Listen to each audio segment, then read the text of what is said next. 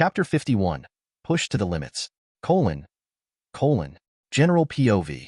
Superman rendezvous with Gamma Team and make your way towards our position. We are going to need all hands on deck for this. Batman informed the Man of Steel, who had been preoccupied with other matters, namely a flood in North Malaysia when the junior team had gone dark. Copied. What is the current situation? Green Lantern has identified the energy signature making up the shield around the structure to be of apocalyptic origins. Batman answered while reading the report on the alien dome. The same place in Turgang have been getting their weapons from. Superman concluded grimly. Batman, none of our attacks are doing anything. Physical blows and energy attacks are useless on this thing. The Batman frowned and controlled his Batjet to hover above the structure. What is that? Green Lantern asked through the comms. I see activity on the lower sections of the dome. Wonder Woman reported, flying down. Batman clicked buttons on the ship's computer, and the holographic visual feed of the red dome enlarged. It seems to be a type of alien creature. My God, Batman, are you seeing this? Hal's voice sounded surprised, matching the moods of everyone present. Yes, these creatures seem to share some similarities with Red Tornado. Aden's POV. I could firebend now. That, however, didn't mean shit before a powerhouse like Captain Marvel. The dude had the strength and the speed of literal gods. Benching 80+ tons wasn't exactly groundbreaking before a guy like that. Not to mention he had his own version of energy manipulation through the control of lightning. I reiterate, this wasn't a fight I was going to win with my fists. Good thing I wasn't going to try that. Robin, you ready? I inquired. Yeah, I'm ready. I'll have to make another trip, but I can repurpose my line launcher for at least one more jump. That is if you can guarantee a way through. He answered. Meanwhile, my heart was pumping inside my chest like the drums of Hallelujah. I chuckled to get rid of the tension while studying the roof. Watch me, and I'll even throw in a little surprise. I grabbed at the warmth in my belly. Flames for explosive power and air bending for body control. With that combination, I turned into a human missile aimed at the hole my opponent had created with his body. I shot off at the first sight of Black Marvel. Oh shit, that's actually a really cool name. Sorry Marvel, let me steal that name just this once. My opening move was the same as before, however this time it would serve as the distraction I needed to put down Shazam. Hot flames licked at my costume, and the smell of singed material made its way to my nose. Shazam stared at me with that same blank look in his eyes, and I thanked God I wasn't fighting the whole him. My leg kicked out and planted itself into. The only thing that saved me was the rebound effect of the air shield surrounding my body and a hasty cross guard. Otherwise, I would have been turned into a bloody mist by his fist. Nevertheless, the fast attack threw me back a little, and Shazam took the chance to follow me. The speed of Mercury was impressive. I couldn't react to any of his numerous and thunderous blows. Fortunately, I didn't need to.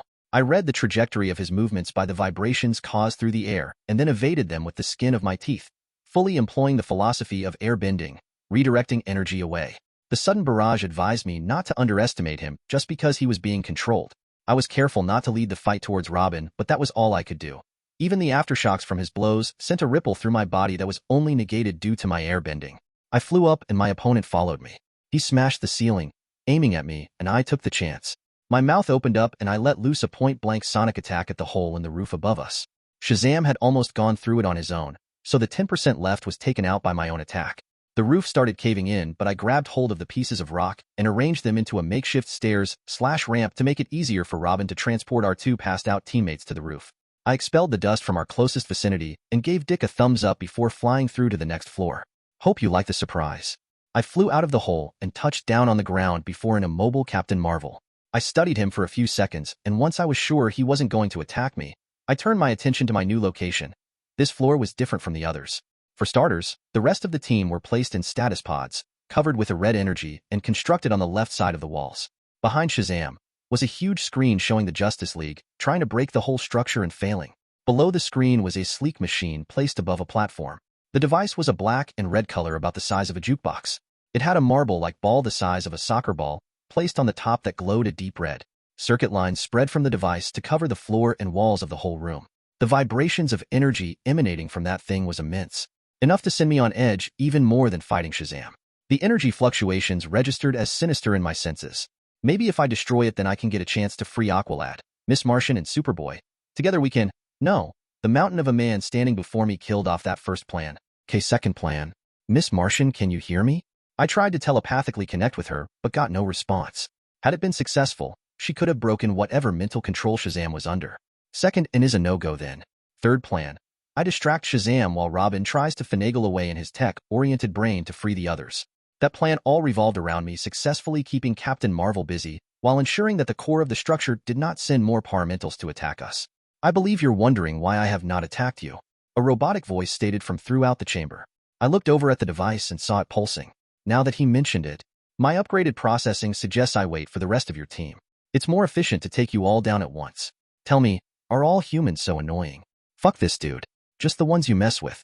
Unfortunately for you, I'm on that list as well. The whole chamber flashed red a couple of times while I was speaking. The unexplained phenomena made me jump back closer to the hole. That lined up perfectly with Boy Wonder's line launcher digging itself onto the roof of the floor I was on. He pulled on the line and shot out of the hole, landing next to me with Wally and Artemis on his shoulders. One look at the scene and Robin fell to his usual stance. What's the situation? Thanks for the ramp, by the way. The machine behind Shazam seems to be the one responsible. You're welcome, I answered, while priming my powers. Are you thinking what I'm thinking?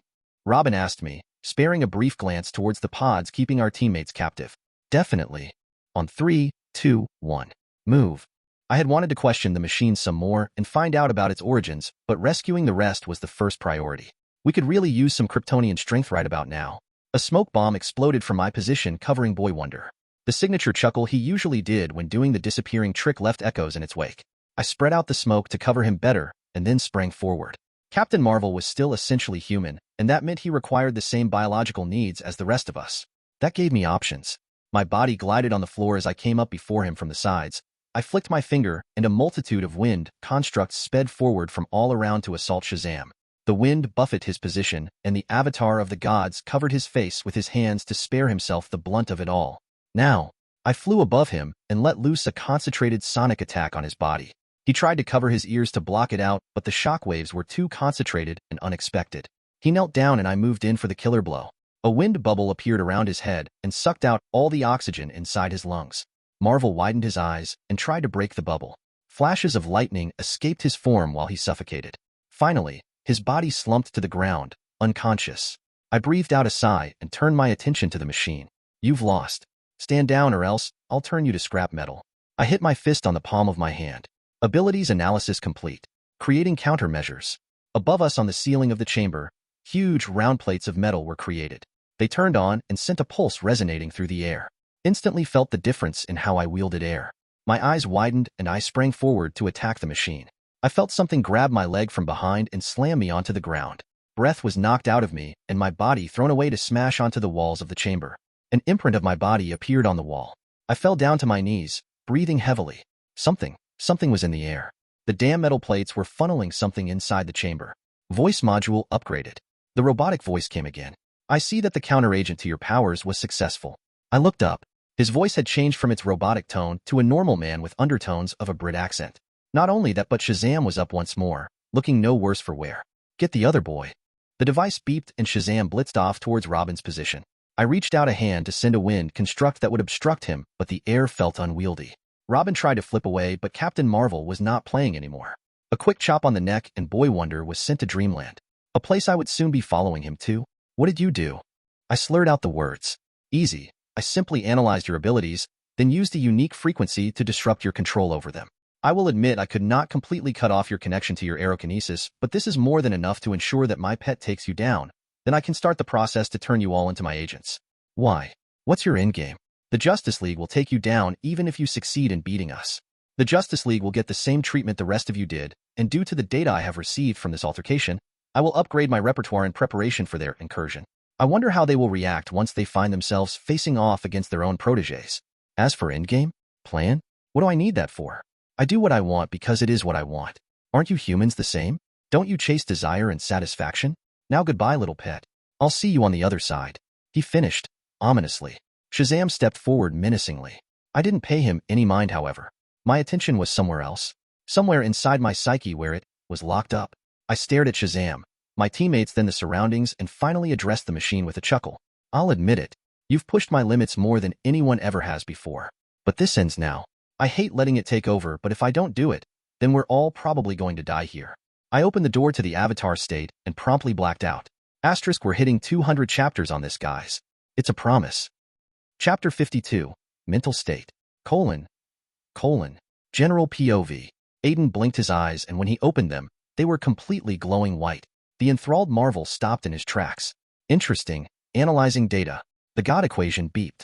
As a response to his words, an energy field extended a few inches from Aden's body before disappearing. The boy turned his eyes to stare at the machine. A blank, soulless gaze that left the intelligent mechanic life wary for the first time. Impossible. How did you suddenly counter my analysis? That field of energy should not have the capability to block out my scans. Aden stood up and looked around at where he was. His vision ran over everything and a firm, determined gaze appeared on his blank face. Despite the fact that the real Aden was not aware of any of his actions, the avatar state employed steps to carry out his last priority: save the lives of his friends and teammates. To do that, these two had to go. The avatar state could sense the malevolence inside the machine, but the other one was simply misguided. The fight would be difficult due to how powerful this opponent was. However, that was in terms of Aden fighting at his base power level. What Aden didn't understand was how deep his conjecture that his powers were completely different from their fictional counterpart was. What he had access to was a completely complex alien entity that was the avatar of the elements. All the elements. Take into account the high processing abilities of the avatar system, and you have something which no scope of measurement could classify. The floor started shaking. Kill him. Shazam shot off like a bullet, slamming a fist in between Aden's chest. The boy hidden away deep in the psyche of Captain Marvel shouted at himself to stop his actions. The only thing he had succeeded at was holding back slightly while fighting the team. The best he'd done was stop himself from using his deadlier attacks. But now, an order had come through the control link. An order that Billy Batson could refuse, but not Captain Marvel. It was only due to the mystic element in his powers that he was even able to see what he was doing. Billy closed his eyes while imagining the resulting sprouting blood, eviscerated organs and broken bones that would be left behind once his attack landed. His fist speared through Aden's chest and came out on the other side. A shockwave blew the walls behind Aden to smithereens, sending pieces of earth and crystal debris flying away. A red energy field was revealed. "You imbecile!" The machine shouted in anger. Billy's attention, however, was on Aden. The blank white glowing eyes never changed. His hand was still inside his chest, but instead of blood, Billy was shocked when Aden's body broke into a liquid form and flowed out of his reach. Shazam was just about to attack when he found his legs immobile. Looking down, he noticed a crystal-like material holding his foot captive. It spread across his body quickly and left the veteran hero encased in its crystalline form. No matter how much strength he employed, the material was too strong to blast through. The avatar reformed a distance away, standing before the God equation. "How? My scans indicate that what you did should be impossible. How did you shift from your biological form to one composed entirely of water? And how is it possible that you can construct numerous carbon nanothreads strong enough to hold down my enforcer from attacking you? What are you?" The God equation was surprised. None of this was going the way his predictive software had predicted. The boy had pulled out a card that the God equation couldn't counter against. "No matter. I still have contingencies in place. If anything happens to..." With the same blank look as before, the avatar raised up his hand, and when he brought it down, gravity increased around the vicinity of the God equation.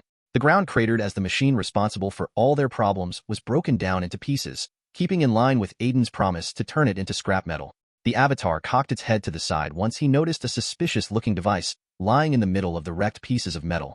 He touched the malevolent device and nodded, coming to a decision. This was an opportunity. A wave of energy escaped his body and the father box was cleansed of any of its sinister influence, leaving behind a featureless yellow box lying in his hands. A slight gesture from his hands, and a crystal platform rose up from the ground. He placed the box on the pedestal and the construct withdrew back into the earth. The avatar turned his attention to his team and calmly flew towards them. The energy fields of the pods holding them captive shut off before his power, and a slight static shock woke them all up barring Artemis and Kid Flash. "Ugh, what happened?" Miss Martian asked while stumbling up. She sucked in a deep breath and widened her eyes as she remembered the fight with Captain Marvel. "Superboy. Aqualad. Are you both all right?" She turned to look for them, but her attention was overtaken by Aden, who was floating above them all, with white glowing eyes and an expressionless look on his face. "Maelstrom?" She tried to reach out telepathically but hit a wall on his mind. Instantly, Miss Martian felt the mood change. An aura of derision escaped Aden, who was now staring down at her like a god about to pass judgment. A heavy feeling settled down upon her body, and Miss M found it hard to breathe. A feeling of pain and weakness overcame her as heat increased. Miss Martian groaned while falling to the ground. What was happening? "Miss Martian, stand back." Robin quickly appeared between the two, his hands raised up in an appeasing gesture. She didn't mean to do the mental probe. It wasn't an attack. The avatar's gaze did not change, but the feeling of heaviness and heat that had been slowly permeating the area eased up somewhat. "Nobody make any sudden moves," Robin ordered. Most of the team barring Wally and Artemis were up. "What is wrong with him?" Superboy wondered, his sight on one of his closest friend who was now flying down towards Captain Marvel. That is not my secret to share. What I can tell you is that whatever that thing is, we absolutely do not want to antagonize it. Robin informed them as he searched for a way to leave to place. His gaze landed on the platform the God equation had been on and noted its destroyed pieces. Aden had done all this, immobilized Captain Marvel, and destroyed the thing responsible. Batman would have revised his information on their teammates' power level. Dick's investigation on Aden was now even more important than before. "Mgan, are you okay?" Superboy rubbed the young Martian's back in comfort. I'm fine, Connor. Aden. His mental state feels so weird. It's like the real one is asleep, but still awake. Whatever we're seeing is not an entity taking over his mind. It's an extension of him, yet not a split personality. Aqualad finished checking up on the others and turned to his team. "We will figure everything out after we've left this place. For now, keep your guard up against Maelstrom. He seems to recognize us, but this is a side of him we have never seen before." Everybody awake nodded. The Avatar, on the other hand, brought his hands on Shazam's forehead and placed the other one on his chest. A surge of blue ethereal energy along with flakes of golden power, very similar to Dr. Fate's, escaped him and washed over everything present in the room. Robin instantly felt his injuries stop hurting and his mind regained its clarity. The physical exhaustion that had plagued him disappeared, and he shared a brief look with the rest. Kid Flash and Artemis came to with a groan. Before they could say anything else, however, the light of a boom tube covered each and every one of them and teleported them out. The last glimpse Robin got of the chamber was Aden's raised hand. The team stumbled out into the watchtower, greatly surprising Lantern Stewart. He stood down, seconds away from attacking them, and brought his fingers to the earpiece. "Stewart, to all teams, we found them. We found the junior team. Elsewhere." The footage came to an end when Maelstrom cleansed the father box, removing Lex's control over it. "I stand corrected, Luthor. This plan was not without its merit. We might have lost the father box, but we gained something more valuable in the process," Vandal Savage stated while smiling. "I agree. Though, I was not expecting this level of power from him. He has been a person of interest to me for quite some time." "MMMH. Vandal hummed. "With this new information, Phase 1 will need to be revised accordingly. We need to take advantage of this. As always, my friend, we think alike." Vandal Savage's words trailed off as he blended into the shadows. Luthor rose up and walked down the stairs to where Tio Moro and his assistant were busy trying to regain control of the device. "I have some bad news, Luthor. I've lost the signal. That can only happen if the device is out of range or if it's been destroyed," the professor told the philanthropist. "On the contrary, Doctor, everything worked out splendidly." Moro turned to face him and was met with a smile on Lex's face. "What are you talking about, Luthor?" Lex snapped a finger instead of answering, and the door to the lab opened. From the outside, Mercy pushed forward a hospital stretcher into the room, bringing it close to the pair before stopping. Luthor stepped away and motioned to the professor. "A gesture of goodwill. To let you know that I treat my friends with the utmost appreciation." Moro stared at Luthor warily, but nonetheless stepped forward and removed the sheet covering the contents of the stretcher. His eyes widened. "How?" Lying on the stretcher were the parts of Red Tornado. Luthor wasn't the one to answer Moro's question. "Come on, Thomas. If there is one person who can figure out the workings of your creations, it's me, obviously." An elderly gentleman wearing a prison uniform appeared on the holographic projection. "Anthony, I should have known," Moro said. His words lacked their usual mocking tone, however. "Gentlemen, it's time you let go of your past disagreements and focused on the future. With your software, Moro, Evo's hardware, and my specialized technology, the future is limitless," Luthor stated, his words sugary sweet. Chapter 53. A Subtle Shift Part 1. General POV. Wally tapped his foot on the floor rapidly. He reached out his hand into the bag of chips he was holding and groaned. It was empty. Sighing, he balled up the bag and tried to do a dunk on the trash bin, only to fail and get subjected to Black Canary's unimpressed look. "Sorry, babe. What was the question again?" Black Canary placed down her pad and leveled a serious gaze at him. "You need to pay attention, Wally. While this might seem like something unrelated to you, it still affected some of your teammates greatly. This is an example of how a mission can go bad and not get any easier from there. You need to talk about it." Wally frowned. "Hey, I never said it was unrelated to me. It's just, I was passed out for most of the time. I can't tell you anything more than Rob or Artemis have." "Then tell me what you can," Black Canary insisted. Wally was quiet for a few seconds before sighing and running a hand across his hair. I was useless. I always pack more than one snack bar to keep myself up and running, even if the mission goes sideways.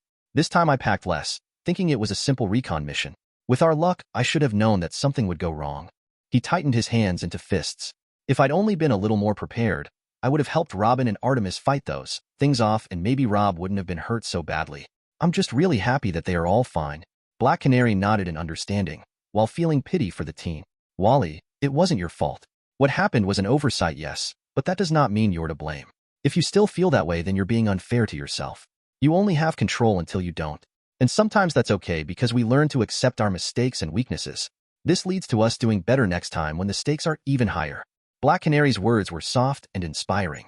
Normally, that would have worked on just about anyone if it wasn't for the situation.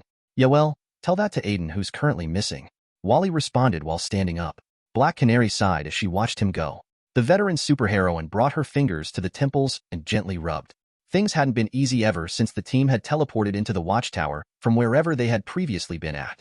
None of them had had any concrete information apart from describing the creatures they'd fought and Captain Marvel's betrayal. Canary felt another headache spring up at that. Captain Marvel was a child, Billy Batson, 10 years old, and the responsibility of saving the world firmly on his shoulders. Since 2 years ago, to be exact. The League was soon convening to discuss whether or not he should remain as part of the Justice League or not. That other matters as well. Aden Strong. Canary had grown closer to the boy. She had even mentored him on how to use his sonic abilities. But now he was missing. On a lesser note, the rest of the junior team also knew about his other side.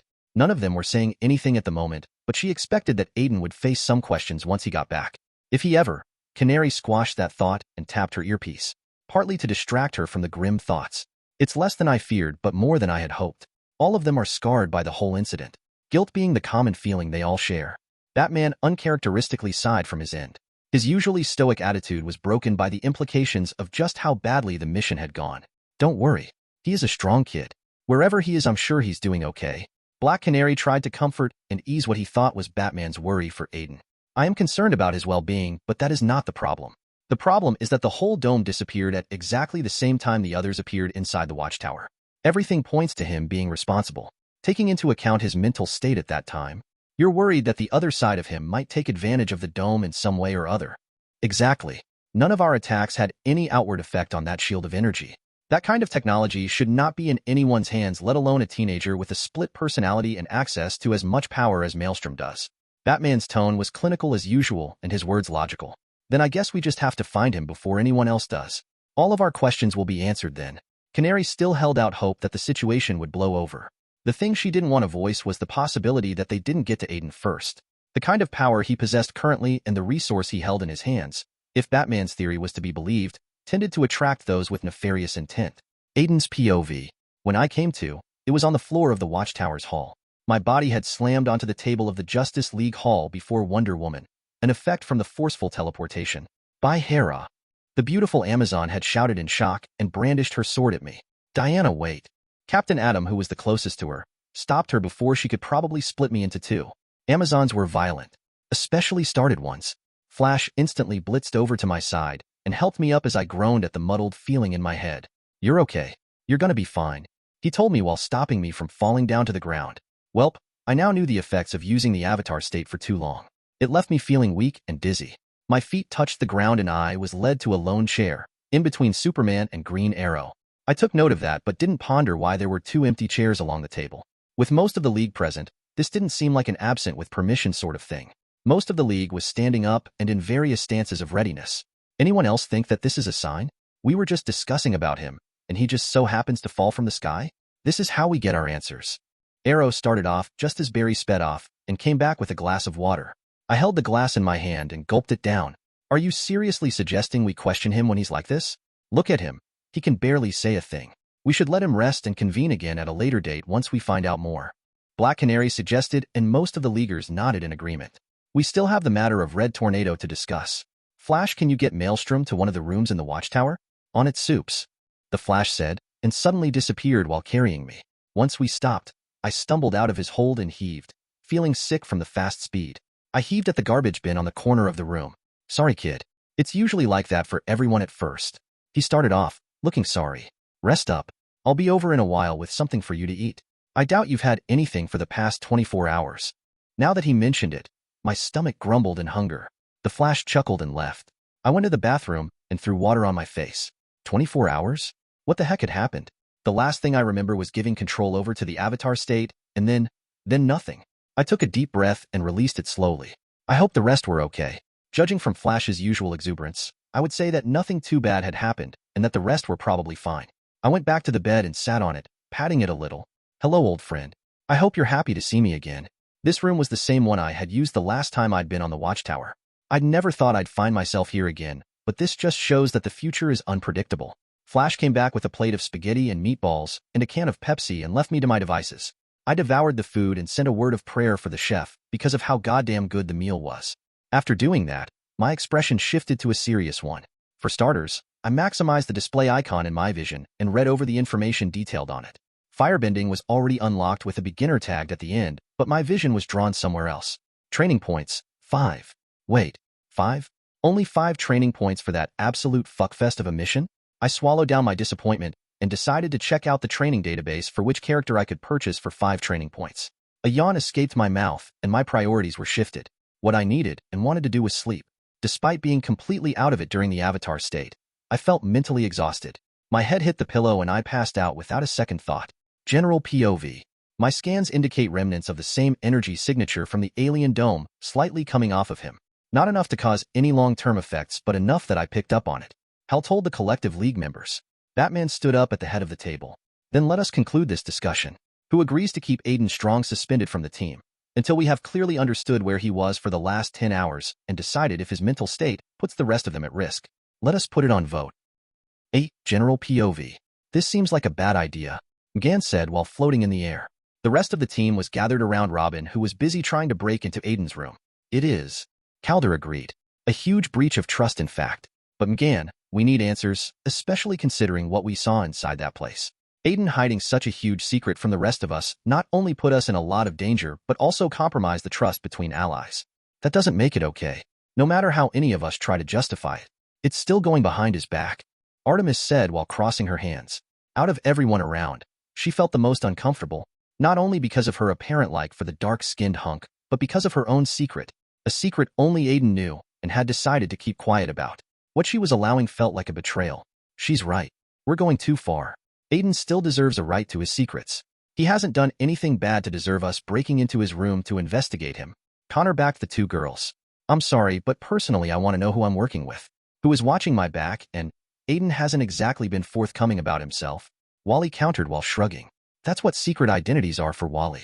None of you know about my civilian life because I try my best to separate it from the hero thing. That's not a crime in our line of work. Artemis shook her head. I think we should just turn back while we can. What if one of the League?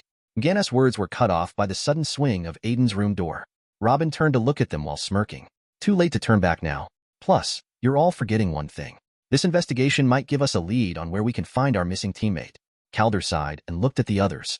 I will not force any of you to do this if you don't want to. If we do go through with it and Aden finds out, it might have irreparable damage to all our relationships. This is your last chance to turn around and walk away. Sheesh, Calder, you make it sound as if we're planning a murder. Wally spoke up only to have Artemis bonk him on the head. Ow.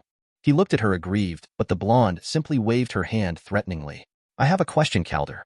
What if we do find something? Something bad? Robin's tone suddenly turned serious and subdued. Before answering, Calder took a deep breath. Let's just do this. Connor beat him to the punch and shoved the door completely open. Calder couldn't help but feel relieved. Robin sighed and put away his kit. So not feeling the aster. Aden's POV. The second time I woke up was to a soft knock on the door. I ran a hand through my face and got out of the soft bed. Clearly the League had not spared any expense to make all their stuff the best quality. My steps carried me to the door, and once it opened, I came face to face with the Dark Knight himself. The glare was still there, somehow even more intense. Batman. I nodded after looking around him and not noticing any other Leaguer. Oh wait, there. A hazy form rose up from the ground. Manhunter. It's good to see you're doing all right, Aden, he replied, a small smile on his face. Thanks, John. Although the mission had a few hiccups here and there, it wasn't something we haven't dealt with before.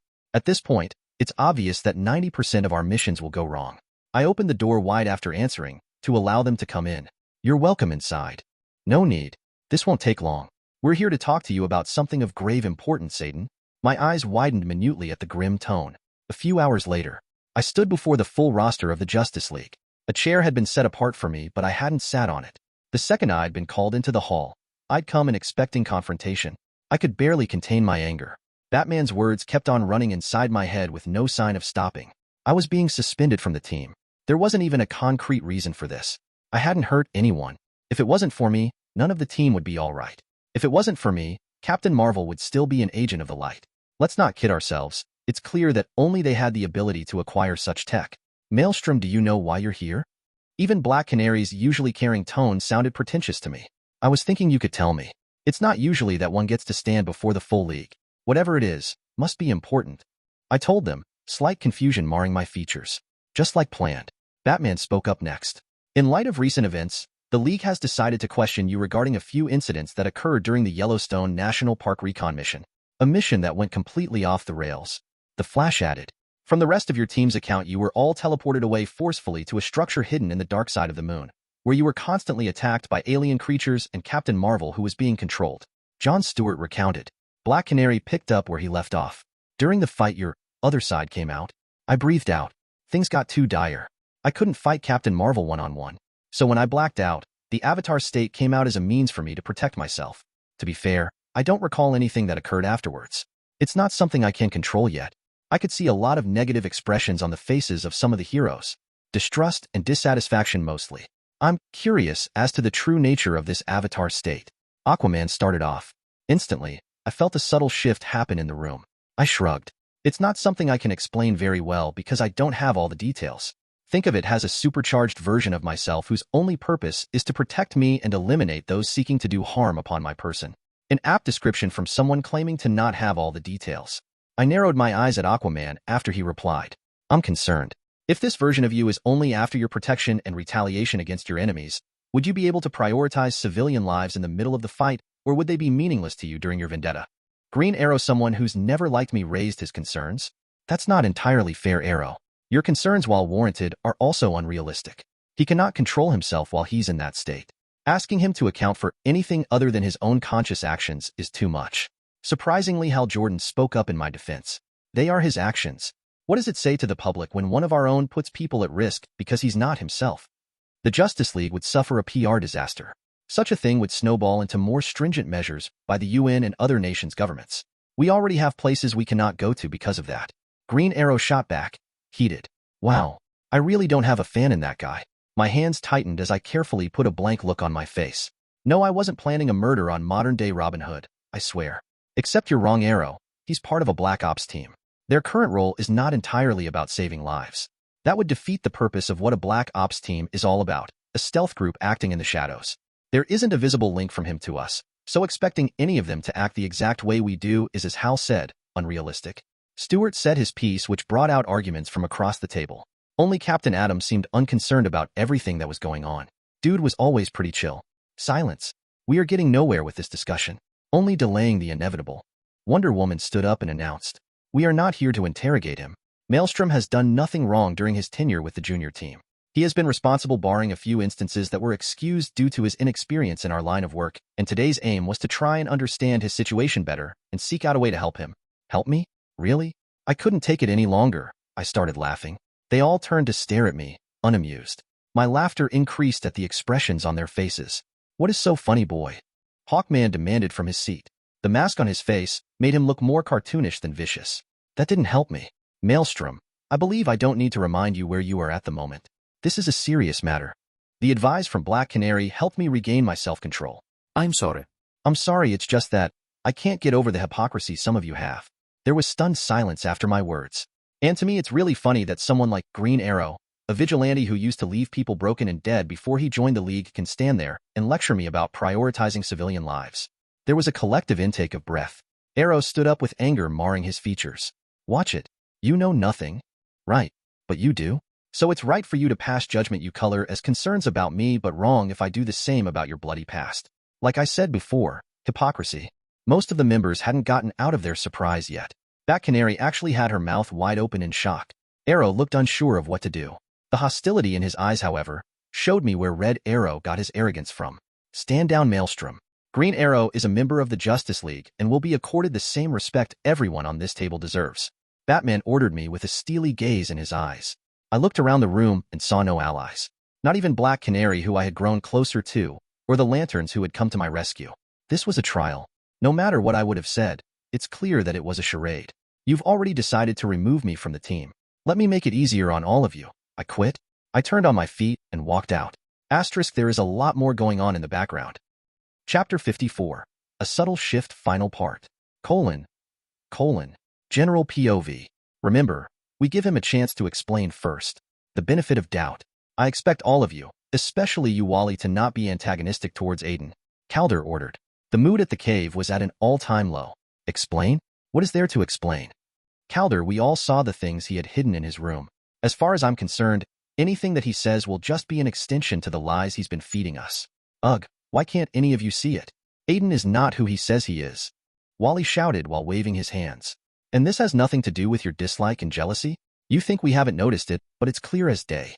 You don't hate Maelstrom because he's been hiding things from us. You hate him because he's better than you in every possible way. Silence dominated the room. Artemis' words seemed to cut deep into Wally. That's not true. Rob, tell her. Robin looked away. The hurt expression on Wally's face turned to anger. Keep on defending the guy if you want it, but I'm telling it as it is. Aden is a fucking traitor. Seeing that no one was speaking up to his defense, Wally looked away. A traitor that saved you.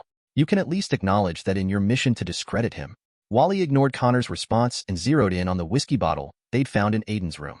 What was it you said you felt from this thing, Calder? He asked while shaking the bottle. Careful with that, Wally. We still don't know what it is. Wally ignored the warning. I remember. You said you felt negative mystic energy emanating from it, right? He got no response.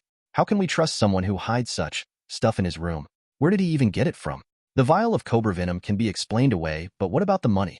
The jewelry? Call it hate or dislike, or whatever you want, but deep inside you all know I'm right. He looked at the others. Calder, Dick. This is not us. This is not what we stand for or what we've learned from our mentors. You think Batman or Flash would allow anything like this to exist? Heck, I don't believe in magic, but even I can feel the despair and hate coming off it in waves.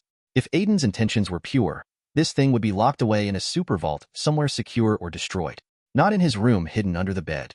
Saying that, Wally opened the lid and poured the contents out into the sink before anyone else could stop him.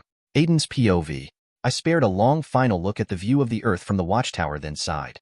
I didn't know if I would ever see this magical sight again. If there was one thing I would miss, it was going to be the food and the view. I turned around and walked to the Zeta tube. Recognized Maelstrom B04. The first instance I stepped out into the hall of Mount Justice, I felt a certain vibe grip the whole room. Gathered around the Zeta tube was the team, looking at me with a wide range of emotions. Gan broke off from the rest and hugged me tightly. I'm sorry. She told me before withdrawing and flying back to the others. Aden, you're okay. I'm glad. Artemis said before looking away sadly. Great to see you too, Artemis. What is going on, though? Some of you don't look too happy with my arrival. I stated, establishing eye contact with Wally. A look of distaste crossed his face. You're wrong. We were of course glad to hear from Batman that you were back and unharmed. Calder stepped forward and spoke up. I scoffed. Batman, huh? That means. And I'm sure he also informed you about my resignation from the team? Yes. Calder nodded. Which is less than you deserve. You should be headed straight for Bel Reve if you ask me. Wally barked. Wait, kid. He deserves to explain himself. Calder shot him down with a glare. I looked at Connor and raised an eyebrow. The clone had no outward reaction and was completely unreadable, so I moved on to our resident detective. Robin was the one acting weird the most. He stepped forward with a determined look on his face. What the fuck is going on? Wally's hostility is understandable, seeing as he's always an ignorant, immature little brat. Calder held the speedster back while I continued with my statement. But the rest of you, you're all acting strange. So I'll ask again. What is going on? They all shared a look and turned to me. Maybe you can tell us? Boy Wonder sighed, pressing a key on his utility belt to reveal the vial of cobra venom I had stashed in my room, as well as a small bag. The jewelry, which meant they also found the money, the documents, and the metatrigger I kept in the whiskey bottle. My heart sank. If only I'd been faster to relocate those things to the storage space I'd found from Galeel's documents. I just kept putting it off because of my busy schedule. I closed my eyes and promised myself to never be so complacent again. I opened my eyes to try and salvage whatever I could of my things. Where's the rest? I asked no one in particular. Oh, you mean this incriminating big bag of cash? Wally held up the duffel bag containing the money I'd gotten from Lucifer after my fight with Galeel. Incriminating? What are you talking about? Do you think I stole it? Calm down, Aden. Calm down. I reminded myself. No, I don't think you stole it. I know you did. Kid was quick to respond. I just needed to be calm to ask them about the other stuff. You broke into my room without permission. You are even so inconsiderate of the fact that I almost fucking died who knows how many times trying to save all of you that you judge me without giving me the benefit of doubt or allowing me the chance to come clean all by myself. They all looked down in shame. Even Wally looked unsure. all except for the youngest member. Where did you get all of this, Aden? Robin's voice cut through the silence. Boy Wonder narrowed his eyes at me, and I knew he knew. I was trying to guilt-trip them into dropping the subject. I hate to do this. I really do, but they left me no choice. I just need to know where the meta-trigger essence is. It was a gift. I smoothly responded. A gift? Boy Wonder's tone was incredulous. He spared a look at Superboy, who shook his head. He's not lying. Artemis heaved out a sigh of relief. See, I told you guys that Aden had a perfectly good explanation for all of this. Her face was hopeful, but from the whitened knuckles gripping her bow, Artemis did not seem to buy what she was saying. From who? Calder asked. Trust me, you don't want to know. The only thing I can tell you is that he is no way involved with the Supervillains or the Justice League. He's more of a neutral party. I helped him out with something, and all that was the payment. Now, where's the last item? Where's the whiskey bottle? Boy Wonder subtly glimpsed at Wally, who stubbornly refused to look at me straight in the eyes. Oh no, what the fuck did they do? Where is it? My tone took on a harder edge. Boy Wonder shifted his stance into a wary one, and the mood that was already at an all-time low dived off the fucking cliff. No one was saying anything. Mgan. You have something to tell me? So I went for the softest one in the group.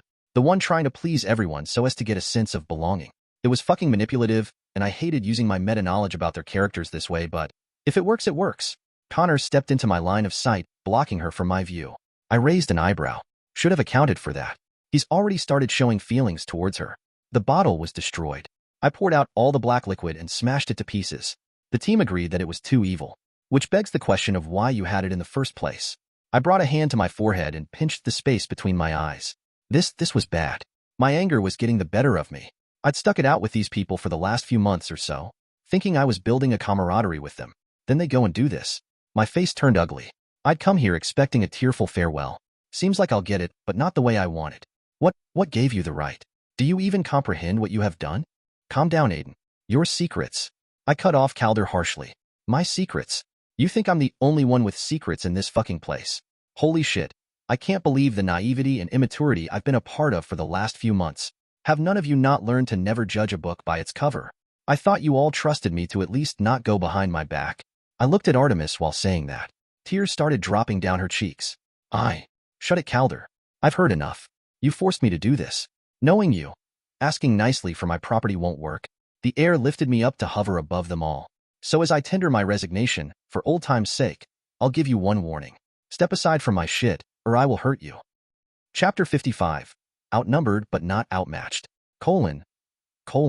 General POV. I won't say it again, Calder.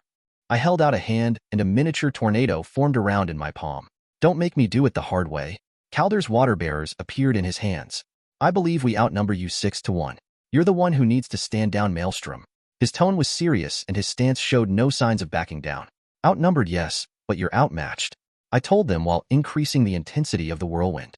The others were on edge, ready to react, or in some cases like Wally, act. The only three who looked unsure were Connor, Artemis, and Gan. The blonde, who I knew had a crush on me, decided to be the voice of reason. Wait, everybody please calm down. Can we just talk this out? She implored while looking around. Tell that to your boyfriend. He's the one threatening the rest of us.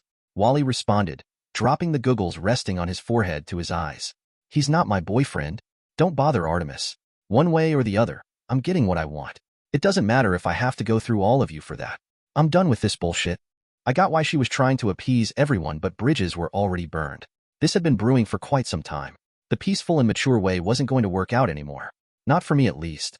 Aden, you're not acting like yourself. This isn't you. I cocked my head to the side. Did she really just say that? Would you blame me? I just got from a meeting with the Justice League, where they suspended me from the team for no concrete reason other than disappearing to God knows where for 10 hours.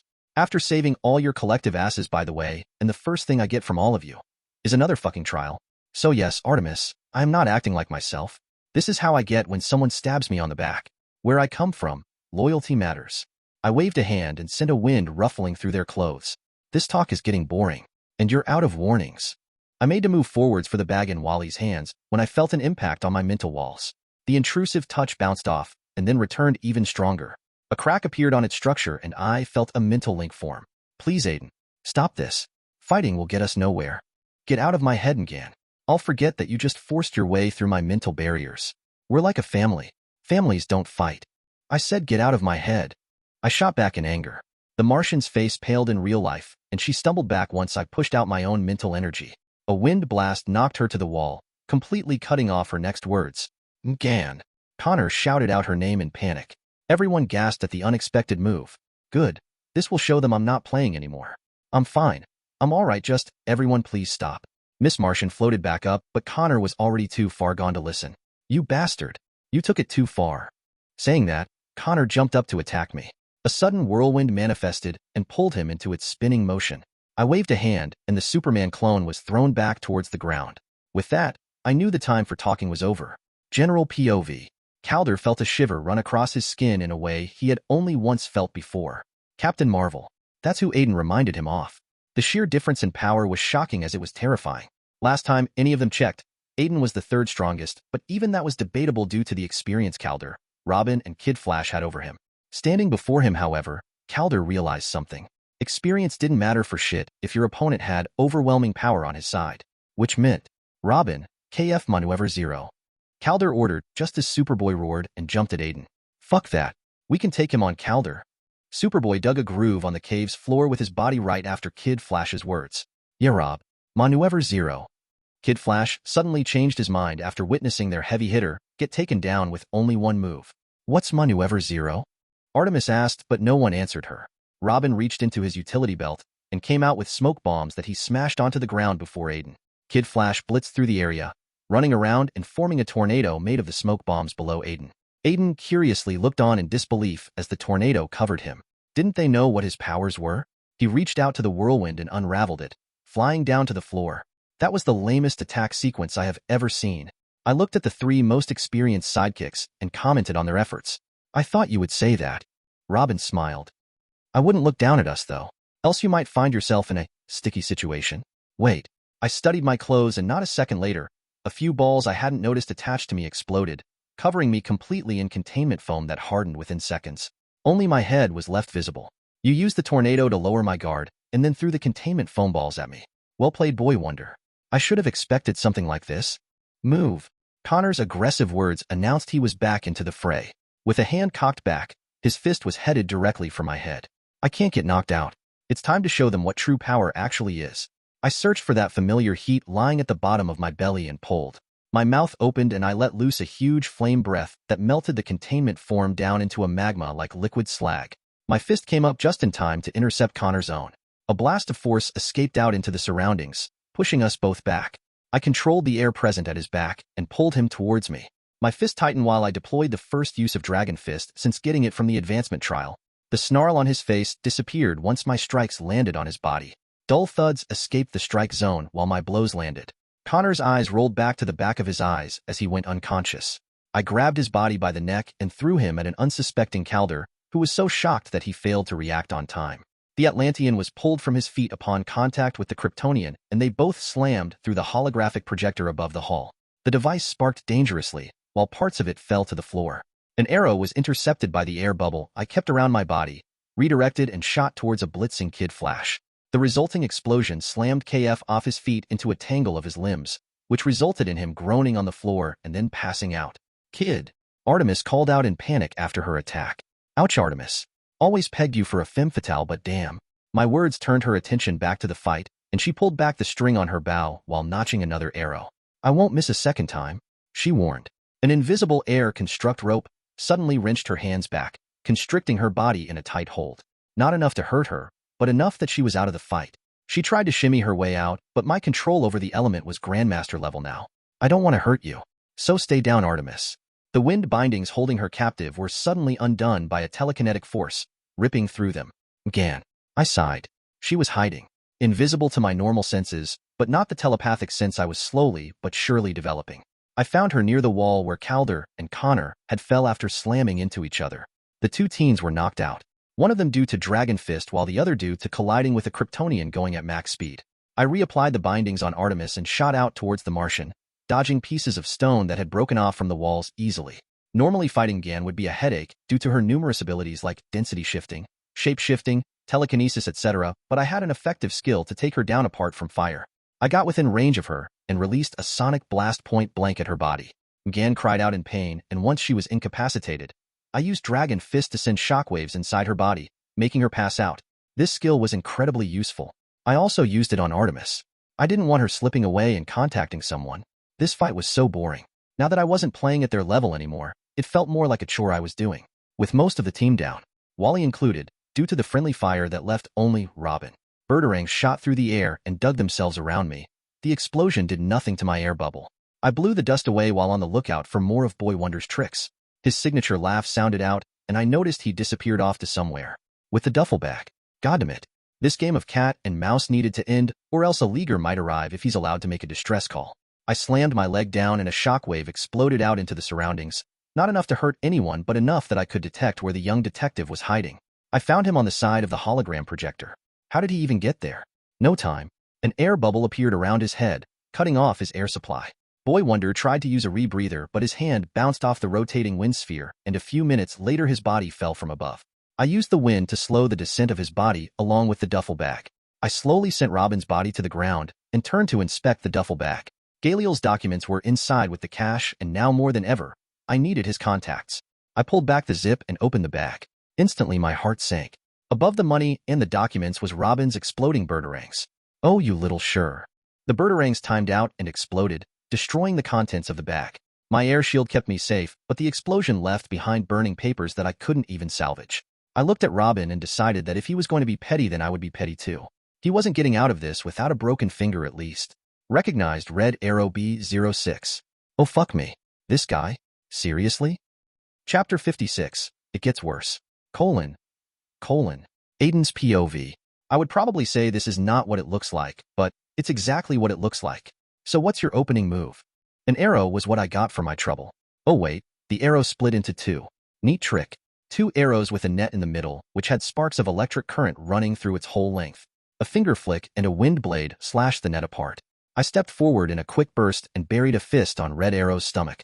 Breath escaped his mouth along with spit. He clutched his belly and hacked out with wide eyes, taking a knee. Where's all that bravado you had? The arrogance you wear while walking around. Hate to break it to you, Speedy, but to those who are actually strong, pride comes easy. It's casual and displayed by actions, not by seeing who can bark the loudest. The hateful glare he sent my way made me chuckle a little. But you will never learn that, will you? I backhanded him, and he slumped to the ground in a faint. It was time to leave. I went towards Boy Wonder and pocketed the vial of cobra venom along with the small bag holding the jewelry. I was still very much angry at losing the meta trigger, the cash, and Galeel's documents. That whole debacle was on me. On my complacent attitude. I had to understand that this wasn't like my previous world. I can only thank God that this lesson came this early. Although it came with a big cost, it was still better than potentially losing my life by taking things easy. Fuck, where will I get another meta-trigger essence? That thing had enabled Galeel to create metahumans by targeting the ones with a metagene present in their bodies. Then again, the presence of people like Black Canary showed there was more than one way to awaken it. I didn't know if I had a metagene or not, but after tensions within the group, I'd realized that having my own team, one of my very making, would be advantageous in the long run as opposed to using the meta-trigger on myself. I already had a clear path to power. Adding more abilities upon the ones I was slated to get would be splitting my attention too much. A jack of all trades. I wanted to be a grandmaster at only 2 things, bending and combat prowess. Luckily, the Cobra Venom vial was still intact. If I could perfect it or find someone to do it, I could streamline the process into something efficient and harmless. If I remember correctly, Slade Wilson in DC had used Mirakuru, DC's version of the Super Soldier Serum, to give himself enhanced physical parameters which, coupled with his deadly skills, made him the perfect merc. If I could get a sample of his blood... I shook my head. This isn't the time to get sidetracked. Before I could do any of that, I needed Galeel's contacts to the underworld. That would help me to set myself up in a way that the League or the team wouldn't track me. I looked around at my fallen ex-comrades and sighed. This is not how I wanted this to go down. Going over to Kid Flash, I kicked him on the nuts. He groaned in pain, which appeased my anger a little. This was mostly all his fault. While Robin's suspicions were warranted, he wasn't led by jealousy or hate. We all know who probably fanned the flames. I can't believe you used to be top 5 of my favorite speedsters. I huffed and sped off towards my room to gather the rest of my things. I couldn't leave my laptop, but the guitar and other stuff would only slow me down. So the plan? I was going to use the Zeta Tube and go to LA, specifically Lux, Lucifer's nightclub. Oh goody. But you might wonder why. Why go towards the devil while others would be running far away to the opposite direction? Here's the thing. I'm a 100% sure that Galeel, being the devious demon, would have kept a digital copy of all his connections and information in case the place was ever raided. It makes perfect sense. Being millennia old, who knew how much secrets, dirt, and information he had? Storing all that info in physical formats was inefficient and dumb. So Lucifer was my only lead. The plan B to that would be to go to Gotham, try and find Penguin's hideout. He hadn't been seen for quite a while after the whole enhanced cocaine thing, and then strike up a deal with him, or if that fails, Two-Face if he was around. Those were the two villains I knew who had a semblance of honor. They were of course selfish and untrustworthy, unreliable in Two-Face's case, and both wouldn't hesitate to betray me if they were offered a better deal. The reason that was plan B was because Gotham was Batman's backyard. So yeah, not sure the Dark Knight would appreciate what I'd done here, though I'm not sure he would make a big deal out of it, seeing as this was in line with what he and Manhunter had propo. Access denied. Access denied. Zeta Tube privileges revoked. Designation downgraded to Maelstrom A03. The computer alerted me, displaying a red text box on its screen. My mood plummeted. I was trying to use the Zeta Tube to take me to the nearest Zeta node in L.A, but it seems that I was already locked out from the system. Gee, I wonder who could have done it? Read Batman. Speaking of the devil, recognized Batman 02. Wonder Woman 03. Flash 04. Martian Manhunter 07. Black Canary 14. Oh shit, this couldn't get any worse. Recognized Superman 01. Would you look at that? It just did. General POV. One of our drone outposts reported a massive beacon of energy wave in the outskirts of the Milky Way galaxy. An agent of the Reach informed the scientist charged with study of the alien species in the sector. The scientist turned to the agent, a low-level assistant charged with monitoring the sector for any anomalies. And this concerns us why? The scientist asked impatiently. The assistant looked nervous and hurried to explain. The energy signature bears resemblance with apocalyptic technology. The Reach scientist hummed in interest. Truly? That is quite curious. Have you pinpointed the correct location? I have traced the signature to a star system which has 8 recognized planets revolving around a small star. 2 of those planets are occupied with intelligent alien life. The scientist pulled up the files on the subject to the computer screen and hummed. This complicates things. The sector is under the Green Lantern Corp jurisdiction. A fully equipped Herald ship would be breaking the terms of the treaty. We have an infiltrator scarab on the 4th planet from the sun. Maybe we can utilize his unique position. The scientist shook his head. Negative. That would put him at risk of being discovered by other parties. This matter requires a delicate touch. The assistant obediently kept silent as the scientist thought. Send a request to High Command for the possibility of a scout ship excursion to do a loose search on the star system. We will feed the Lantern Corps should they ask about it being a resource hunt or a ship with a warp malfunction stumbling into the sector. That should keep them off our backs until we can decide what to do next. Will they buy that? The assistant decided to ask. The question brought a smile onto the scientist's face. They don't have to. The peace treaty outlines that we don't subjugate or conquer an alien species without their own consent. That's why we use diplomacy as our main weapon. As long as we don't touch down on the planet or get noticed, then it should be fine. Plus, we do have contingencies in case we leave traces of our presence behind. The assistant nodded his head and left. Wait, the scientist called out. Phase shift the drone outpost for the time being. If we detected the massive surge of energy, it stands to reason others did as well.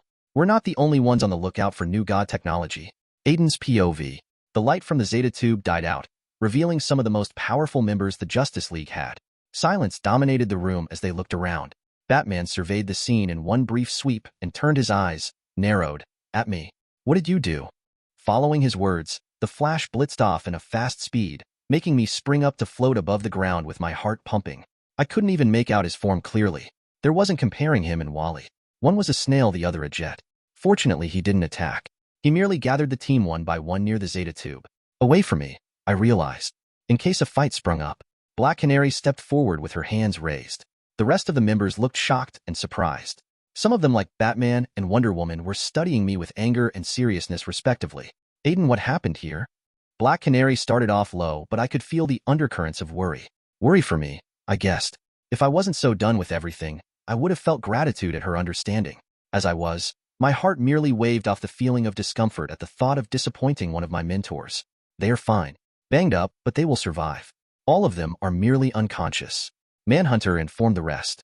They still need a checkup. Get them to the medical facility of the Watchtower. Batman ordered without looking away from me. We will handle things here, Manhunter. As you wish. Manhunter replied. He threw a glance at me, and I got the brief sensation of a touch on my mental barriers. Regret. I am sorry, Aden. I didn't bother replying. What was done was done. This wasn't something I could take back. The team and I had come to blows and I'd put them all down. The only question that remained was, could I do the same to their mentors? I knew the answer deep in my chest, and it was a resounding no. Still, if I wanted to get out of this situation, it was either go through them or go through them. There was nowhere to escape. Recognized Martian, Manhunter 07.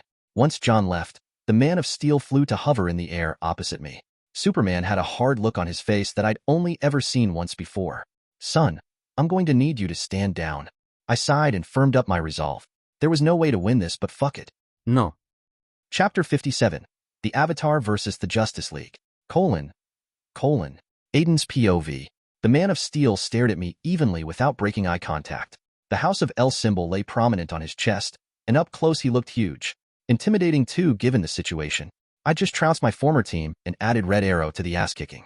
I doubt they had any favorable outlook on me as I currently was. Think carefully about what you want to do next, Aden. Don't make this situation worse than it already is.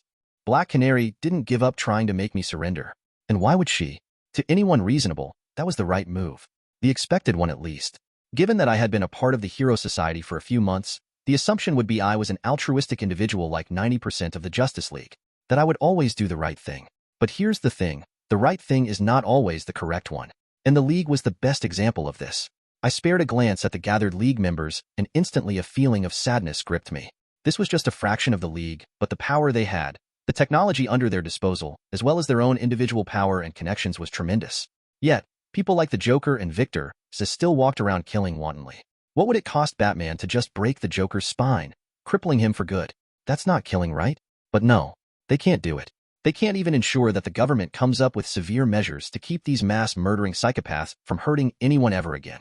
The death penalty or a strike rule, where if you commit more than 3 acts intentionally endangering civilian lives, you're lobotomized or sedated for life or something. I'm not a doctor, but coming from a world where bullshit like this wouldn't stand, it was a bitter pill to swallow. The sadness gave way to determination. I was going to change that. It might sound cliché and self-righteous, but the truth of the matter was that these people hadn't been given another option by the League. It was either be good and stay on the right path, or be bad and stay on the wrong one. I wonder what the League would do if the government suddenly decided that all supervillains were fair game and put out bounties on all their ends. Batman would probably try to save the Joker from Deadshot, or a dozen other mercenaries. That's the kind of hero DC idolized. The Avengers at least did what needed to be done to save people. Enough exposition. I had to deal with this debacle first. I loudly sighed and made contact with Batman's eyes. Fine. My hands lowered, and I started flying down closer to Superman. The Man of Steel smiled and nodded understandingly. Black Canary couldn't hide the look of relief that crossed her face. Wonder Woman and Flash also eased up somewhat. On the hand, Batman clenched his jaw, and I could feel him narrow his eyes through the whites of his mask. Wait, he called out just as Superman placed a hand on my shoulder and said, "You made the right choice, son." The batarang thrown to my position was taken out of the air by an air string and thrown back towards its source. Man, I love airbending. Superman was just now noticing that something was off. Too bad he kept most of his abilities suppressed. His reaction speed was fast, of course, but he couldn't do anything whilst he was still underestimating me. Yes, I did. Efus rohda. An astounding amount of shockwaves exploded out of my mouth. My throat instantly felt raw as the sonic shout impacted the Man of Steel at close range. Superman's face turned into a pained grimace. I shrugged off the loose grip he had on my shoulder while sensing movement through the vibrations in the air. That was following the explosive impact of Batman's batarang that I delivered back to him. I lazily observed how Mentor and Protégé were so alike that I knew Batman's opening move just from sparring with Robin. My plan was close to succeeding. To win this, I had to take the most dangerous foe out of the fight. And no, it wasn't Supes. A blur raced towards me faster than I could react. But Flash was distracted by the Man of Steel's pain. So distracted, in fact, that he didn't notice the invisible wall of air shield that appeared before him. The fastest man alive slammed into the construct in full force and bounced back with a bloody nose.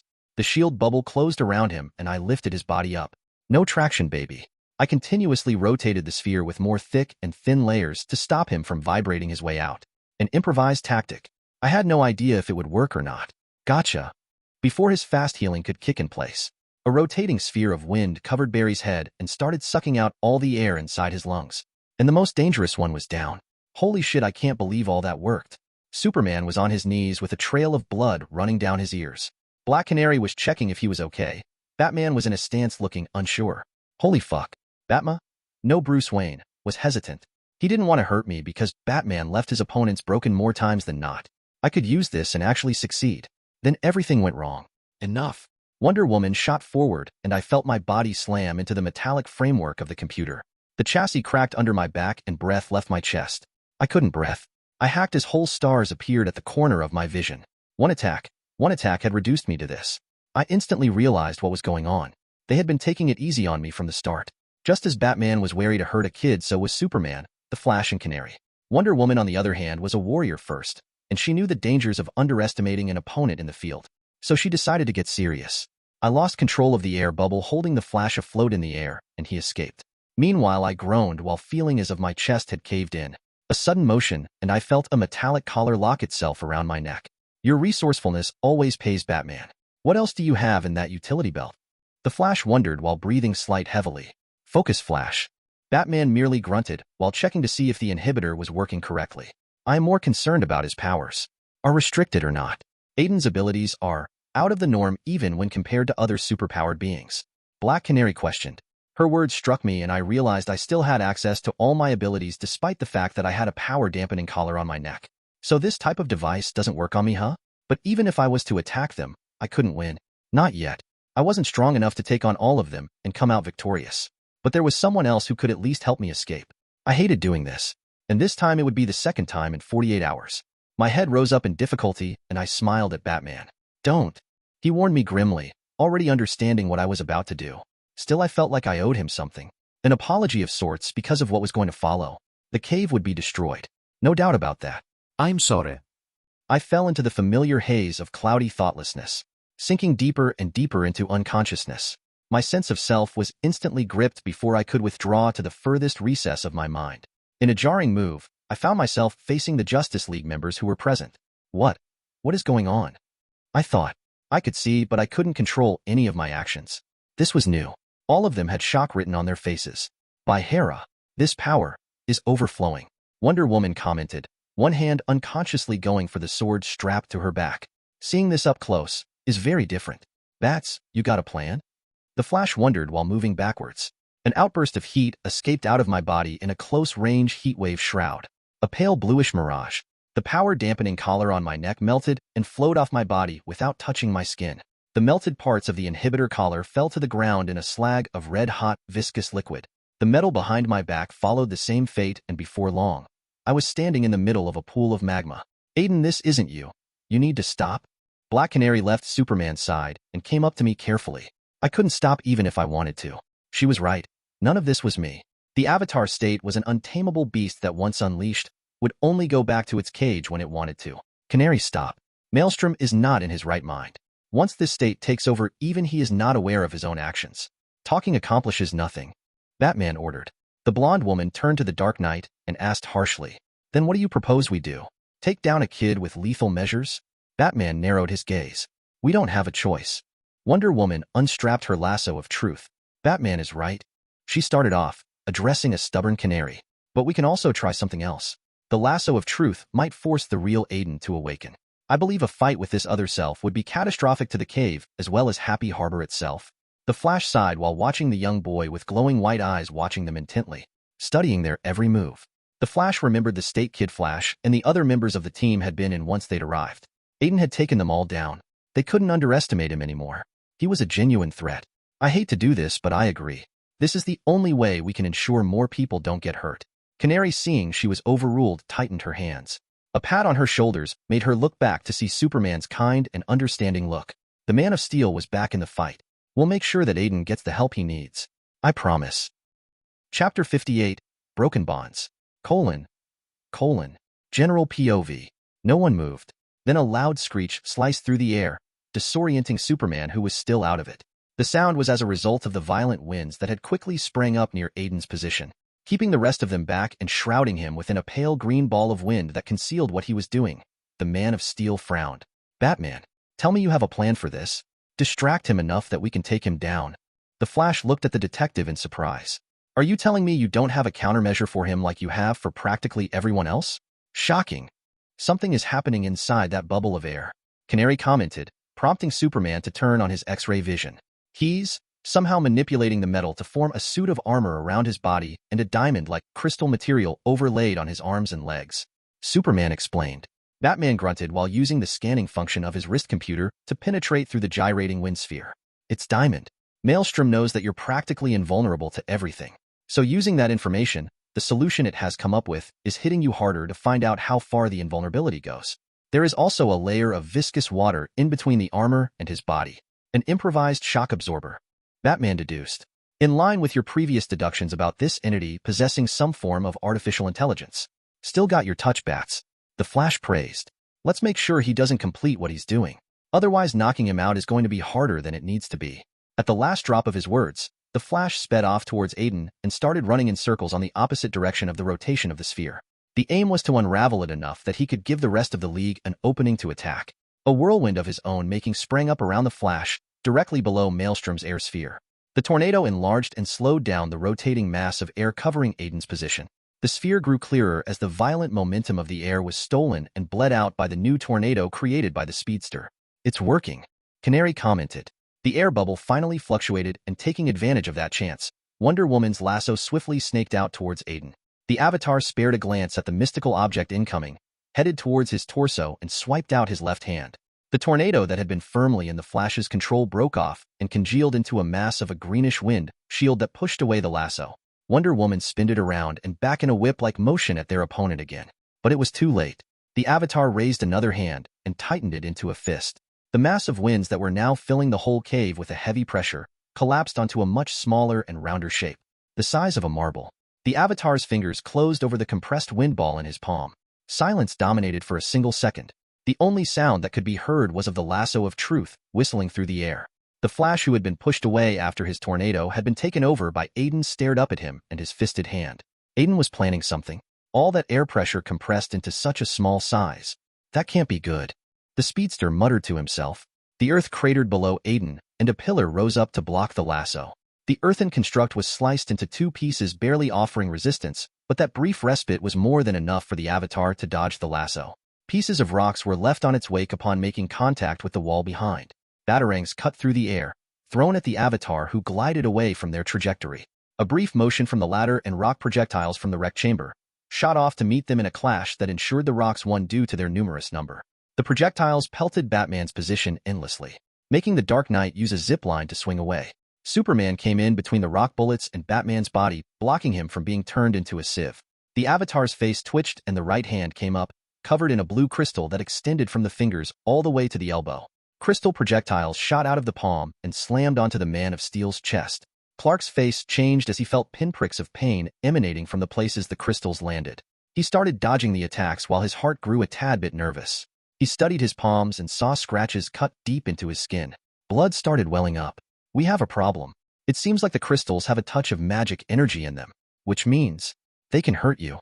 Batman grunted while picking up a lone crystal shard from the ground and keeping it for analysis. Can you get close enough to distract him? On it, Batsy. The Flash replied, blitzing off. His feet slapped onto the cold hard floor, then up the wall behind the Avatar. The Scarlet Blur pushed off the wall, aiming himself at Aden, whose attention was on Superman, trying to land a crystal attack on the Man of Steel. The Flash twisted his body and aligned himself to kick Aden out of the air.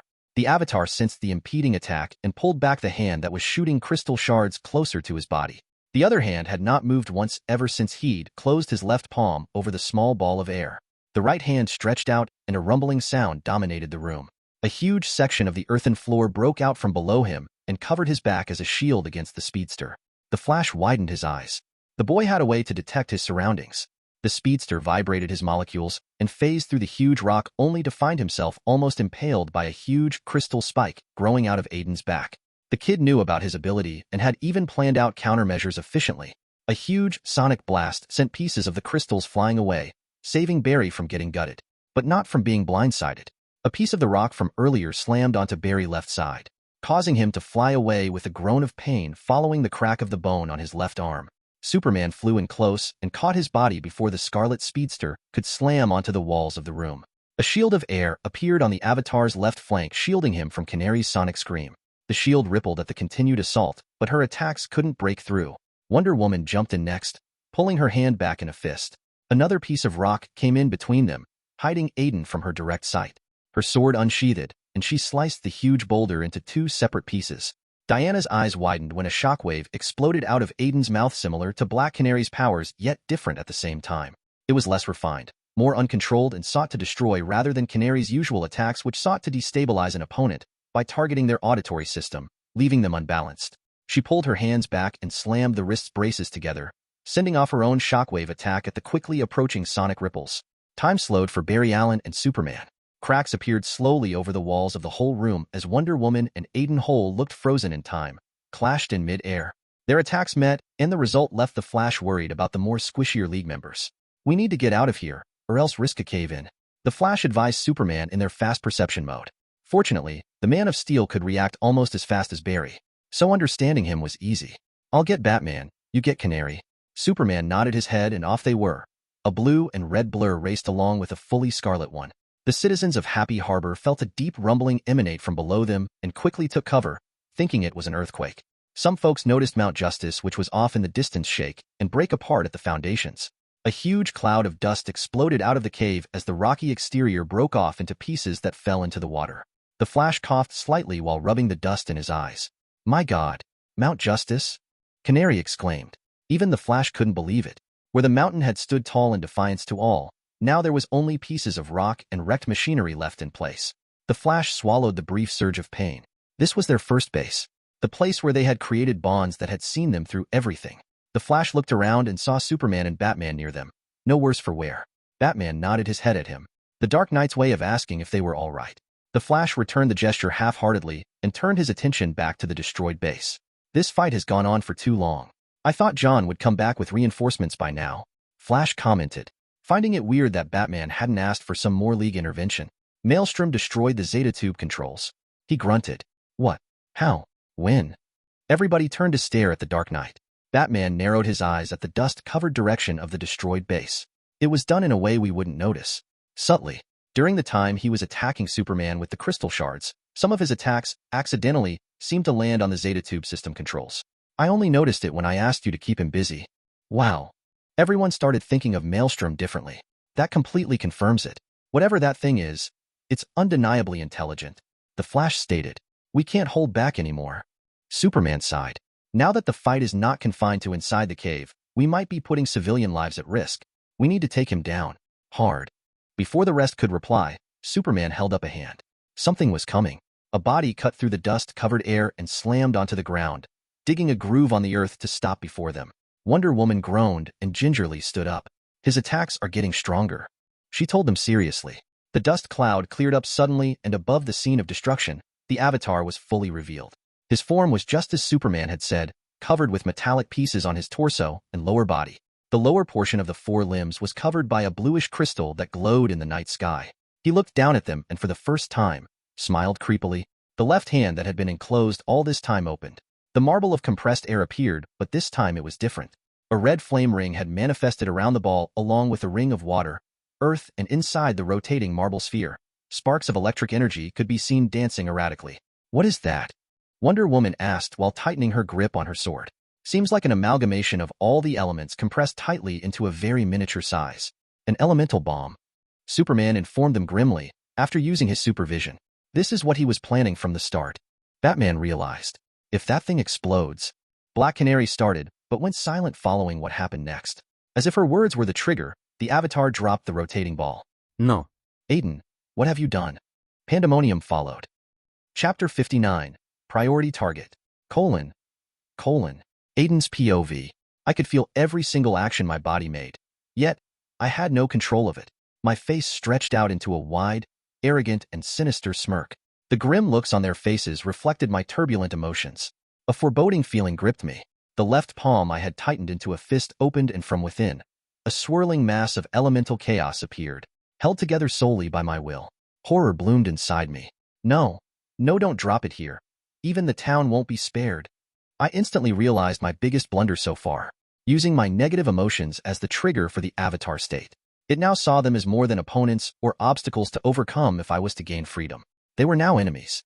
And to the entity, the action to take against an enemy was to eliminate them, no matter the cost, or to deter them from ever taking another harmful action towards me.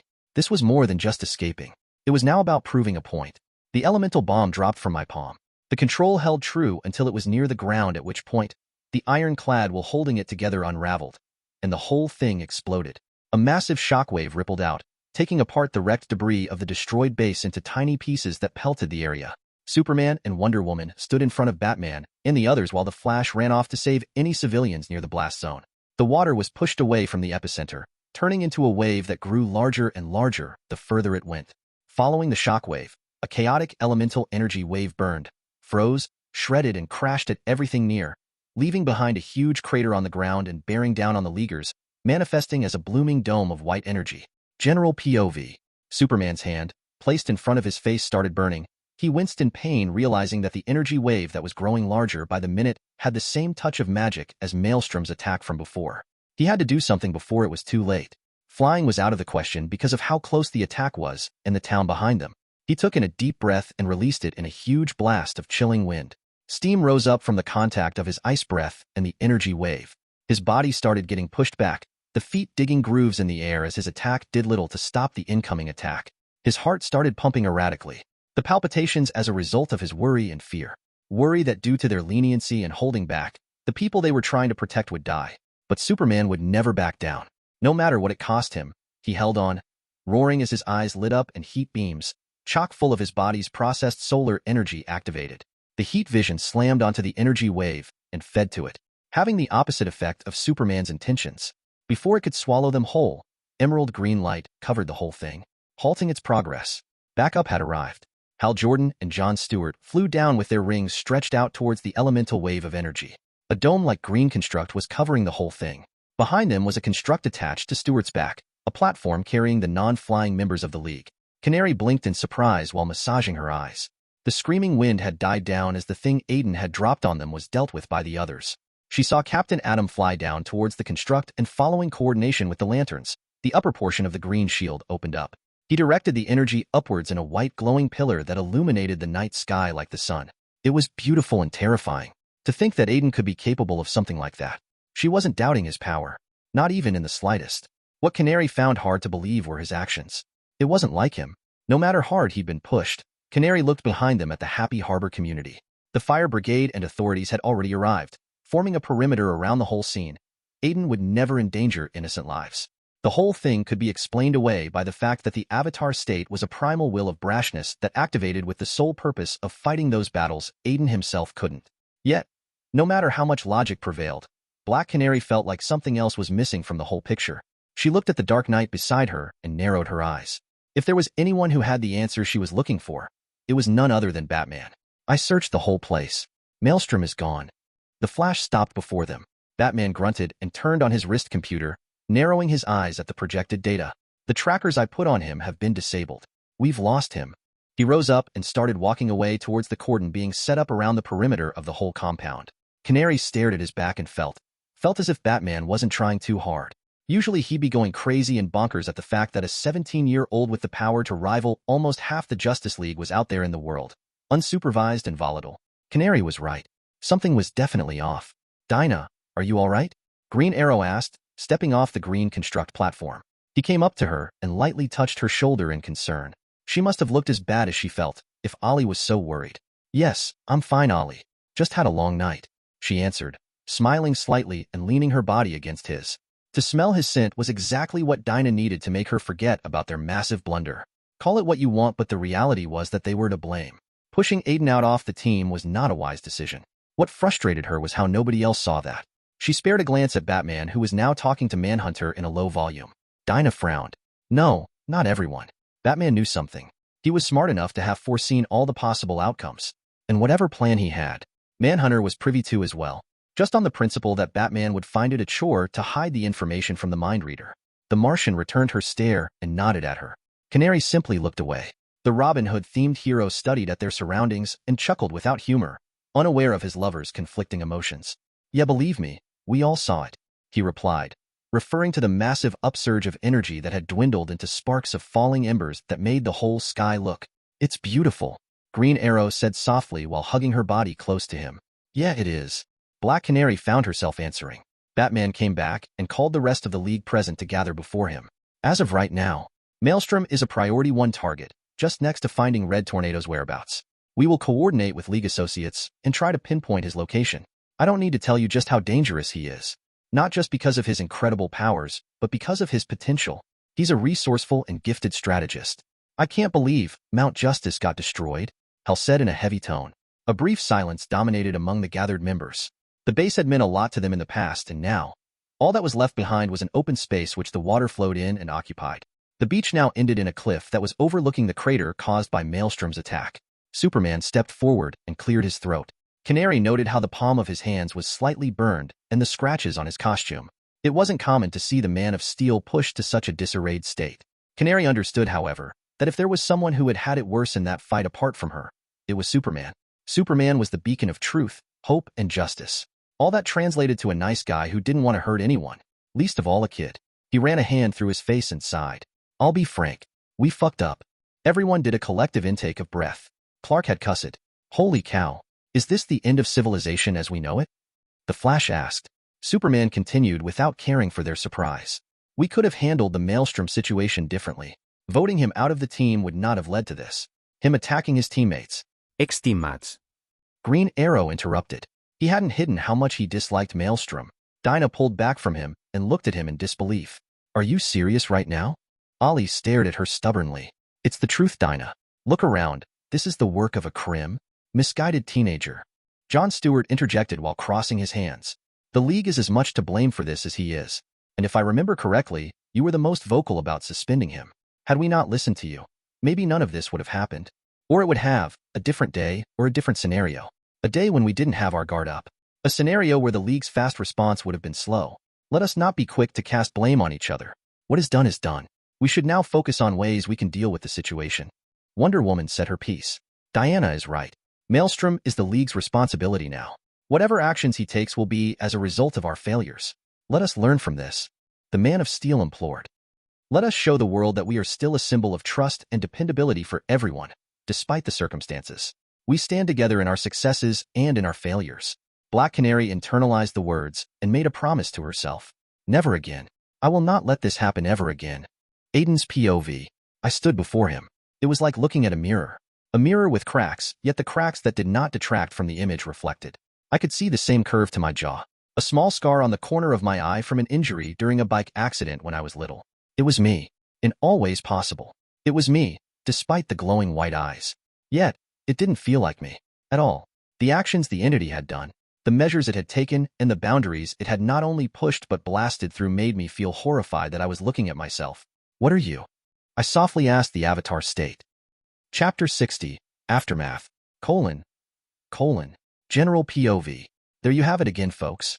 A display of the ineptitude that is a stark reminder of why we don't need these so-called heroes to save us. If they can't protect a simple town from losing a treasured landmark and a frankly beautiful beach, what hope does the Earth as a whole have? G. Gordon Godfrey took a sip of water from his glass and stared intently at the screen. His face was stretched out into an expression of mockery. A scene of the destroyed Mount Justice base appeared on a TV screen behind him. The camera panned over the whole area, showing the devastation implicated on the banks of the Happy Harbor shoreline. But G. Gordon, the Justice League, tried their best. No lives were lost, thankfully, but that does not excuse the fact that the Justice League failed in safeguarding their old base. Gasp. His mocking expression turned into a forced, surprised one. He held it for a few seconds before his face settled into the smug grin from before. Surprised to hear that? Shocked? Exasperated? That's right, folks. My earlier point stands. Poor showing on the League's part. Exposing what they're actually good for. Standing around and watching as another freak wreaks havoc on our proud nation's land. Ask yourself what they've actually... The screen shut off with a click from the remote in Calder's hands. Hey, I was watching that. Connor complained. Calder sighed and threw the remote at Superboy's direction. The clone caught it out of the air and turned the screen on, muting the sound in the process. Ugh, thanks for the silence. I couldn't handle more of his trash talk. He's making the Flash and the others look bad. Wally said in anger. Robin threw a concerned gaze at his teammate and sighed. I agree. Dude needs to stay whelmed. Boy Wonder offered. Calder got up from his seat and started walking towards the door. Where are you going, Calder? Gan asked. The five of them were in the Star Labs facility at Taos, which was coincidentally the site of the Ertl initiative into Zeta Beam technology research and the future Metahuman Youth Center. They were resting in a private waiting room while Artemis completed getting a checkup, just like the rest of them. Out. I need to think. Calder answered Gan and proceeded to leave. The door opened before he could push it, and in walked Artemis. She looked at Calder and sighed. So the mood is no less depressing inside this room as it was outside, huh? She commented. Some might even say it's worse. Calder replied before looking at Wally's direction. Calder means kid hasn't touched any of the nachos they brought us. Shocking, right? Robin added. Artemis and the others chuckled slightly amidst Wally's outcries of dude. The loud crack of a remote getting crushed in Connor's hand drove everyone to silence. Connor rounded up on them. How can you laugh at a time like this? Have you already forgotten what happened 2 hours ago? You know, the fight with Maelstrom, our teammate who we found out has been hiding a lot of things from us? Or did we move past that between the time we were all passed out from the ass-kicking we got? Connor finished with a shout. Hey, none of us intended for things to happen the way they did. Artemis shot back while continuing to talk. The whole situation was fucked up from the moment some of us decided to break into Aden's room. Robin flinched at the accusatory tone in Artemis' tone. He knew she was talking about him, Calder, and Wally. That's so hypocritical, Artemis. You were also there. You followed us in. Wally responded, getting up from his seat. I did, but I never wanted to in the first place. And maybe if we'd approached him in a less hostile way, the fight wouldn't have happened. Artemis replied vehemently. She's right. Gan sighed, silencing Wally's next words. Beautiful, that's not. Wally begun, but trailed off upon Gan shaking her head. No, Wally, let's face it, She studied everyone's faces. We messed up. Badly. If we'd been more understanding and patient with Aden's situation, Connor snapped. Fuck that. This is no one's fault other than his. No one told him to do what he did. He betrayed our trust, and we betrayed his in return. Aqualad interjected, interrupting Connor's statement. Calder, you can't be serious right now. He lied to us and destroyed the mountain. Our base. How can you justify trying to let him get away with that? Wally hissed. Out of all of them, he felt the most conflicted about the whole situation. Wally disliked not seeing eye to eye with the others. It was not that he hated Aden. Not really. He just saw him for what he was. No one is trying to justify anything. Gah. All I am saying is that we could have handled it better. Artemis tried to convince the stubborn speedster. I don't see what that would have accomplished. He was already off the team by then. Had we just kept quiet and watched him leave the cave, we would have lost the chance to confront him, letting him get away with the lies. Wally remained insistent. Why couldn't Artemis see his point of view? They were stressing out over someone who had not only betrayed their trust but even attacked them. Wally had woken up with his balls in pain. Aden had hit him while he was down, showing the kind of person he actually was. The speedster and the archer gave each other ugly looks. Artemis tightened her hands into fists while contemplating if she was fast enough to land a blow on the speedster's face. That's enough. Both of you stand down. We are not enemies. Calder came in between them. Artemis, I understand where you're coming from. Truly, Ido. As the leader, I failed all of you by acting brashly and allowing us to invade the privacy of one of our own. That said, I am glad we did. Artemis and the others looked at him in surprise. Calder's face turned hard. Everyone has secrets, but it's not a secret anymore when it can put the rest of the team at risk. Artemis looked away after Calder's statement. His words were like a gut punch to her. Calder rounded up to Wally. And Wally, while you have a point, you're letting your dislike and suspicion get in the way of what actually matters, getting our friend back. We fought together, laughed together, and supported each other. That bond cannot be broken that easily. It's clear what we need to do. Wally shook his head. He knew Calder was right yet. He didn't want to admit that he might have let his personal feelings of envy take control, due to how everything came easily to Aden. Aden didn't have problems with his powers like Wally did. Gan and Artemis both liked him, and the dude seemed to have an answer for everything. Wally wasn't dumb, however. He knew that he could make or break the team dynamic. It all depended on what his next words were going to be. He took in a deep breath, wincing at the slight pain in his balls, and nodded. You're not wrong, Calder. The mood eased up somewhat, and everyone calmed down. Now what? Are we simply going to stay here until the League decides what to do with us? Connor grumbled in annoyance. Calder, on the other hand, turned to look at Boy Wonder, who had been suspiciously silent during the whole conversation. Robin. Boy Wonder looked up from his spare holographic wrist computer, while smirking. While you guys have been in the real-life equivalent of a sappy soap opera, I've been busy. And done. The projected screen of the wrist computer changed to reveal a clear satellite feed above Happy Harbor. I hacked into the Watchtower satellites. They are much better than the ones currently in the market.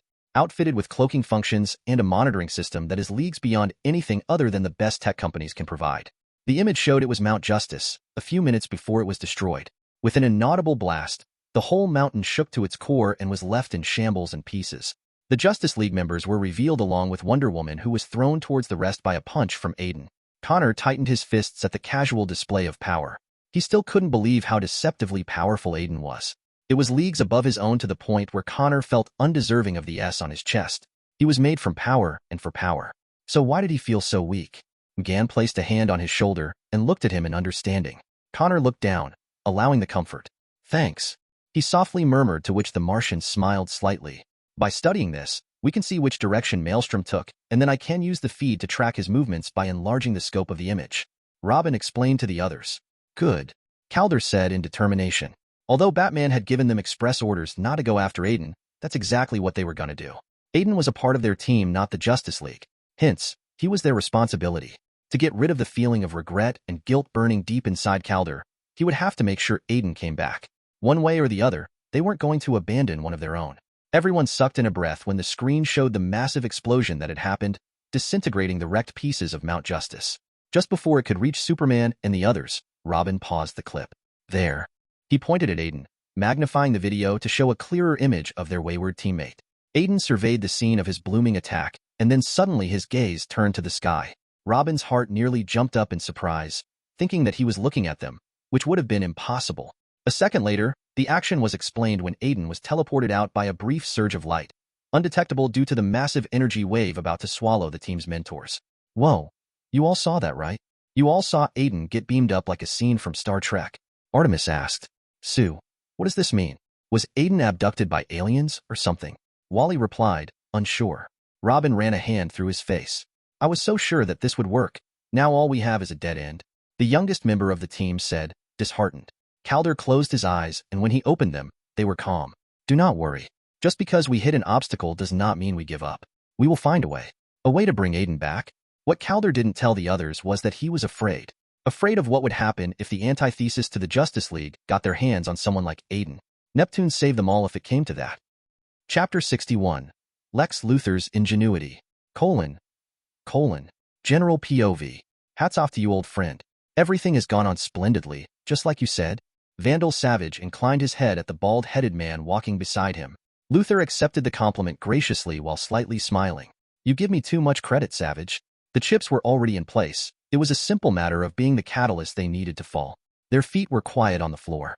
Both of them walking along a hallway inside the facility, headed to a sublevel that was off-limits to the regular employee. Not that there were normal employees here. The facility was one set underneath the Sahara Desert, and apart from a few important scientists, the upkeep of the place was manned by drones. The security was top-notch. The whole base was powered by alien energy reactors from their outer space connections as the main source of power, paired with LexCorp's own upgraded solar panels for minimal tasks and the maintenance of a cloak around the upper section of the base, whose sole purpose was to hide any activity from the satellites above. The only way to get in and out of the base was through a boom tube, with the scientists hired residing in the premise all year round after Luthor convinced them it was better that way. The pair came upon a huge door and stopped. A light from the security panel scanned Luthor and granted him the access. The door opened with a hiss, and they stepped through, arriving inside a chamber that was housing two pods and a middle-aged man, going over some files on the computer. Dr. Hines, how are our two subjects? The scientist rounded up at Luthor nervously. Mr. Luthor, you're here? Luthor raised an eyebrow. Come now, Doctor. How many times am I going to tell you to simply call me Lex? The doctor gulped loudly and threw a glance at the man standing beside Luthor.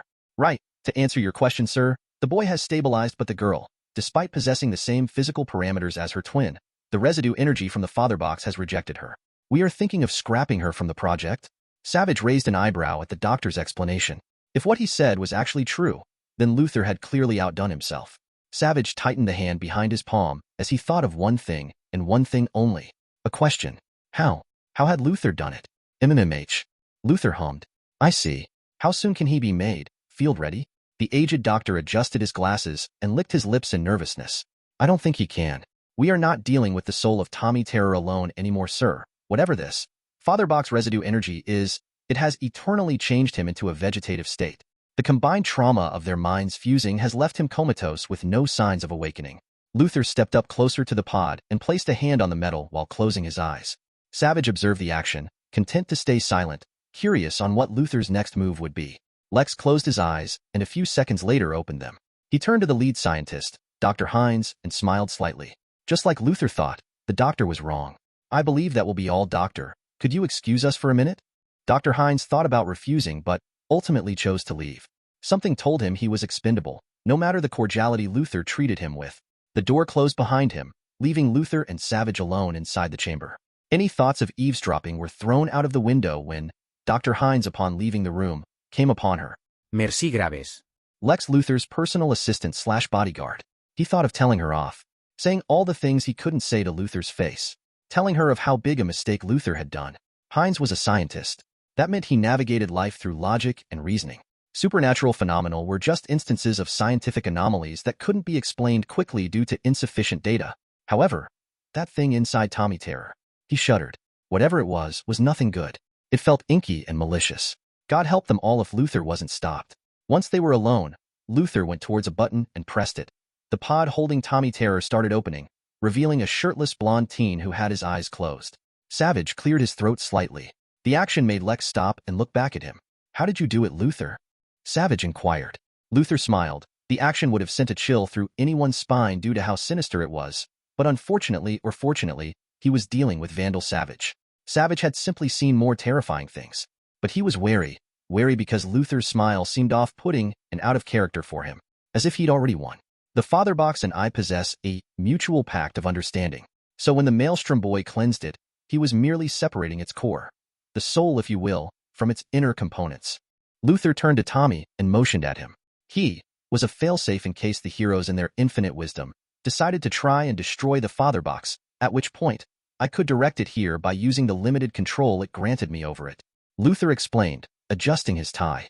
That explains why you were not at all worried about losing the Father Box. You already had a backup plan just in case. Savage hummed. What would have happened had they decided to secure the Father Box in the Watchtower instead of destroying it? Luther chuckled. Nothing. That was the original plan at first.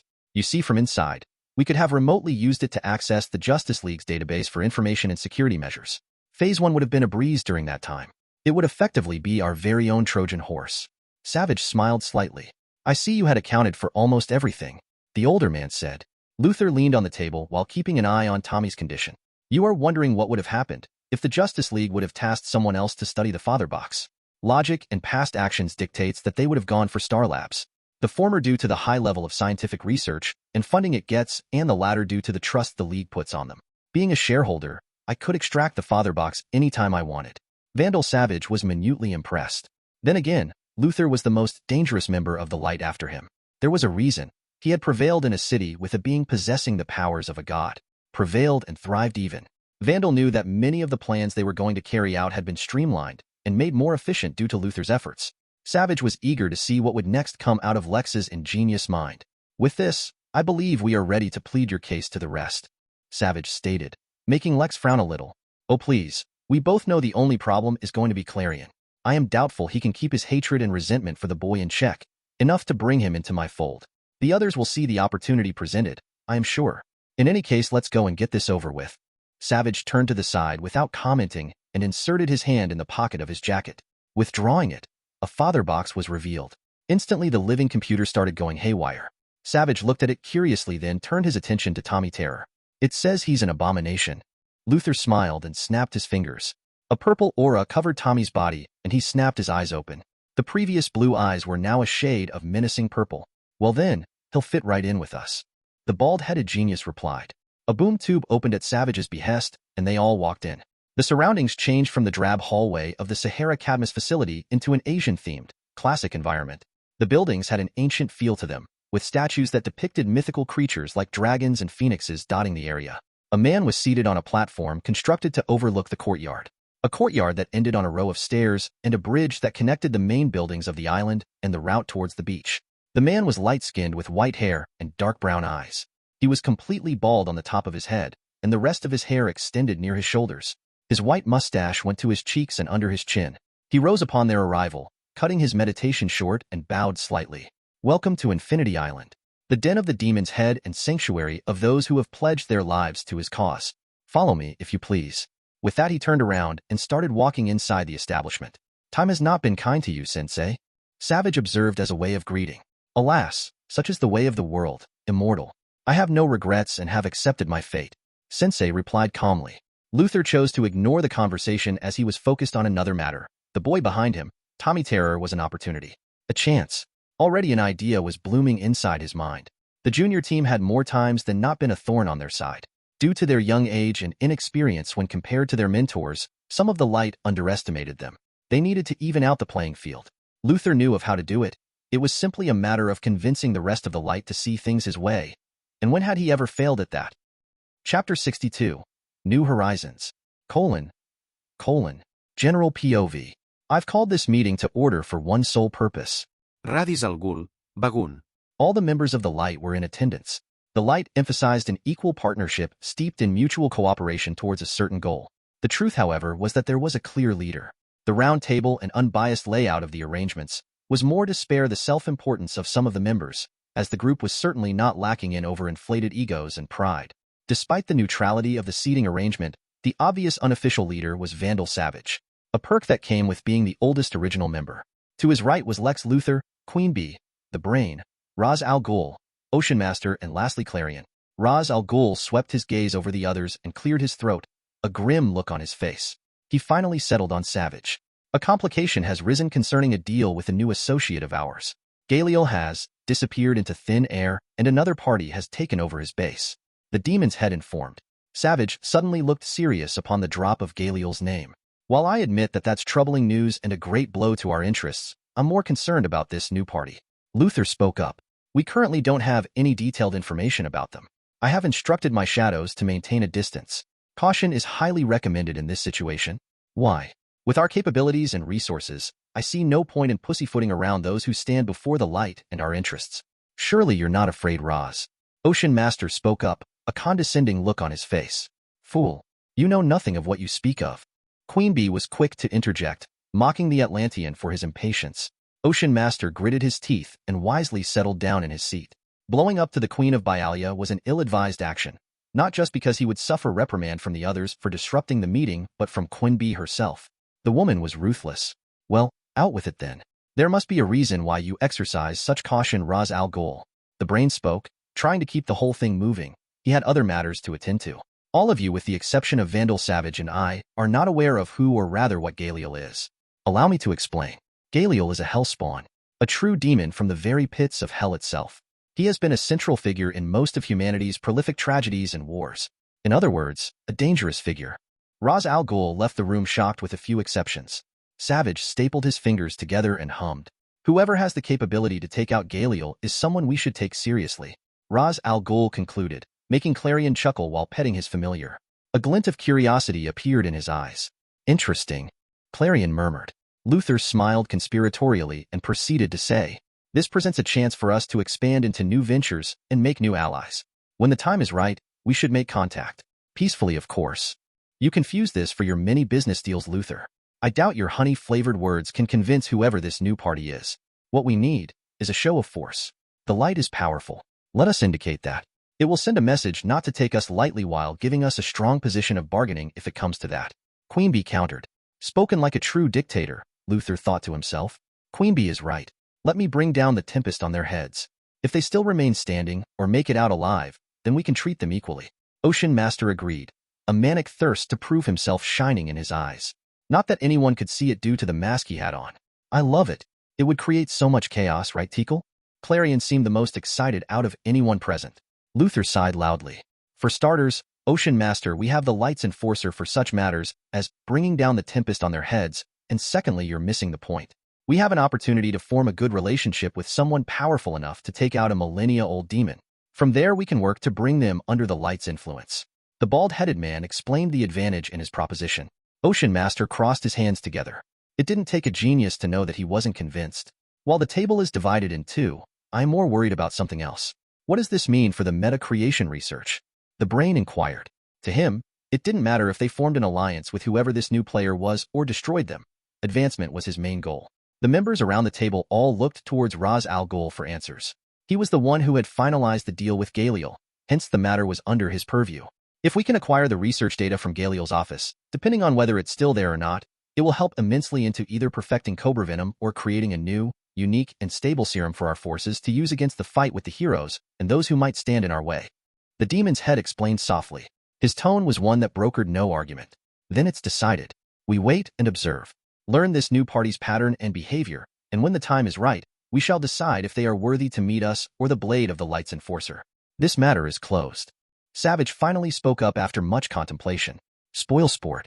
Clarion frowned a little and grumbled. The rest all nodded. Luthor stood up just as Raz took his seat. Now moving on. We have a different matter entirely to discuss. Aden's POV. I ran my fingers down the grooves of his face. My face. The space I had found myself in was a representation of the Avatar state's plane of consciousness, or maybe it was my own. I had no idea. It was the southern air temple, specifically the chamber housing the statues of all the avatars. The difference from canon was twofold. 1.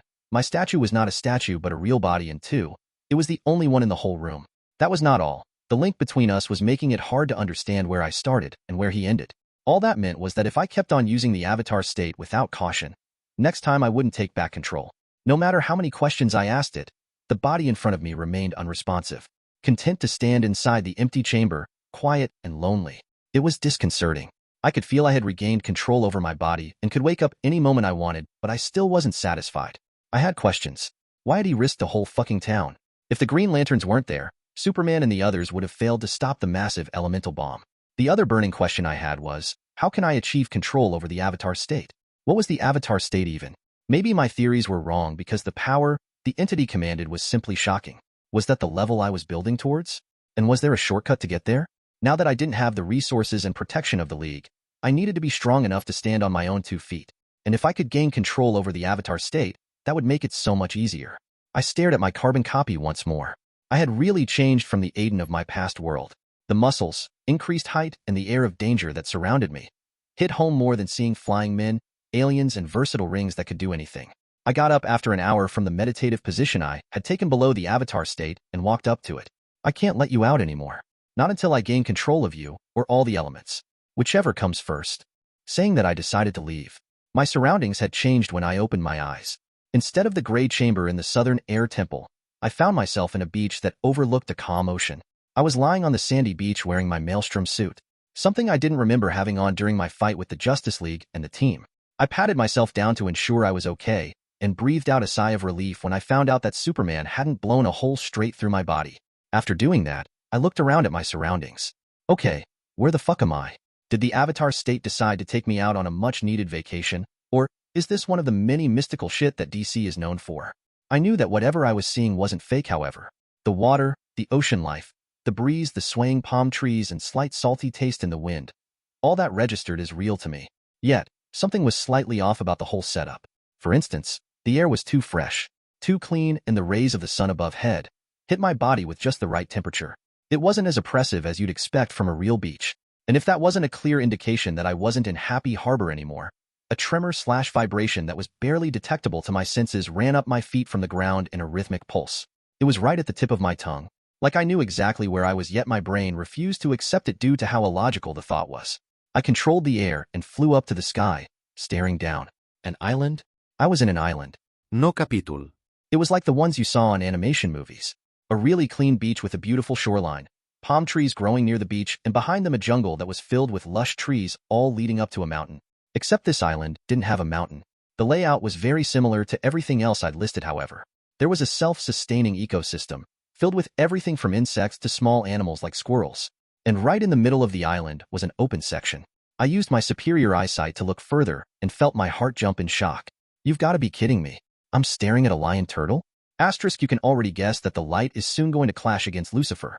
Not even Clarion is aware of the massive mistake they are about to make. But will Lucifer entertain them? Asterisk, where is Aden? Is he in the Avatar world, or what's going on? See you tomorrow. Chapter 63. A World of My Own Making Part 1. Aden's POV. I wanted nothing more than to explore the lush jungle growing out of the lion turtle's back, but my patience won out.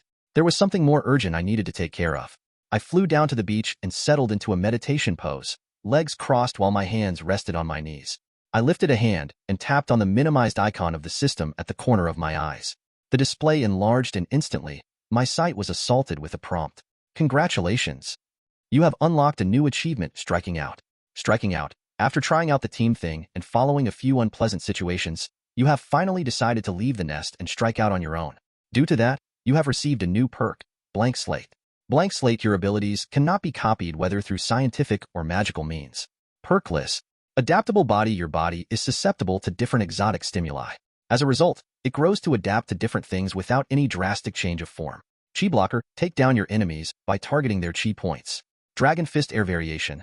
Combine air bending with chi blocking to send a small shockwave through a target's body, successfully knocking them out. With each unlocked element, variations of the technique can be acquired upon completion of the advancement trial to Grandmaster level. Blank slate, your abilities cannot be copied or stolen, whether through scientific or magical means. The new perk Blank Slate was a breath of fresh air. As I got stronger, there would no doubt be people like Lex Luthor who would try to copy my abilities or clone me. This perk would also allow me to deal with supervillains like Parasite who couldn't steal my abilities anymore. I swiped away that window and looked at the training points I'd accumulated so far. Interestingly, the points had increased. A lot. Training points, 25. A smile appeared on my face. With this, I wouldn't need to simply go through the stances and forms of firebending. I could now spar against a firebending opponent and acquire experience, along with perfecting my bending. To do that efficiently, I decided I wouldn't use airbending until I mastered firebending to the expert level. That way I didn't fall back to airbending as often, giving me enough familiarity with fire. Plus, I have to admit, fire was my favorite bending. There was just something fucking cool about blasting shit up. I wasn't a pyromaniac by any means, but damn, if I didn't want to explode Clarion apart. In fact, knowing Clarion, that would happen sooner rather than later. Call it a gut feeling, but just because I left the team didn't mean that it was the end of my feud with the light. Taking into account the other thing, it was a definite that I was going to interact with them more than I was comfortable with. I clicked on the Training Points tab, and a new window popped up in my vision. It was a list of characters' names made up of notable airbenders from regular practitioners to grandmasters like Aang, Tenzin, and Zahir. There was a section depicting a list of firebender characters, but this one was incredibly sparse. The only notable name I saw was Firebender Soldier, which was 50 points. The rest were grayed out, and I wouldn't waste my points on a firebending beginner. They basically had the same starting line as I, hence I would probably learn nothing from them. Maybe for mob training, I could use them en masse. The prices set to buy each character was different. For beginner benders, it was 25 points, for experts it was 50 points, masters was 100 points, and grandmasters, the highest level, was a whooping 200 points per character. The points I had were only enough to get a trainee bender. I sighed and closed down the window. I ran a hand across my face in frustration. Seems like getting these points is not going to be easy. We all have to start from somewhere. I told myself while getting up. I would hold on to my points for the time being and try to follow the basic firebending stances and forms I got once I had unlocked the element. Sparring with a beginner was useless, and to get an expert I needed 50 points. The way to get the training points was through doing missions, however. How would that translate into real life though? I mean, I had left the team and struck out on my own, so to speak. Would I get the training points based on missions I would give myself, or missions that I would get from others? Lucifer probably had a lot of things he needed me to help him out with. Would that count as a mission? On the flip side, I realized the word mission was used very lightly here. The training points had jumped from 5 to 25, an increase of 20 points after my battle with the team and the Justice League. That wasn't a mission I'd been issued with. So maybe it meant I could get the points simply by being proactive in the use of my powers. Though it had to be a combat setting, and not a spar, I doubt the avatar system would allow that loophole. If my theories were correct, getting the points would not be as hard a task as I'd initially imagined. I looked at the points flashing at the corner of my eyes and smiled. Just you wait. For the time being though, it was time to explore and hopefully get something to eat. The avatar state always left me feeling drained. Maybe it was from the strain my body was under, bending all those elements and their sub-skills at the same time, but I needed to feed and sleep. The sleep thing could be delayed until I knew where I was though. Flying was too eye-catching, so I decided to use the trees, jumping from one to the other like a ninja. Plus, the self-restrictions on the flying thing was also to make sure I stuck with the rule I had made for myself. No use of airbending unless it was an emergency. Despite that, the air itself helped me slow my descent onto a branch, as well as keep my movements silent, even without my urging. Perks of being a grandmaster, baby. The island was actually deceptively huge. From a bird's eye view, it looked no bigger than 2 soccer fields. But walking on the ground, or in my case, leaping from one tree to the other, I realized just how large the damn thing actually was. To get to the center of the island, which was where I was going, was taking longer than I thought it would. Wow. The humans from the Avatar world were fucking bold for hunting this thing to near extinction. Then again, it's a fine line between courage and stupidity, so who knows. I delayed mostly to see if I could come across something to eat in the way of fruits. My efforts were eventually rewarded when I saw a purple mango-like fruit on the tree to my left in front of me. I took a leap and landed on its branch. My hand reached out, plucked the strange fruit, and studied it. It's not too late to go for the coconuts, Aden. It's not too late. I joked. What if this thing was poisoned? Then again, I had my adaptive physiology to help out with that. As long as the poison wasn't too strong, I should adapt to it. Too strong, and we would have a problem. I really needed to find a way to increase the strength of adaptive physiology, or maybe even get regeneration as a perk. I do remember healing after being shot on the chest 2 times. Maybe I should look into that and figure out how it had happened. Did the avatar have a high proficiency in water healing, or was it something else? And the list of shit I need to do continues to grow longer and longer. I sighed while turning the fruit in my hands. I shrugged and decided to take the plunge. Biting into the fruit, my face lit up at the unexpected sweet flavor. It was a combination of the slight tanginess of grapes and the tasty quenching juiciness of mangoes. A mangrape? No, that sounds wrong. A grapango? Mamp? Sounds like a disease. Grango? I guess Grango is fine. Man, I suck at naming things. This was interesting. A fruit that was a fusion of two. Exactly in line with the animals in the world of Avatar. A perfect example would be the island I was standing on. A lion turtle had the claws and teeth of a lion, but the body structure of a turtle, hence a lion turtle. Zoologists would go crazy for this island. I imagine it would be interesting for them to track the evolution process of the different animals here, which increased my curiosity as to where I actually was. Was I an avatar? I plucked another Grango and ate it, letting the purple juices flow down my throat and easing my thirst. I still needed water, but this was a great substitute for it, at least for the time being. Gan would go crazy for this, trying to find ways she could use the fruit to bake something. And Connor. I paused in my eating and sighed. I had been avoiding thinking about the team. The betrayal was still fresh in my mind. The worst part was that I missed some of them except Wally and Robin. Fuck those two little shits. Seeing a pattern there? One of them was a self-righteous piece of shit who hated me because I was the object of his jealousy. The other was nosy and curious, playing detective not because he wanted answers, but because he wanted to copy his mentor. The other ones I was mostly angry at and hurt. I still couldn't believe that they had all been a part of it. Even Artemis. I closed my eyes and took a deep breath. There was nothing I could do now except move forward. It was time to come to terms with the fact that the team and I were done. Even if things worked out in the future, I was not going back. It was time to start changing the world, just like I'd said I would. After eating my fill of Grango, I went back to leaping from one branch to the other, headed to the middle of the island. Chapter 64. A World of My Own Making Final Part. Aden's POV.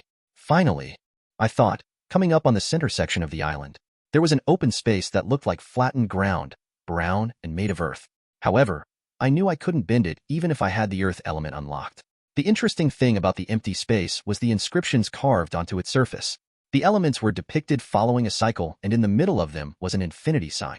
I frowned while flying down slowly. That infinity sign wasn't canon.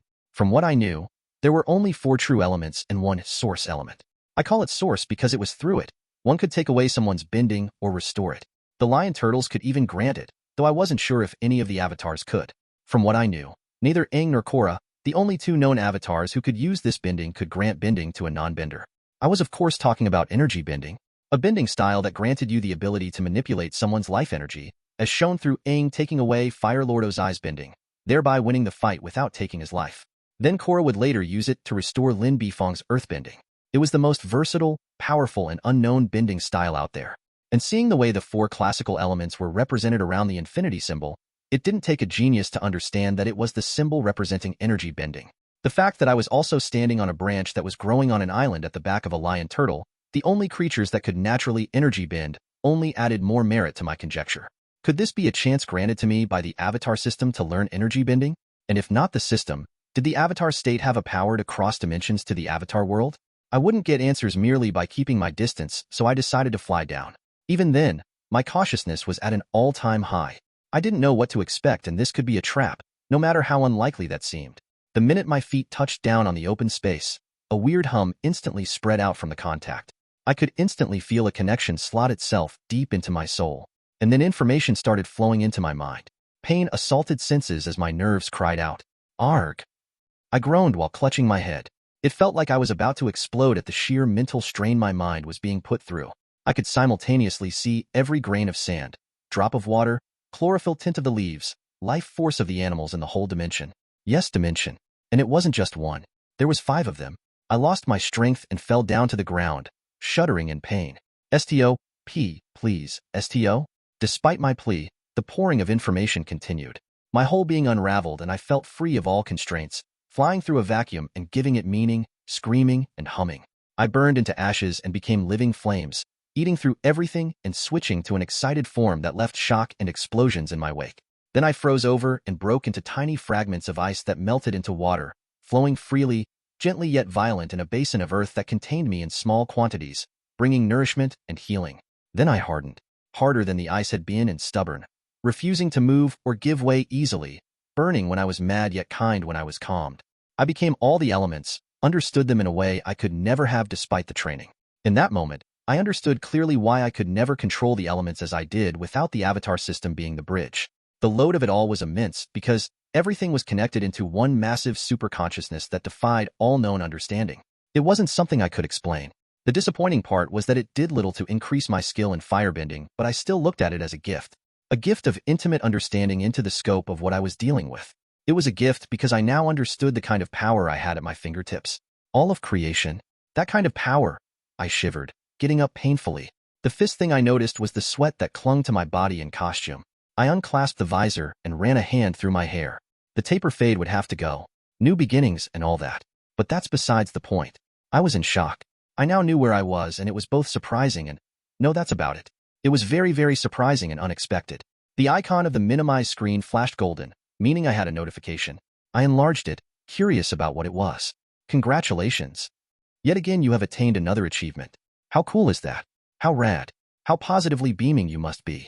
Seems like someone is finally taking his job seriously.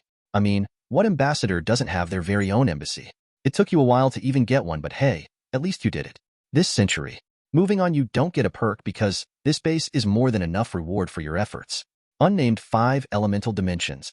Energy plane, where you are currently standing. This plane is the nexus of all the 4 dimensions.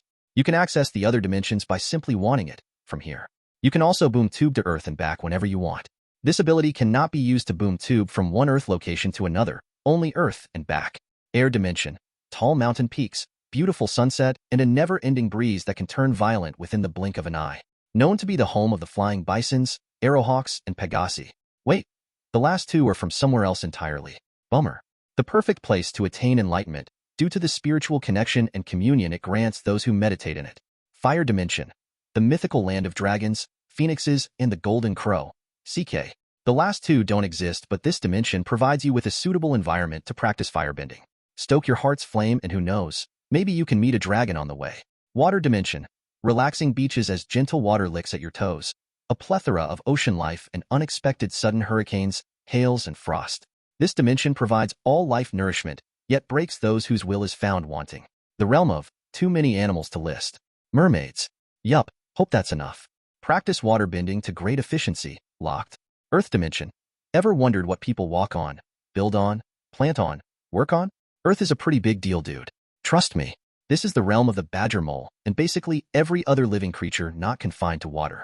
Provides an environment to master earthbending and its sub-skills faster. Locked. P.S. If you're wondering how this was all possible, that's easy to explain. In other words, find that out yourself.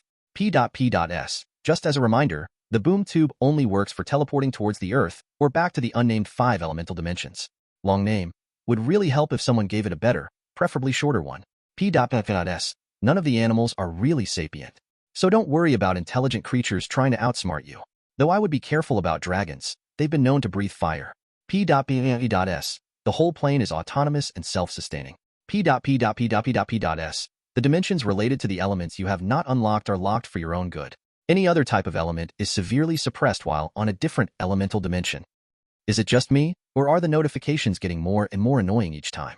Must be a subroutine one of the beings responsible for bringing me here made.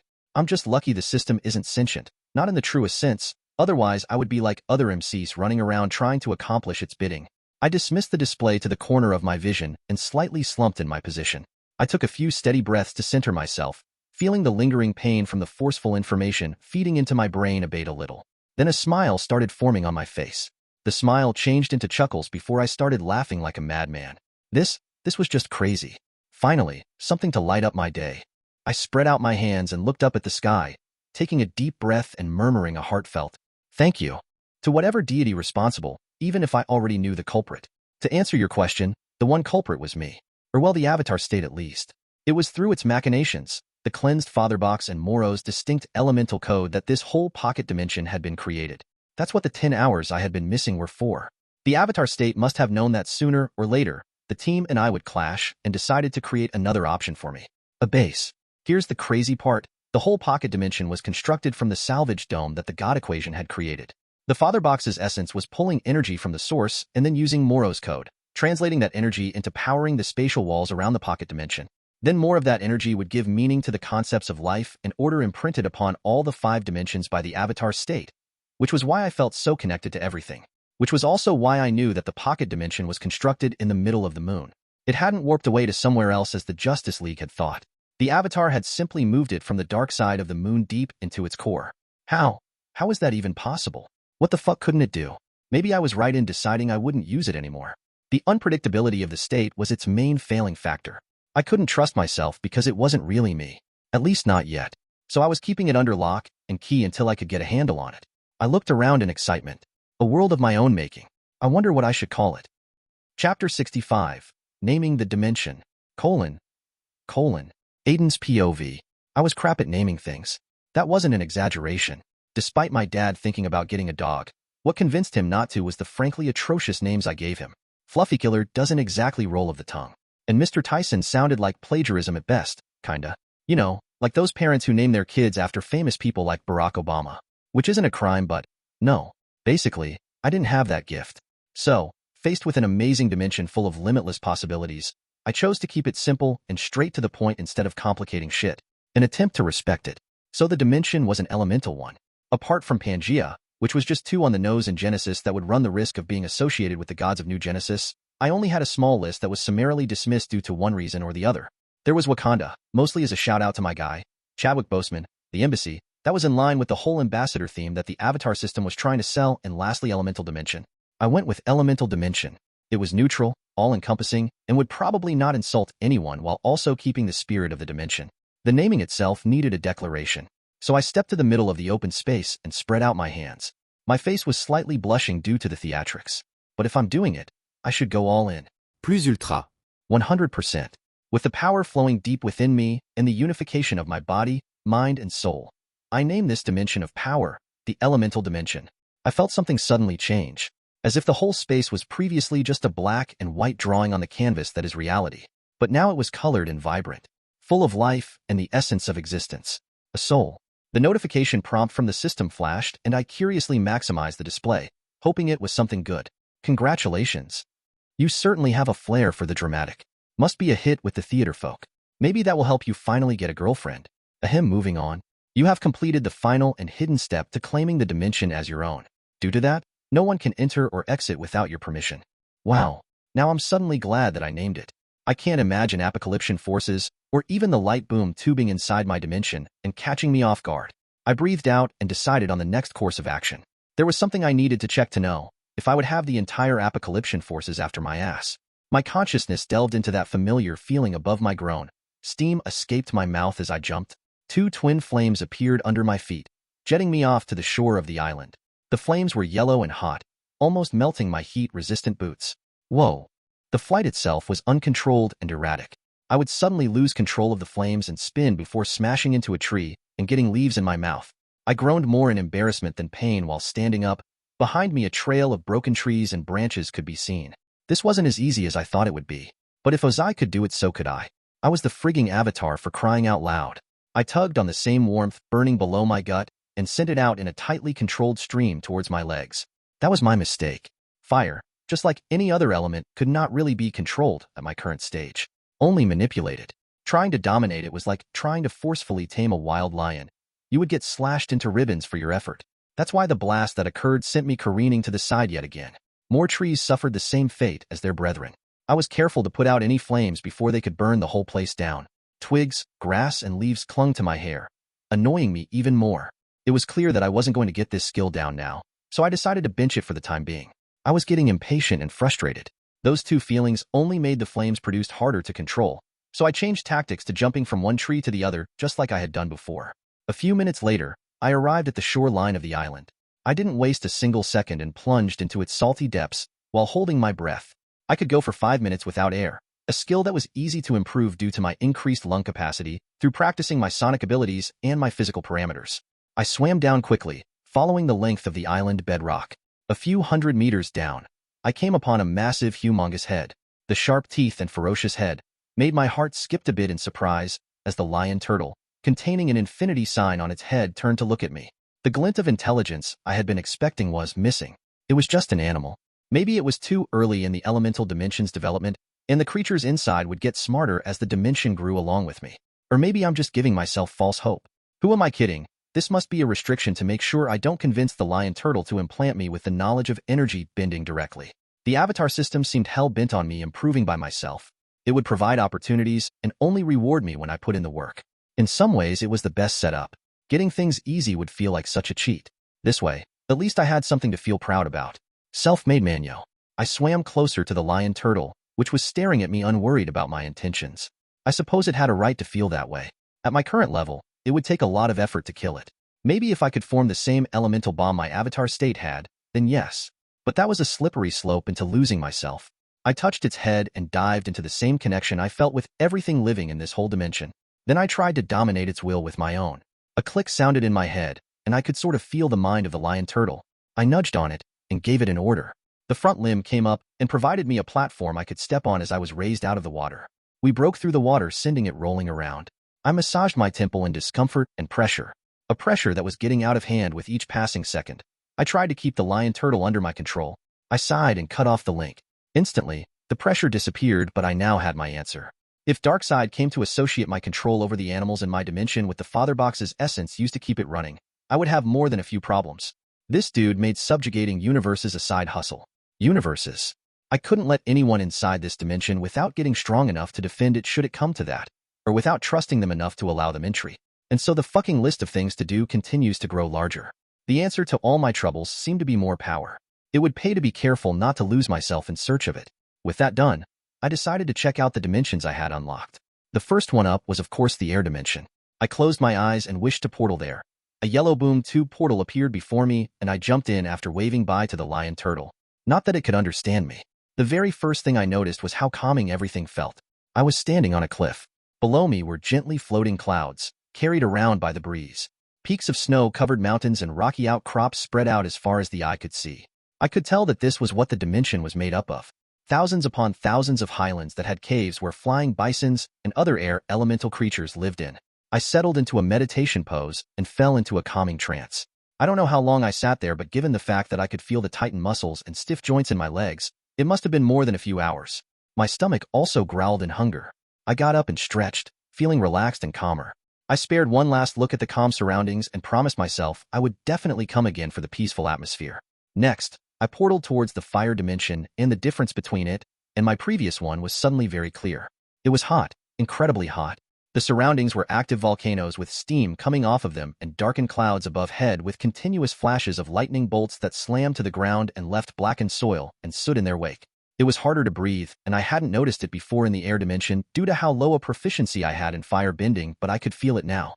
Suppressing a bending I had beginner proficiency in wouldn't have made a difference, but inside the fire dimension, air bending was heavily restricted, and I could feel it. I could feel the shackles placed on it.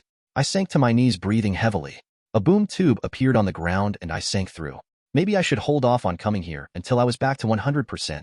Then spending a few hours would allow me to slowly adapt to the increased heat, low oxygen. I found myself at the shoreline of the lion turtle. MMH. This place also needs a name. How about sanctuary? In a way, it's like my sanctuary. A place, separate from the other 4 dimensions yet connected. A place to unwind without worry. Sanctuary it is. To feed myself, this time I decided to have fish. It was really easy catching them when they weren't afraid of me. I almost felt bad. Almost. After trying to roast them with my fire and ending up with charcoal remains, I reluctantly made a fire using some of the dry branches I had acquired from deep within the island. A few fruits, the Grango kind, topped off the 5-star meal, and I enjoyed myself while watching the setting sun. So far, only Sanctuary happened to have that function. The air and fire dimensions had been bright throughout with no discernible source, so I'm thinking that would be the same with the other 2 as well. I gathered a few palm leaves before the fire burning and just chilled, thinking about my plans. Tomorrow, I would be going back to Earth. I am sick, guys. That's why I uploaded early today, because I want to sleep. General POV.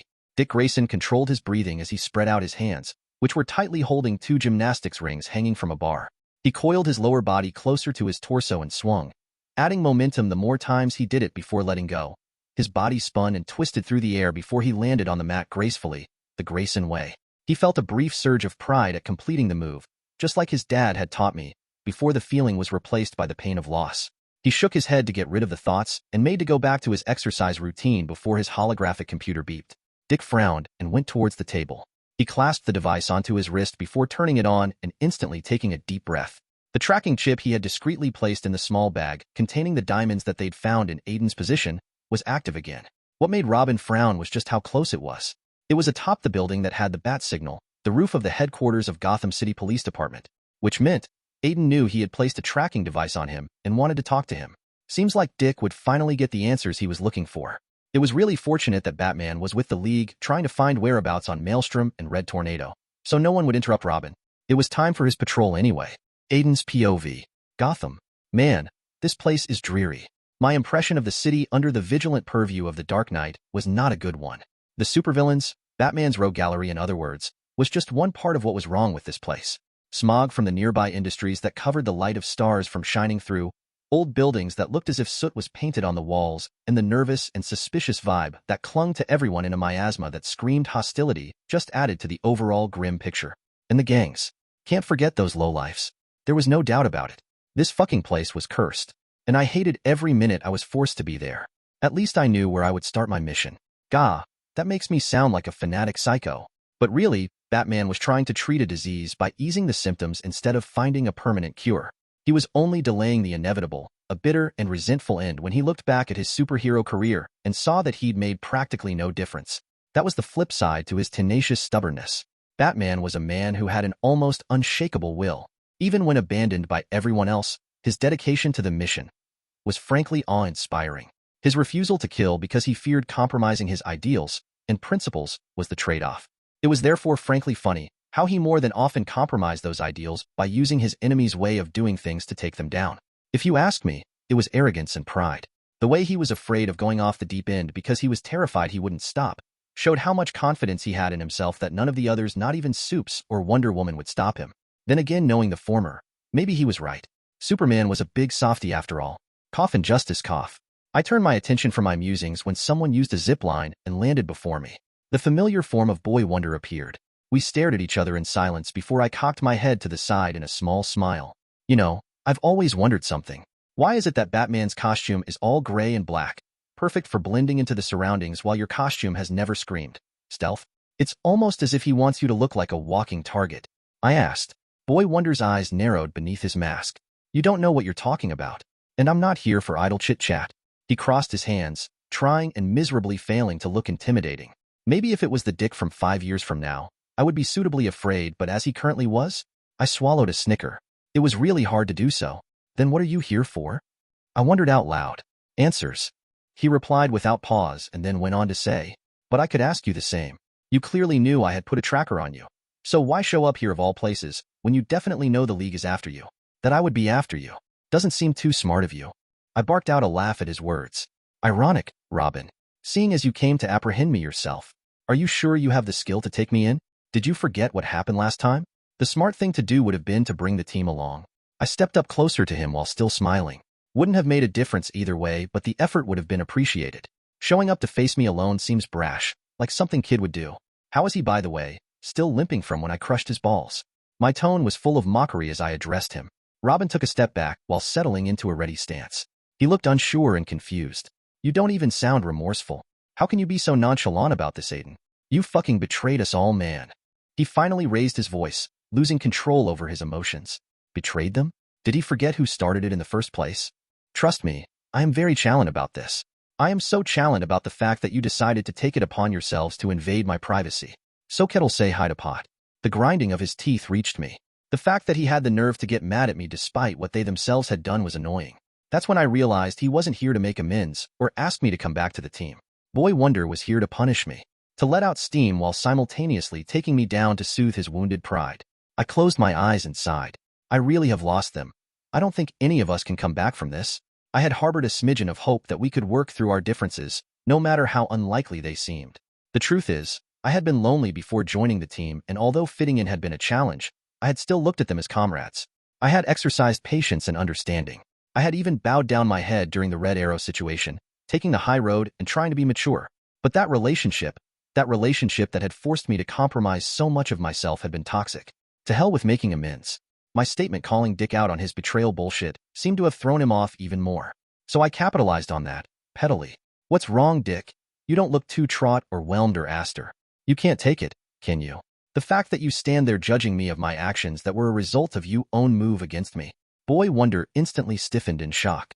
He tried to hide it, but the smile on my face showed him just how confident I was about knowing who he really was. How do you know that name? How do you know my secret identity? He reached a hand into his utility belt and palmed his birdarangs threateningly. I raised an eyebrow. You think the glasses you wear can hide your identity if someone actually wanted to find it out? My words set him off. 2 birdarangs shot out of his hands and stopped in mid-air, their momentum instantly bled out of them by my airbending. Yes, I know I said I wouldn't use it, but you have to understand. He had arrived. The person I was actually here for. My control extended, and a bubble of air appeared around Robin's head, suffocating him. He tried his best to escape my hold, looking at me, eyes full of rage and fear, before he slumped in the air, unconscious. That would give me a few minutes to talk to him. The darkness on the wall shifted and the Dark Knight appeared, looking serious just like he always was. I whistled. Wow, Batman, that was cold of you. You just stood there and watched me suffocate your protege. The Dark Knight gave the impression of narrowing his eyes. It didn't take an empath like Raven for me to know that Batman was ticked off by my words. I knew you wouldn't have hurt him. That's not you. He responded confidently. Thanks for the vote of confidence on my character, Batsy, but despite that, what if I would have? I shot back. The glare intensified and an aura of violence started emanating from him. You would hunt me down to the ends of the earth, capture me, and throw me to Belle Reve, where I would escape and we would begin our very own dance. I concluded for him, based on his sudden mood change. I shook my head and chuckled. You know, in some iterations, you lose a sidekick to the Joker. Still might in this one. I don't really know, and you still do nothing. No matter how angry you get, how your horror at your own role in ensuring the Joker mass murdering ways have finally affected you personally, you still hold yourself back, choosing to save your soul instead of the countless lives that have met their ends in his hands. Batman gave no indication that my words affected him. That was not included in the information docket you handed over. I shrugged at him. Gee, I wonder why. Maybe I didn't trust you enough to share everything, knowing that at the first chance you got, my life or anyone else's wouldn't matter in your efforts to carry out the mission. That's your calling card, Bruce. And call me selfish, but I wouldn't trust sensitive info to a man like that. Your misguided altruism is the true cause of all this. I spread out my hand to show Gotham. You're killing Gotham through inaction, Bruce. I sighed, hoping he would listen. I almost slapped myself at that unreasonable thought. That would never happen. Ever. If the people closest to him couldn't make him change his stand, what made me think I could? Batman let the casual use of his true identity wash over him. He probably had countermeasures to me trying to out him publicly. I am not here to have a discussion about whether my ways are right or wrong, Maelstrom. You don't get that right. Doesn't matter if you've seen this planet in the pages of a comic book or a screen. This is reality, and you better start realizing that your actions have consequences. No matter what you think you know, it doesn't place you above everyone else. I was tongue-tied for a split second. That was the longest I had ever heard him speak. Without giving me a chance to respond, Batman walked up to me and used his height difference to stare down at me. What I want to know is what happened. Attacking the team was not part of the plan. Chapter 67. I'm done, Batman. Aden's POV. That was before I arrived to a fucking trial. That wasn't part of the plan either, Batman. I refused to back down. Despite the intimidating glare that was leagues above what Robin could pull off, I was done with giving way. And why is that? I debriefed the team, and they had sufficient reason to call you out. The Dark Knight growled out.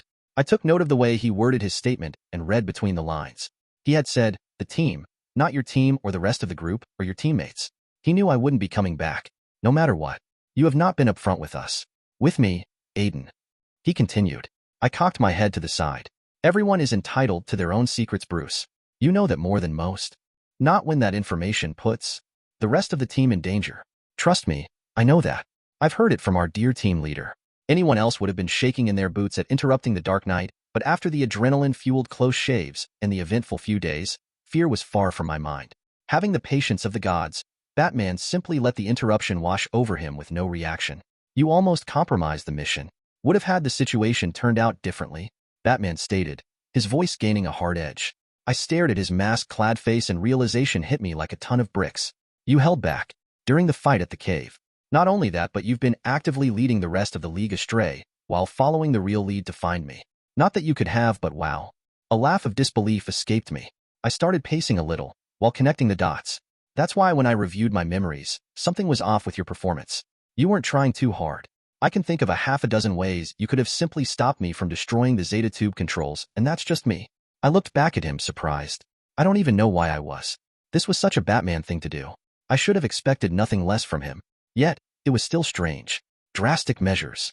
He casually waved me off, giving me an excuse that we both knew wouldn't satisfy the rest of the league. You know better than me what we're up against. The meta-knowledge you possess is crucial only if we capitalize on it. And you were the only one in that unique position. I did what I had to do. I scoffed. I don't think that sentiment would be shared by Superman or any of the league for that matter. Besides John, of course. I wonder what they would say were they to learn that you steered the conversation to make the Justice League suspend me from the team just so that I could go undercover inside the light. Batman's jaw clenched in anger. You think I manipulated them? You're wrong. He countered, making me shrug. Maybe I am. But you can't deny you took advantage of the situation. A touch of skepticism colored my next words. Is that really something a superhero would do? His fingers closed into a fist. You tell me. You already seem to have all the answers. The bite in his words would have made me flinch had it been a few months ago. I thought you understood what we were up against. An opponent who not only has a mole inside, feeding him information about our activities, but the resources to counter the league. A good example would be the Yellowstone mission. That intel came straight from you, yet nothing went according to plan. Batman responded, accusingly. I had nothing to do with the mission parameters going off the rails, and you know it. I shot back, angry at what he was insinuating. Ido. But eliminate all the emotional and mental impact it had on you and the team and leave behind the facts. Had any of them been gravely harmed or killed, the blame would have solely laid on me. I looked back at him, surprised. The blame would have been his? But I was the one feeding him all that information. What was he talking about? Oh, I see. He's talking about trust. This relationship, Aden, needs to work on a mutual give and take, but fueled with respect. I chose to trust you. John and I both did. But that is because I believe you can handle the monumental task ahead of you. That you can plunge into the darkness that would consume anyone else and come out untainted at the end of it all. A strange feeling bloomed inside me. Was this Batman's version of a pep talk? Why do you have this much belief in me, Bruce? You must know that I'm now considered a pariah to the rest of the league and the team. This could cost you your position with the Justice League. I warned. Because you know the stakes better than I do. Better than John. Better than Superman, whose senses can stretch out to cover miles, not missing a detail. There is much more you're hiding from me. Information that would help immensely, but ultimately the decision to share lies solely with you. And because I still believe that deep down, you just want to do good. He replied softly, completely changing his tune from before. I closed my eyes, going over everything he'd said. It was crazy to know just how much my perception of Batman was wrong. No, not wrong. He was exactly the way I had him pegged, but he was also real. He was a person, and people changed to accommodate their environment. Adaptation according to external stimuli. It's basically human history. From fire making to making tools and weapons for defending ourselves from stronger animals. Normally, Batman would be all up on my ass. He would try to take me in and stick me in an interrogation room, forcing me to tell him everything he knew I was hiding through sheer intimidation and psychological manipulation. That was the suspicion-fueled Dark Knight I knew, not the one staring back at me. This one was understanding, sort of, and was speaking to me in an even playing field. Sincerity colored his words. Manhunter? I made a wild guess, still in disbelief that this was Bruce Wayne I was talking to. Batman smiled. No. It's all me. He shook his head, his voice turning serious. I just realized that you're not someone I can treat the same way I do everyone else. You're a key player in this, Aden, whether you want to or not. He placed a hand on my shoulder. You messed up, son, but it doesn't have to stay that way. You can make this right, Aden. Help me make this right. I couldn't believe it. Then it finally started dawning on me why he was acting this way. Mother. Fucker. Manipulation. He needed me more than I needed them. I would know how to infiltrate the light easily, without Batsy needing to intervene to make the transition seamless. The belief he had on me was just a way to emotionally bind me to the mission, to make sure I stuck it out without switching sides. This was a long-term carrot. Anyone else would have been fooled by it. And that subtle manipulation was the last straw. I shrugged his hand off my shoulder in disappointment. I'm done. I want nothing to do with the league or the team. I stared back at the man who had helped me fit in, the superhero who had shown great faith and belief in me. He had changed, and it was all my fault. You'd think that was impossible. That the vaunted Dark Knight, someone who had threatened Darkseid himself, someone who had gone up against the monsters of hell and lived to tell the tale would not change so easily. But maybe lying awake at night, mulling over the possibilities that this world, his whole reality might be fake, was more than he could handle. Maybe subconsciously, the Dark Knight was terrified, and that terror was showing in the way he was doing things differently. The wrong decisions he was making. I should have seen it before. Especially when he let me suffocate Robin just so we could talk. And the strange feeling I got when I found out he was actively sabotaging the League's efforts to find me. And then there was the manipulation part. You've changed, Bruce. And I'm sorry that I played a role in it. I told him sadly. Don't. Batman responded, likely hating the pity that was apparent in my tone. I ignored him and reached out mentally to form a link with the telepathic prob that had been trying to read my surface thoughts. Manhunter's mental touch was different from Gannis. While Mgan gave you the sense of deep power and excitement, like a puppy that had the firepower to blast your mental self into smithereens, Manhunter's was more like a cold breeze, a shiver that was barely noticeable but made goosebumps sprout on your skin. I felt the mental link establish. Hello Jonen. I called out. Aden, I apologize for the deception.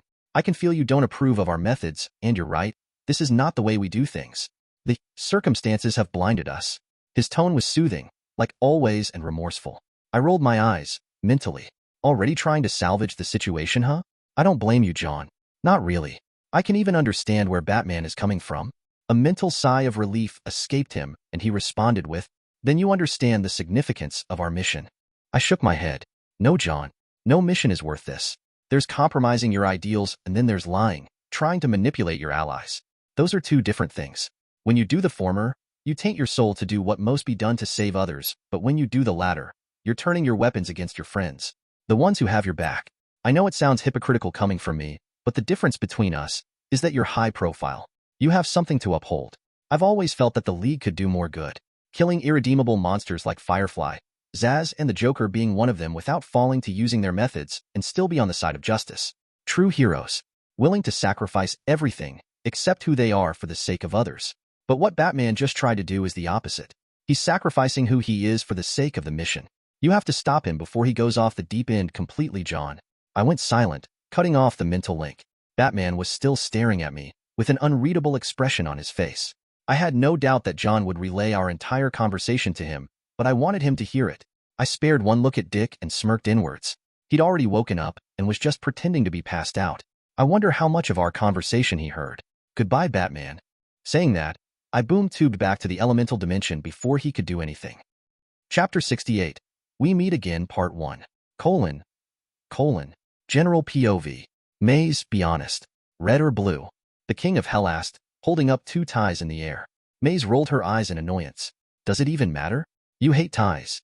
Only thing I've seen you wear is a bow tie. She replied. Lucifer looked at her with a slight smirk. Well, can you blame me? I have to look my best. After all, tonight is a special occasion. Saying that, he threw both ties away, and they unraveled into motes of light floating in the air before disappearing. Maze raised an eyebrow at the action from where she was lying on the couch. For someone very interested in keeping a low profile, you sure don't. Flashing lights accompanied by disappearing fabric doesn't exactly scream subtle, she bluntly said, emphasizing with air quotes. Lucifer ignored her and straightened his gray shirt. He adjusted the black tuxedo above the shirt and made a pose on the long mirror placed on the wall. The suit was form-fitting and very flattering to the godly physique underneath. So what do you think? I was going for a formal but casual look. The color of the tux is certainly grim, but the shade of the shirt steals away from that and emphasizes my eyes, right? Mazikeen hummed in a sour tone, while lightly caressing one of her daggers. Lucifer spared her a glance from the corner of his eyes and smirked. You're certainly a delight today, he observed, while his black hair shifted to blonde, then brown before settling back to black again. He was trying out different aesthetics to see what worked. The problem was that everything did. May stared at him and narrowed her eyes. Despite your gaze being as sharp as your weapons, my dear, I'm afraid it's going to take more than that to hurt me. He turned to her and chuckled. I certainly won't stop you from trying, though, he added, turning his attention back to the mirror. Maze growled. I just don't understand why you choose to do nothing and allow this insult to stand. I get your refusal to not intervene, but why do you insist on my staying my hand? Her voice turned soft and deadly, leaning forward slightly as a bloodthirsty expression appeared on her beautiful face. It would be so easy to take this League of Shadows apart, Lucifer, to show them the full scope of what they're dealing with, to torture their leader until he begs me for death, only to be denied, time and time again. She got up and sensually walked to stand behind him, caressing his shoulders. Her face reflected on the mirror showed her licking her lips. Come on, no effort would be required from my part, and I've been cooped up for so long, she whined. An amused look graced Lucifer's face.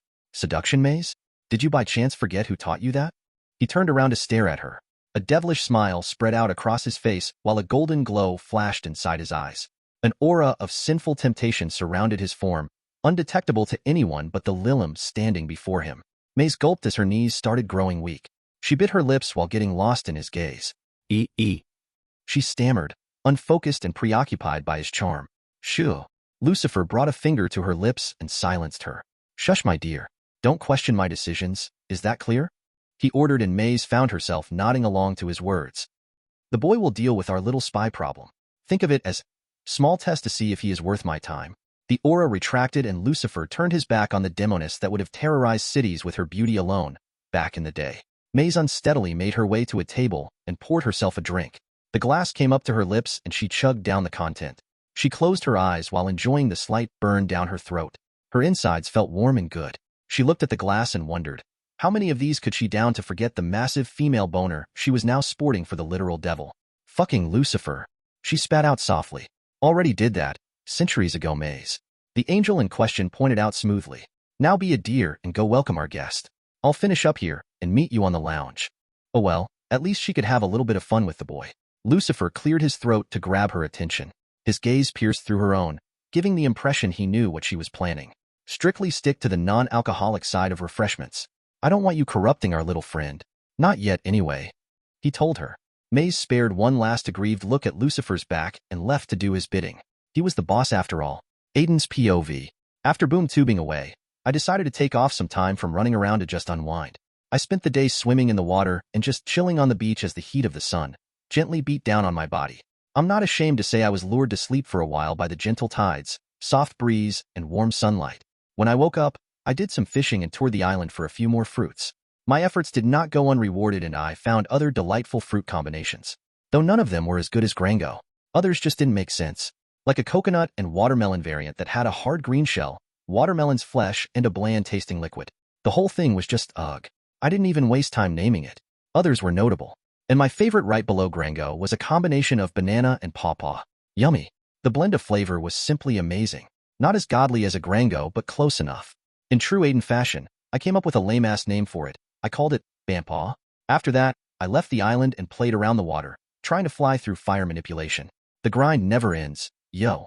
Respect it, honor it, and most of all, do it. I was mostly running into the problem of control. Ozai's fire burst carried him into the air and allowed him to change directions through a continuous and expertly controlled stream. My own control was severely lacking as compared to a veteran firebender, and the output was inconsistent and erratic. I was dealing with the notion of go big or go home. Steam rose up from the contact of the blaze of fire burning below my feet, right above the ocean water. Keeping still and steady allowed me a modicum of control, but didn't help with the waste of power. Even an expert firebender would be weakened in minutes if they tried to keep this up. I only had the system to thank for this, but I could already feel the strain my body was under, trying to channel all that energy. The strain was thankfully minimal and adaptive physiology was working its magic as well. I looked down at my feet and marveled at the way the flames seemed to seep out a few inches above my skin, yet my heel was hot and lightly scorched. The heat was close to getting unbearable. I would have to stop soon if I wanted to be able to walk upright when confronting him. Something told me the meeting was not going to go as easy as I thought it would. Life never accorded me such small mercies, so why would it start now? Before stopping, though, I decided to try off one last idea. The problem was that I was confining myself to an average firebender skill set when I was so much more. If controlling the power output was the problem, why not eliminate that requirement completely? Coincidentally, I knew of another character whose fire manipulation skills edged on large bursts for quick acceleration. Maybe I could find more inspiration from Shinra than Ozai. Granted, Shinra could only use his fire through the feet, but his fire manipulation was different from Ozai's, yet very similar to what I wanted to achieve. From then on, the practice only yielded fruits, and although the progress was minimal, I was getting there. After that, I flew above the water using air bending for that particular instant, to tour the other islands contained in the main dimension. Fun fact, the islands were numerous. Almost too many to count. Not too unbelievable given that space was massively expanded. The largest one was the size of Madagascar, and just like its counterpart, a lot of exotic animals and plant life lived there. The place was beautiful. It had burbling streams, green foliage covering the ground in a natural carpet, multicolored insects buzzing around, and combinations of creatures that had shiny coats and healthy bodies. It was clear no human, due to our tendencies to destroy, had ever stepped foot here. I felt jealous that my main island sanctuary, while beautiful, wasn't as exotic as this place. Then I remembered it had Grango and felt the trade-off was worth it. I took a bath on the waterfall, washing away the ocean salt from the many times I had plunged into the ocean during my flying practice. My dirty costume had suffered the same fate as the rest of my body, so I cleaned it and hung it out to dry. It would be a few hours, but hopefully it would dry up by the time I left for LA. I sighed in appreciation as the water flowed down my skin. I had really needed that. The stream was also very clear, allowing me to see the fish swimming lazily about. I thought of catching some but decided I had had enough of fish. Luckily, there was a lot of game here. After a quick hunt, I had the first taste of meat in that dimension, roasting it above a fire while enjoying the nature. The meat was tender and delicious. The air was incredibly fresh. The water was also refreshing and the fruits. Not as good as Grango, but still, incredibly close. Not really. A few hours later, I was ready to go. It was time to meet Lucifer. Throughout the day, I had successfully managed to distract myself from that. But now that the time had come for me to meet up with the King of Hell again, my nervousness came back with a vengeance. Chapter 69. We Meet Again, Part 2. Aden's POV. The sound of the boom tube suddenly disappeared along with the yellow portal. I still didn't completely understand how the damn thing worked despite being connected so deeply with the dimension itself. I understood the bare facts, which were, I had access to all the functions of the father box through the link between the elemental dimension and I. However, due to the father box being alien tech in nature, actually reverse engineering that tech, or even intuiting the way it worked was beyond me. So I resolved to simply enjoy the benefits and cease the complaints. L.A. Home sweet home. I looked around and found myself in an alley, behind Club Lux. I took a deep breath and immediately regretted as my nose was assaulted by the pungent smell of the trash and other paraphernalia, making the alley their home. Though to be fair, it was much cleaner when compared to last time. A change in management, I suppose. Despite my current location, I smiled. It might not have been my L.A., but goddamn if I didn't miss it. Maybe I could move here after I was done saving the world. Unfortunately or fortunately, it wasn't prominent in the Cape scene, so I couldn't set up a base of operations here. I started walking towards the back room, recalling the entrance I had used to access the building the first time. Things used to be so simple then.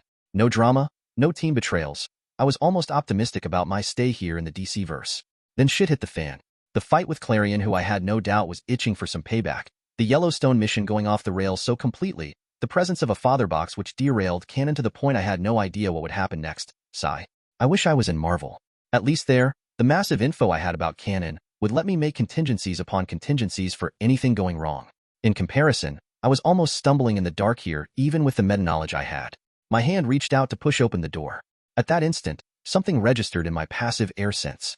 I cocked my head to the side just in time to avoid a very familiar dagger from digging a hole at the back of my noggin. I narrowed my eyes as the dagger trembled and shot out of the hole, going back to where it had come from initially. I turned around and deadpanned. If that's how you greet people, then I'm scared for anyone who manages to grab your attention. A walking sin stalked out of the shadows, looking so sexy, my heart almost skipped a beat. Maze smirked, seeing the look of barely suppressed lust flash in my eyes before I steeled my will enough to cage the beast once more. Man, I need a girlfriend. You survived, she observed. I must be getting rusty, Maze added, stopping right before me. I had gained a few more inches on her, emphasizing the height difference between us even more. However, that didn't mean shit with the way that curved dagger gleamed in the moonlight. I doubt even my hardened skin could stop the dagger from slicing me. Or maybe, I'm just getting better. I shot back playfully. Maze cocked her hip to the side and ran her eyes up and down my body. I felt a shiver across my spine as she observed me like a predator. Maybe. I love the costume, by the way. It screams, I'm trying to be stealthy but miserably failing. Ouch. That sarcastic tone. Really? I acted dumb. Thanks. Although I'm thinking of trading up to something a bit more colorful. My response was filled with forced cheer. It was clear I was overdoing it, especially when she snorted and pushed past me, muttering, annoying. I smirked and followed her, my eyes falling down to her leather-clad ass. Damn, that ass was tight. Eyes up, kid. That's too R-rated for you, she quipped while shooting me a look over the shoulder. The slight smile of pride on her lips told me that she didn't mind I was ogling her one bit. I shook my head and followed her. Maze pushed the door open and instantly loud music started playing from the club above. I looked at the door leading to the basement where Galil had been hosting his own version of Fight Club and winced. That place had been nasty. Even the aura surrounding it was too sinister. There was a plaque on the door saying undergoing renovations. I spared one last look at it and followed Maze to the elevator. The elevator doors closed and we started going up. All things considered, it was a short ride. I was silent throughout, my heart hammering in my chest as I asked myself if it was too late to call it quits and just leave. There were more ways to get what I wanted. I sighed. Who am I kidding? Those ways would take up a lot more time, and I would be grasping at straws. I needed Lucifer's help, and based on the fact that Maze had been waiting for me, it was apparent that he was eager to meet me. Ditching now would risk the wrath of a multiversal entity. The elevator doors opened and I found myself in an opulent and grand nightclub. Maze and I were walking along the VIP lounge while staring down at the moving bodies down below. The music was loud. The ceiling was covered with flashing lights, and the bar was full. Seems like business is booming. I shouted at Maze over the noise. It is, she replied. Come on. He's waiting for you. She pointed out and increased the pace. We made our way towards a door at the end of the doorway that was suspiciously left alone by the partying crowd. The blur effect it left in my senses when I didn't focus on it was probably the cause. Near the door was a staircase leading to the VIP section from below. At the foot of the staircase, two bouncers stood looking intimidating. I raised an eyebrow. From what I'd seen so far, this version of Lux was different from the glimpses of the one I'd seen on screen in Lucifer's TV show. Then again, this Lucifer was more of a mashup between his comic counterpart and the TV one. There are bound to be differences. I caught up with Maze, just as she pushed the door open. Hey, what's up with this door? If you don't focus on it, it seems to sort of blend into the wall. Clemo charme. Humans are too nosy for their own good. She explained in a slightly hard tone. There was more to that story than she was letting on. We took a staircase up and arrived before another door. Maze pushed it open and instantly, I felt a pressure wash over my skin. I took a few steadying deep breaths and made contact with Maze's eyes. An amused look came onto her face. She gestured to the open door. After you. I couldn't muster an appropriate comeback, so I swallowed my nervousness and stepped through. I felt as if I was a lamb willingly going into a slaughterhouse. The penthouse was massive and very well decorated. There was a wide window that showed the outside view of the L. A nightlife and soft jazz music was playing. Standing before the window, looking out into the city, was Lucifer himself. There was a half-empty glass of wine on his hand, while the other hand was inside his trouser pocket in a relaxed pose. You know, there's just something intriguing about seeing you humans go about your fleeting lives with such zeal. You cheat, deceive, hate, love, help, comfort, and although at the end of it all, you still feel the cold embrace of death, a mark is left on the world. As inconsequential, weak, and ultimately worthless as you are, you have us beat in one thing living. I soaked in the words, mulling them inside my head, and ultimately came to the conclusion that although there was merit to what he was saying, I didn't really care. Not when I was standing before someone who could swat me like a fly. My mind was too preoccupied to discuss philosophy. My only thought was on one thing, and one thing only. How could I convince the devil to help me? He seemed to like me, but I wouldn't allow myself to be fooled. No matter how charming and welcoming he looked, I couldn't forget who I was dealing with. I couldn't let my guard down. The king of hell turned to me. His eyes roamed up and down my body, but the feeling I got out of him was assessment. He was assessing me for something. MMH. He hummed. You're not quite there, but I see you have grown stronger. Wouldn't you say so, Maze? He addressed the sexy Lilim in the room with us. Maze snorted while making eye contact with me. He's all right. Saying that, she went back to cleaning her dagger with a cloth. Lucifer placed his wine glass on a table beside him and walked up to me. The easy smile on his face did not put me at ease. He placed his hand on my shoulder. You haven't said anything. Are you not happy to see me? I thought we were friends. His voice sounded aggrieved yet amused at the same time. Friends? Dude, you could destroy me with a sneeze. No, scratch that, with a thought. The difference in power, especially now that I know the true reality of this world is skewed in your favor, it's not even funny. Still, it's no reason to be rude. Sorry, I was just out of it for a few seconds. So how are you and how's Zelda treating you, Lucifer? Somehow I managed to speak up, despite my mouth feeling drier than sandpaper. It's been fabulous, thank you. Where are my manners, please? Have a seat. He motioned to one of the couches in the penthouse. I did as asked and allowed my body to sink onto the comfortable cushion. Lucifer took the couch opposite me and crossed his legs while looking at me with interest. Can Maze get you anything? I spared a glance at the Lilim in question, who was staring daggers in my direction, and wisely shook my head. No, I'm good thanks. I responded. A brief silence fell between us. Lucifer looked content to let me speak first. I tightened my hands into fists and looked at him dead in the eye. Either. I've come to bargain. The smile on his face widened. Delightful. But before we get to that, there's something I need you to do for me first. A pest problem that I want dealt with. Chapter 70. Aden Strong. Pest Control. Colon. General POV. Still don't get what's so important about this guy. I bet we could take him. Hell, I bet you could take him out if you wanted to. Hook.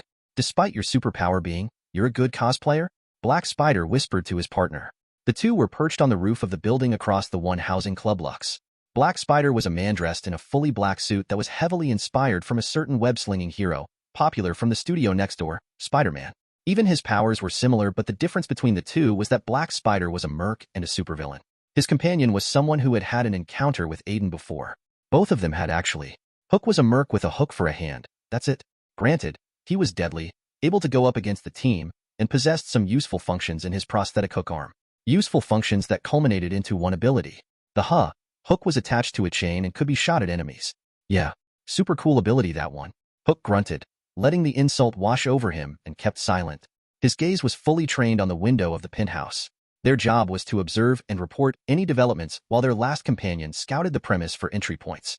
Hook was regretting getting left behind with Black Spider. The guy didn't shut up. And that's why I think missions like these should be carried out by the grunts, you know? We're mid-tier at worst, but the demon's head is using us as low-tier assassins. It's frankly insulting. A sigh appeared on Black Spider's neck without warning.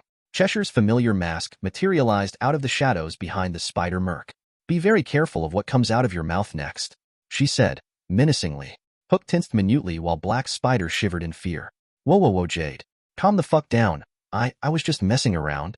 The sigh in Jade's hand stabbed a little into Black Spider's neck. The taller man's heart hammered in his ears.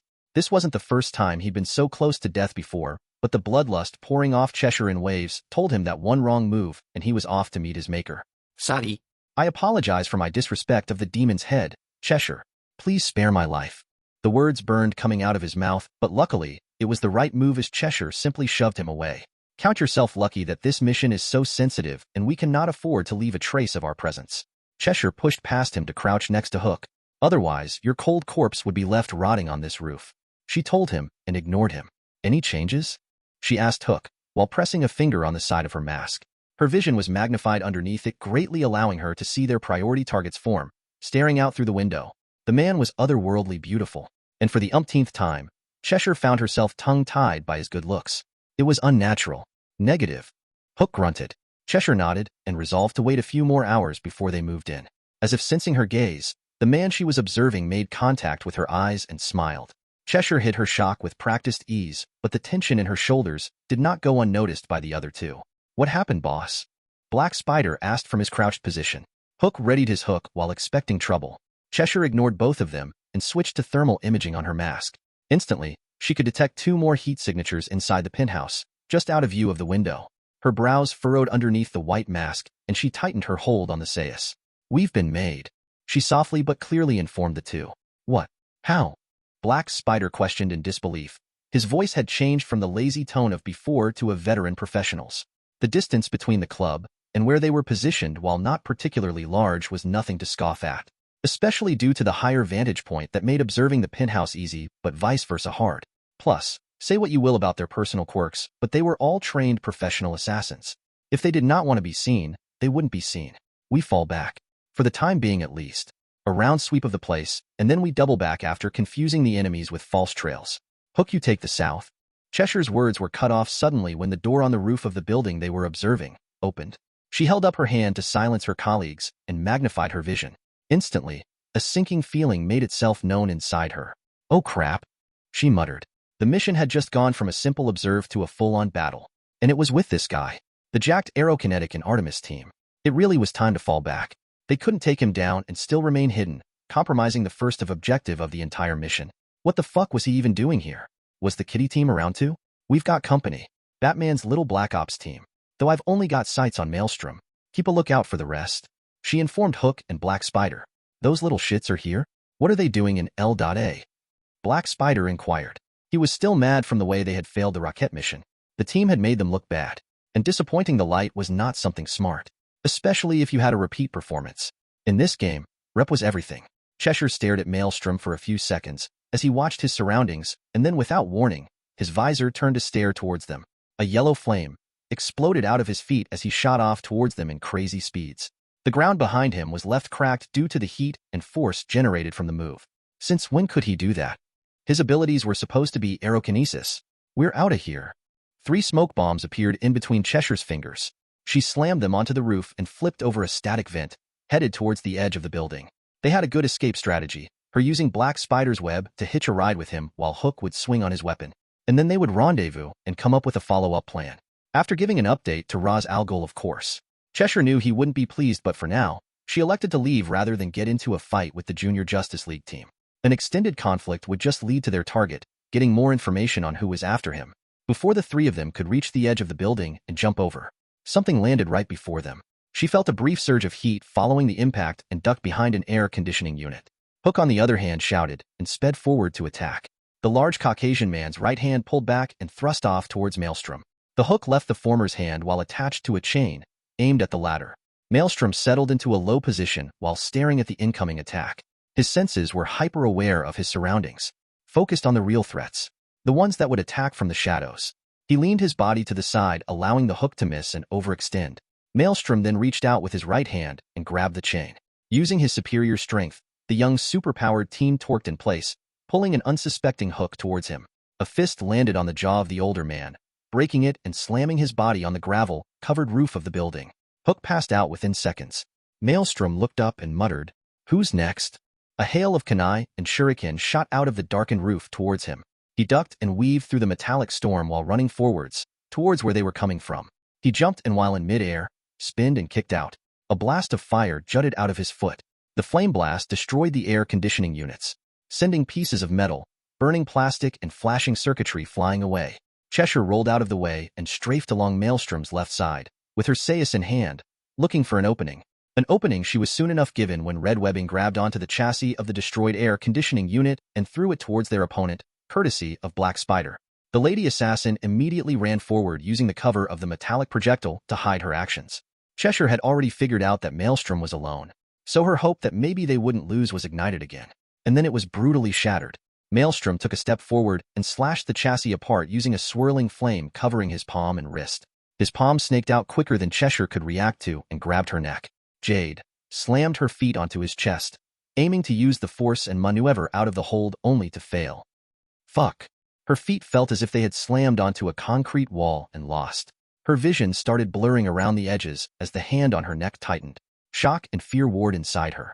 How was he this strong? Not to mention, he was way brutal than their last encounter. The look on his face, from the little she could see, was calm if a bit sour. He didn't like what he was doing, but he would do it regardless. Cheshire refused to be taken in. Her eyes flashed with a cold light inside the mask as she twirled the sais in her hands, before trying to stab them on his neck. Stop. Cheshire closed her eyes and ears in pain as that one word disoriented her. Her brain started feeling sluggish, and she couldn't focus on what was happening. Maelstrom had used a sonic blast at close range to stop her actions. The latter then spun out of the way of a double kick and threw Cheshire's body to collide with Black Spider, who had swung towards him from the water tank above head. The two assassins ragdolled on the ground full of pebbles before stopping right next to their other member, Hook, who was still passed out. Black Spider tried to get up, but Maelstrom slowly walked forward and slammed a fist on the back of his head. The spider-themed mercenary passed out, slumping back to the ground. Maelstrom shrugged. He'll probably be fine, he muttered, thinking of how he would get back to the next building with all three captives in tow. His gaze lingered on Cheshire a bit before he shook his head in regret. There was nothing he could do about it. Wouldn't pay to keep the devil waiting, though. Chapter 71. I had hoped it wouldn't be you. Aden's POV. I bit the bullet and used my airbending to construct an air platform to carry the three assassins back to Club Lux with me. I used the cover of the night to fly straight towards the window of the penthouse as opposed to going in the way I came out. All those flight of stairs were annoying. I came upon the window and inside the room, saw Lucifer seating on the couch with closed eyes, hands spread out along the length of the purple couch, enjoying the slow rhythm of classical music. Maze, on the other hand, was nursing a drink on the private bar on the far end of the room. She saw me and what I was carrying and promptly gave me the middle finger. I raised an eyebrow at that. PSSH, jealous bitch. Back to the Morning Star. A few minutes ago, jazz was playing and now it was classical music. Guess the devil loves variety. I felt like chuckling at the image of Lucifer doing the Dougie at the backdrop of Teach Me How to Dougie. I quickly sobered up after recalling who I was dealing with. Dude can turn your skin inside out with a mere pinky wave, Aden. Pick your fights wisely. I advised myself. I reached out a hand to push open the panel when the glass making up the window rippled like a thin film of water, allowing the limb to plunge through the surface. I spared a glance at Lucy, who was still vibing to some Mozart, and shrugged. Never look a gift horse in the mouth. I flew through the window and stepped onto the floor of the penthouse. Points for the unorthodox entry. Lucifer chuckled while sitting up straighter. His eyes ran over the League of Shadows agents I had floating behind me. Thank you for allowing it. I come bearing gifts. The air construct carrying them slowly pushed forward. Maze sprang from her seat and walked up to us while twirling her daggers in anticipation. The construct unraveled and Cheshire, Hook, and Black Spider were unceremoniously dumped on the floor. I'll give it to you, kid. You didn't take too long, so well done. Maze complimented, making me gasp in mock surprise. Holy cow, did you just say something nice? Lucifer laughed at the comment, while the Lilim gave me a stink eye. She turned to Lucifer, ignoring me. Looks like he got them all. These three are the ones I was sensing. Lucifer hummed in response and crouched to study them. He snapped a finger, and the sound left echoes ringing for a few seconds throughout the room. I felt something spread out, and in an eerie unison, the three assassins all got up. I took a step back, warily. May spared me a glance at the action, but chose to keep quiet. I frowned at the unnerving way their bodies stayed motionless in place, like statues carved, standing ramrod straight and still. It was creepy. Lucifer walked around them in curiosity before he made it back to his previous position in front of Cheshire and the others. He turned to me. You seem to be familiar with them. I nodded at his observation. Yes, my team. I paused and corrected myself. Previous team and I had an encounter with all three of them during a past mission. The girl is known as Cheshire, the guy with the hook, and the last one is Black Spider. They work for an organization called the League of Shadows. I explained. Intriguing. Lucifer commented while stepping up closer to Cheshire. He reached out and lightly grabbed her chin, turning her gaze to lock onto him. Tell me, what is it you desire? His charming voice left goosebumps on my skin due to the subtle hint of power it contained. I leaned in, curious about what her answer would be while noting absent-mindedly just how useful this ability was. Knowing your enemy's deepest desire would give you a chance to come up with a good strategy to defeat them. Without pause, Cheshire answered. To be the best at what I do. Better than my father ever could. Her voice was blank and neutral. Makes sense, I suppose. Cheshire's dad was Sportsmaster, who also happened to be a strangely good merc. His skills and equipments were sport-themed, hence the moniker, Sportsmaster. Upon giving her answer, May snorted. Oh, look at that, someone else with daddy issues. She laughed. Lucifer rolled his eyes at the slight jab and turned to Black Spider, who was standing motionless on Cheshire's left. And what about you, Spider-Man? What is your deepest desire? My eyes widened a little at the nickname Lucifer had given Black Spider. Was it intentional or not? I immediately evaluated who I was dealing with again. This is a multiversal entity. Why am I still surprised at everything he does or says? Lucifer glanced over at me as if sensing my inner turmoil and winked. I blinked. My thoughts were thankfully interrupted by Black Spider's predictable yet surprisingly fitting response. I want to feel the rush of free fall while swinging from the city forever. To never be weak again. To forever be strong. A predatory smile made its way to the devil's face. Is that all? I doubt it. What else do you desire? Lucy's voice was tempting and silky smooth. Even I felt like telling him all my deepest desires. The words were just at the tip of my tongue, waiting for me to go over the edge. To give in. With a will belonging to the gods, I overcame the feeling. May smirked at me, a little happy at my discomfort. Sadistic bitch. I want to grab Talia al Ghul's sexy ass and eat. Black Spider stammered out. For a minute I thought he was joking before realizing he possibly couldn't have been. Lucifer's power was absolute, at least on mortals. I think. Okay, that's enough, Spidey. Keep it strictly PG-13. We have a child in the room. The archangel in question patted Black Spider's shoulder, while I spared an "Are you serious?" look at Maze, who was dying of laughter. I looked at the dark-skinned beauty and promised retribution with my eyes. My attention went back to the King of Hell. So far, everything had been very educational. An idea on a super powerful skill I could create was blooming inside my head, and I wanted to see more of the Lightbringer's desire exhibition power to form an outline of what I wanted. If I was successful, then most of my plans would go much more smoothly. However, Lucifer simply turned and went to sit back on his couch without asking what Hook's deepest desire was. Aren't you forgetting something? I tentatively asked, motioning not so subtly at the tall Caucasian male on Cheshire's right. Okay, I admit it. I was curious, scratch that. Very curious to know what motivated the Captain Hook rip-off. Lucifer merely crossed his legs and leaned back while taking a sip from the drink on his half-full glass. He shrugged while running a not-so-impressed look over Hook. I know the type. It's all standard fare. Money, power, and recognition. Nothing interesting or noteworthy. Just like 90% of everyday humans. Wow, I wonder where I belong. Is it with the normal 90% or the noteworthy 10%? You're wondering what your deepest desire is. Lucifer observed casually with a knowing look. May snorted absent-mindedly while caressing her curved dagger. Trust me, kid. That's a slippery slope. You might find out you're not special at all and selfish just like the rest of us. Not worth it, she warned, already anticipating what my next statement would be. A request for Lucifer to use his desire exhibition on me. I knew what I needed to do, of course. What I was working towards. I guess what I sought was validation from my innermost self that it was also what I desired. Hearing Maze's warning, however, put everything back to perspective. I didn't know if I was ready to hear it. The woman in question managed to grab my attention when she started stalking towards Cheshire with this bloodthirsty look on her face. My mouth opened as I found out what she wanted to do. Her specialty was torture. Of the hell kind. Yikes. I doubt anyone would come out sane after a few sessions with her. And despite the fact that these guys were super annoying murderers, they weren't the worst out there. Well, except for Black Spider.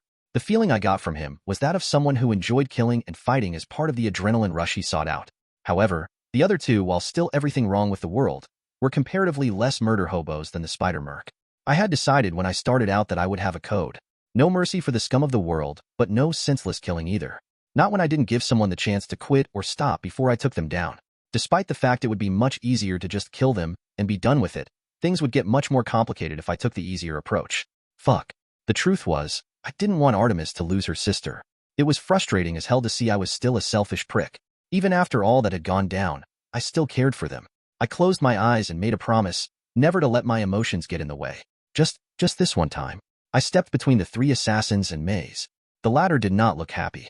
What are you doing, boy? Offering yourself up as a substitute? I barked out a laugh. For these guys? They wouldn't afford my services. I joked. Maze did not look to be in a kidding mood. I cleared my throat and a serious look appeared on my face. Just hear me out. You can't kill them. There's a high possibility that they could be a big help in taking down the shadows. She cocked her head to the side, looking at me as if I was an idiot. I'm not going to kill them. Not before they tell me what they know. The information they give me will more than help you in taking them down if you want. I just need a few minutes with them.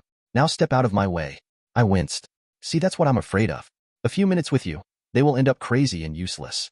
Maze clenched her jaw. Move, she ordered, looking ready to go through me if I didn't. No. I stubbornly said, getting ready for a fight. What the fuck am I doing? Children, settle down. Will you? Besides, their pickup is here. Maze and I turned to Lucifer in confusion. What was he talking about? A purple Boom 2 portal appeared inside the room. The energy felt eerily familiar to me. The avatar state inside me stirred before settling down, as if reacting to something. From within the portal, a man stepped out. My eyes widened. This guy? Vandal Savage looked around before fully coming out of the portal. The next figure to step out was the one who caught my attention immediately. One of the Terror Twins, Tommy, who had disappeared suddenly with his sister after attempting to attack Metropolis, followed behind Savage. But he was different. His eyes had a purple tint in them, and his aura and general vibe felt off. He cocked his head to the side and stared intently at me. The answer came to me almost immediately. The father box. I gulped. What in the hell? Fuck. Vandal Savage's voice pulled me out of my thoughts. His gaze was stuck on Lucifer. It was clear he was hiding his fear pretty well. I had hoped it wouldn't be you, he said to the Archangel. Chapter 72. Revelation. Disclaimer. This is purely a work of fiction. It does not present any of my real-world views on sensitive subject matters such as politics or religion. Aden's POV. Vandal Savage. I spat out the words. The mastermind behind all the shit happening in the Young Justice timeline. At least anything associated with the light, that is. He was a merciless, power-hungry madman with intellect to match his ruthless nature. Savage spared me a glance, then dismissed me just as quick. It stung. I comforted myself that soon that dismissal would turn to despair as I became the light's worst nightmare. I was not going to let their selfish agenda for power claim innocent lives if I could help it. Personally, I just looked forward to smashing his face in. Oh, seems like you're more popular these days as opposed to last time, Savage. Even the younger generation knows you. Lucifer chuckled in mirth while curiously studying Savage. The other man made no comment. I got the feeling that he was desperately trying to come up with a plan to account for Lucifer's presence. Lucifer got up in a flourish and turned to Maze. Maze, dear, why don't you show the boy around while I entertain our newest guest? I was about the refuse, but the look on his face brokered no room for argument. Fuck. I wanted to stay and listen. To learn how the King of Hell knew Vandal Savage. Maze patted my shoulder and addressed me. Come on, kid. I got better shit to do, so let's get this done with. I sighed and spared one final look at Tommy, standing beside Savage.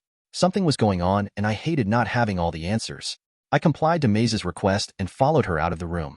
The way she stalked the hallway in anger, however, comforted me that I wasn't the only one annoyed at being left out. Luckily, I threw a critical look at the sexy Lilum walking in front of me and smiled. Maybe I could get my answers to some of the questions that had been bothering me. Maze was probably the closest person to Lucifer. If anyone knew what he was planning for me, then it would definitely be her. General POV. Vandal's face was set in stone. Serious. Fully aware of what and who he was dealing with. His memories took him back to the past, where he had first encountered this being. It was in Nazareth during the crucifixion of Christ, the Son of God. Vandal had been chasing away to gain more power for the eventual clash with Clarion once more. The Lord of Chaos had already been the cause of the sinking of Atlantis and the battle between Babylon and the creature Starro. Two kingdoms, no empires, that Vandal had largely built with his own two hands. At this point, it was inevitable that the witch boy, Chaos Incarnate, would be back. Savage wanted payback.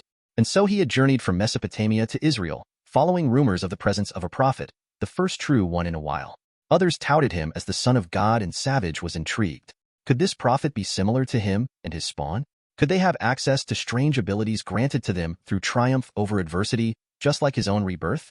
Or were they the same as the witch boy, an elemental and fundamental aspect of all that is? Savage had had no idea, just a hope that had been ruthlessly destroyed when he came upon the crucified body of the one they called the Son of God. And Savage had been disheartened and disappointed. What is the use of your power if you cannot save yourself? He had muttered blasphemously, standing on a hill overlooking the three crosses. The weather that had been gray, violent, and oppressive had instantly stilled for him. Time had stopped on that hill, and Vandal had found everything frozen, unmoving. Even the droplets of rain falling down onto the ground had similarly stalled in midair. Savage had briefly thought it was Clarion. But then, the lack of chaos following the action banished that reasoning. The witch boy would revel in the death of everyone present first and foremost. Such were his ways. Then Vandal had briefly entertained the thought of it being the man who was crucified. Looking at his awful state, however, Vandal understood that even that was incorrect. He blinked, and beside him, a figure stood gazing down at the proceedings. Vandal had been momentarily shaken to his core by the aura exuded by this being. The being was draped in a white robe that hid his sculpted physique, shining in iridescent light, with two shining, white wings connected to his back. He was hovering an inch above the ground while the wings gently flapped in the air. The wings disappeared into wisps of glowing flakes, leaving behind a shimmer in the air. The godly man gently stepped foot on the ground. Vandal took a few steps backwards, eyes wide at the impossibility of such a perfect being existing. It went contrary to all that nature was, to all that he knew and had seen. He wondered what could have created such perfection, for that is what this new stranger was. Perfect. Bear witness to this absolute point in human history, the divergence of beliefs, the originality of passive violence, where men will stop using swords to fight their battles but instead opt for words, lies, and deception. Where that which was given freely will be tainted by the selfishness that is inherent in all of you, his precious children, the ones he puts before everything else. Before us. Before my brothers and I. The god's voice, for that is what Vandal thought he was unlike anything he had ever heard before. It was enchanting, sad yet fulfilled, content with his toll, and heavy, very heavy. Vandal briefly wondered what this entity had seen. Was it as much as he had? The rise and fall of humanity, death and life, hate and love. Shifting paradigms that had forced him to understand that nothing ever lasts, yet everything was stuck in a cycle. A cycle that demanded humanity to adapt or disappear into the obscurity of the past. Just ruins with no discernible origin and bones with no history. There was no fighting him, no reasoning with him, no convincing him. For the first time, the immortal man, the first metahuman, was completely and utterly stumped. What are you? Vandal finally found his voice, directing his question to the handsome man. The man had smiled mysteriously, although the action packed any cheerful emotion. Savage could read that at least. A feeling of comfort came upon him. This proved the stranger was not at all alien. They could emote, meaning Vandal could understand what they were and learn to live with them just as he had adapted to Clarion. That does not matter. For the sake of this conversation going smoothly, however, call me Lucifer.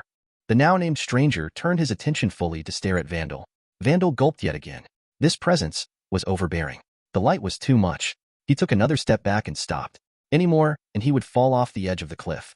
Vandal contemplated, doing so and getting his body broken just to escape this thing. You are different from your kind, Vandal Savage. Something sets you apart. I can feel how old your soul is. Its quality, a sum of all your memories, knowledge, and reasoning. Valuable. Vandal got the impression that despite the complimentary nature of the statement, Lucifer was disgusted by him. Anger bloomed inside him. Just like Clarion, this figure sought to dominate him as well, to disrespect and disregard him. Typical. In all the important ways, however, you are still the same. Arrogant, prideful, set in your ways, merciless to your own kind despite the bountiful nature of creation. You have lived for so long yet have nothing to show for it. Nothing to show for the greatest gift of all. Freedom, free will, the ability to cast away choices given to you and make your own path. To escape the chains binding the rest. It's frankly insulting. Lucifer's face had changed at that. A feeling of melancholy washed over him, over his face. I will not ruin this day by unmaking you human, but I promise you this. The next time we meet will be your end. Vandal's heart had skipped, his mind in disarray as he thought of the unfairness of it all. He remembered the same situation happening 10 millennia ago with Clarion. Rage unlike anything he had ever felt before set his face in a grimace. He hated being a pawn. He would not be a pawn any longer. He turned to address the being and found himself alone in the hill once again, staring down at the masses as the Son of God was dying. That gave him pause. His anger, while still burning inside him, gave him the clarity to go over Lucifer's words. He had said that Vandal had had access to the greatest gift of all: freedom, free will, the ability to cast away the given choices and make his own path, to escape the chains biting the rest. The rest like Clarion. It all made sense now. A revelation had been made to him. The perfect example of that revelation happening in front of his eyes. Despite the Son of God possessing untold power, he was bound by fate to his own duty. He wasn't free. Not really. Despite Clarion having the capability to bring massive destruction and do what he wanted, he was bound to his inherent fundamental alignment, chaos. That would influence his every move, his every action. That meant he was also not free. Not really. And even Lucifer, the way he had spoken to Savage told him that he coveted that same spark of freedom, to exist solely for himself without being bound by anyone or anything. So Vandal stayed on that hill for 100 days, going over every one of Lucifer's words until he finally understood it all. He had risen up, with a newfound power. The power of revelation. All these beings were bound by something. It was all a matter of strategically finding out what it was and exploiting it. Vandal Savage would never be the same again. That brief talk with the second strongest being in all of existence had changed him. Chapter 73. More Revelations. Aden's POV. Maze led me to one of the guest rooms of the penthouse. As soon as she opened the door and walked in, I entered the room and gently closed it behind me. The dark-skinned beauty turned around and raised an eyebrow. I don't know what you think is gonna happen, kid, but I applaud your eagerness. Usually, though, I like my men. She paused, giving me an once-over from top to bottom. Groan.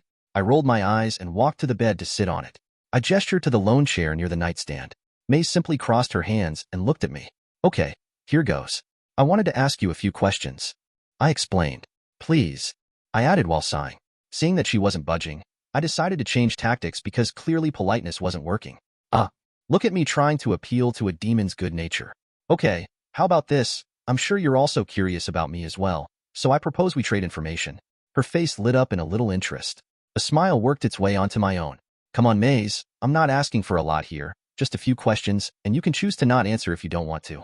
She thought it over before finally sighing. Fuck it. I can spare a few seconds. Better make it quick though, kid. Saying that, she sank into the chair, propping her hand on her cheek and crossing her legs. The kid thing is getting old. Call me Aden. I told her, getting annoyed at the way she constantly pushed my buttons. I was going to turn 18 soon anyway, so fuck the kid thing. Sure thing, kid. I swallowed the expletives about to come out of my mouth that a kid would never utter and decided to ignore the jab for more important stuff. See, not a child. I can be mature. I was wondering, how does Lucifer know Vandal Savage? I started off. May shrugged her shoulders while frowning a little. No clue. You'll have to ask him that yourself, though I sense a great deal of blood has been shed by his hands. She added, a little lost in thought. Yeah, I'm not surprised. Maze turned to stare at me with a questioning look. I hurried to explain, he's immortal. Savage has had a hand in building most notable ancient civilizations like Babylon.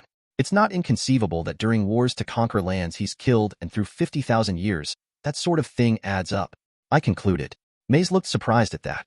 Her brows furrowed and her hands started idly playing with the daggers she had on her at all times. That might explain it. Lucifer has rarely left hell before. But on the instances he has, it was during times of great importance in the development of your species. Times when hell would be crowded by very many souls. If what you say about this Vandal Savage is true, then they might have met during one of those times. Already, I'd learned more than I thought I could have from Maze. However, there was one thing that bothered me. Hey, do you think they are friends? It was a dumb question. I felt it the instant I said it, and my face started burning from embarrassment. Maze, who seemed hell-bent on making my life miserable, looked at me incredulously and started laughing. I ran a hand down my face, wishing the world would open up and swallow me. To be honest, that question was as valid as any. For starters, I knew next to nothing about this Lucifer.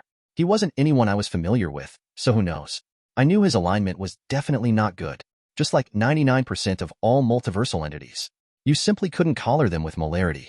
The same virtues and vices that apply to humans would not work for them, because just as a hurricane is not evil yet destroys, so too are conceptual beings. Understanding them would require processing abilities greater than any supercomputer humanity could ever create. Thus, I was really scared for the world if it turned out that Lucy was Vandal Savage's pal. They certainly seemed to have history, and given the fact that Savage had survived his first encounter with the fallen Archangel, well, sucks for the world if my fears came true. Oh, that cracked me up, May said while making show of wiping away tears from her eyes. You didn't actually answer me. Doesn't matter how stupid the question is. I need to hear your thoughts on it. I insisted in a serious tone. Lucifer doesn't have friends, at least not in the way you're thinking of. And even if he did, it certainly wouldn't be immortal. She replied. What do you mean he doesn't have friends? May sighed and leaned back in her seat. He's the devil, the king of hell, the big man's most beautiful creation, has been ruling hell for 10 billion years. His position and power is second to only the creator. Anyone who might want to form a close relationship with him can't because they are fearful of his power or jealous of it. So no, Lucifer doesn't have friends. Unless you count Dream and the rest, but those don't apply in this context. I caught the tail end of the statement, but instead of pushing it and learning even more shit than I wanted, I wisely clamped down on my curiosity. There's a reason they say, ignorance is bliss. At least, Maze had assured me that Vandal Savage would not get an ally in the form of the frigging devil in his crusade to fight the Justice League. If that happened, I'm finding a way to get the fuck out of Dodge. At least the M.U's problems can be solved by simply nuking Thanos from his ship. My turn. Maze's voice pulled me from my thoughts, and I turned to her, waiting for the question. The Lilim smiled mischievously and leaned forward. My sight fell to her chest portion, and I swallowed before my eyes darted back up to her face. Man, that cleavage though. When are you planning to get a girlfriend? She teased. Out of all the questions I was expecting, this was not it. I had thought she would ask about the origin of my powers, or where I came from, or how I seemed to know so much, but she had completely thrown me off. That's not important. I was totally stumbling around with my words like an idiot. I thought this thing only happens in the movies. I'm Aden Strong, for fuck's sake. The Avatar, master of all the elements. I could get any girl I want. I'll get a girlfriend when I want. I took a deep breath and coughed. That's frankly none of your business, I said, keeping my voice even and level. A smirk appeared on Maze's face. Are you shy? It's all right. I have a couple of my sisters who I think would be open to. I immediately cut her off. No. For all that's holy and good, let's go back to your rude and sarcastic self. I can't bear it if you start acting matchmaker. My words set her off to another laughing fit while I rolled my eyes at her antics. All things considered, though, it wasn't so bad. I noticed that she had a cute laugh, and the way her chest jiggled as she chuckled was simply pleasant to see. Still a bitch, though. Hey, Maze, I spoke up after her peals of laughter died down. I know the task to capture Cheshire and the other two was a test, but it got me thinking. Had Lucifer chose to intervene, they would never had stood a chance. So here's my question. How powerful is the devil? All cheer escaped from Maze's face, and the vibe in the room completely changed. She leaned back and watched me as if contemplating whether to answer me or not. Michael the Demiurge has the power to bring creation out of nothing. Lucifer can shape that creation to his own whim. Creation is nothing but putty in his hands. Everything that you see around you. All this is as a result of his will. The deep well that has no ending because it does not have a beginning. Lucifer is creation, and his power is unfathomable. I gulped. Shit.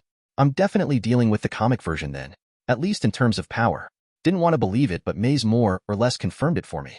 The only being who can actually take him down is his twin brother Michael, and if they ever met in the battlefield, all of creation would be at risk. That means this guy has almost unrestricted power in the DC verse. I looked at the wall of the room towards where the living room was. And he's less than 20 meters away from me. General POV. Well, take a seat then. Lucifer offered Savage. The gruffer-looking man narrowed his eyes and complied. There was nothing he could do if this being chose to kill him. Sitting or standing would not make a difference. His eyes made contact with Lucifer's own and blinked. Since the boy and the woman had walked out, the whole atmosphere in the room had changed. Vandal knew that he probably wouldn't be walking out of here. That is, if he didn't have a plan. He allowed himself to spare a glance at the boy standing behind him vigilantly. Many centuries have gone past yet. You're still stuck playing puppeteer in the shadows. How wasteful. The devil commented softly. Vandal bristled in anger inside, but showed no outward reaction on his face. I have protected and preserved humanity from its own fallacy and stupidity, along with external threats from the stars and the mystical side as well. Some of those threats being from your own dimension. I have been their guiding light. Despite the phenomenal control over his emotions, the comment came out defensive and biting. Yet all I see is failure. The prime example being the boy sitting on a bed, the next room over, and on a wider scope, the Justice League. People who are dedicated to stopping you. despite insisting you are humanity's protector and their light. Is that how you treat someone who protects you? If you truly were their guiding light, they would adore you, love you, worship you, or at the very least work with you. Yet all I see opposition. The Lightbringer pointed out while chuckling a little at the irony of the whole situation. Then he went on to say, "Granted, I don't know a lot about humans from this era, and frankly, any little interest I had has been swiftly killed by your presence. So answer me this vandal savage. Give me a good reason why I should not unmake you where you stand." Lucifer threatened. Chapter 74, Broken Trust, General POV. All League members present and accounted for. Wonder Woman announced to the gathered hall. She had on a serious look. Almost angry, Black Canary noted to herself. Everyone was sitting around the huge Justice League table with the exception of two notable members. Black Canary glanced at the seat next to John and felt a pang of pain stab her on the chest with a red-hot, spiked metal rebar. She closed her eyes and took in a deep breath. There wasn't anything she could personally do. That didn't stop her from feeling bad for Tornado and Shazam Billy. She still couldn't believe that Batman had kept the secret of his relative young age from them. Relative meaning incredibly young. A child. It didn't matter that the boy had powers on par with their strongest members. The battlefield. The League was no place for a child. We convened this meeting to discuss a few matters of great import to the League. For starters, update on the search for Red Tornado, a League member in Maelstrom, a member of the Black Ops team that was initially under Batman's purview. Wonder Woman's words had an effect on the rest. It was clear by reading between the lines that something was going on. She took a second to allow the commotion to settle down before continuing. The other matter is more. Wonder Woman paused and threw a surreptitious look at the stoic Dark Knight sitting next to her. Delicate, and we'll get to it. Shortly after we're done discussing about the continued efforts to locate both Red Tornado and Maelstrom. She finished. Batman acted as if he didn't feel the numerous eyesights locked on him. His hands were placed above the table, and he sat in a straighter posture than usual. The tension between him, Wonder Woman, and Superman could be felt by everyone. Finally, someone's patience ran out. "I don't see a point in keeping us in the dark, Diana. It's clear something is going on among the three of you." It was no wonder that the Flash was the one to speak up first. Batman grunted and got up, casting a wide gaze at everyone around. "We'll get to that in a bit. First, there is something I would like to propose. The reinduction of Captain Marvel into the Justice League." There was a brief silence before Green Arrow broke it. "You can't be serious." "He can't be serious, right?" Oliver looked around at the rest of the table and saw the same looks of surprise. "That is out of the question. Frankly speaking, I am still offended by the lack of trust you showed by not informing us he was a child in the first place." King Orion, popularly known as Aquaman, banged the table with his fist, leaving behind a dent on the titanium metal reinforced furniture. Batman didn't flinch from the King of Atlantis' gaze. "It wasn't my secret to tell. I evaluated that despite his age, Captain Marvel was more than capable of handling himself.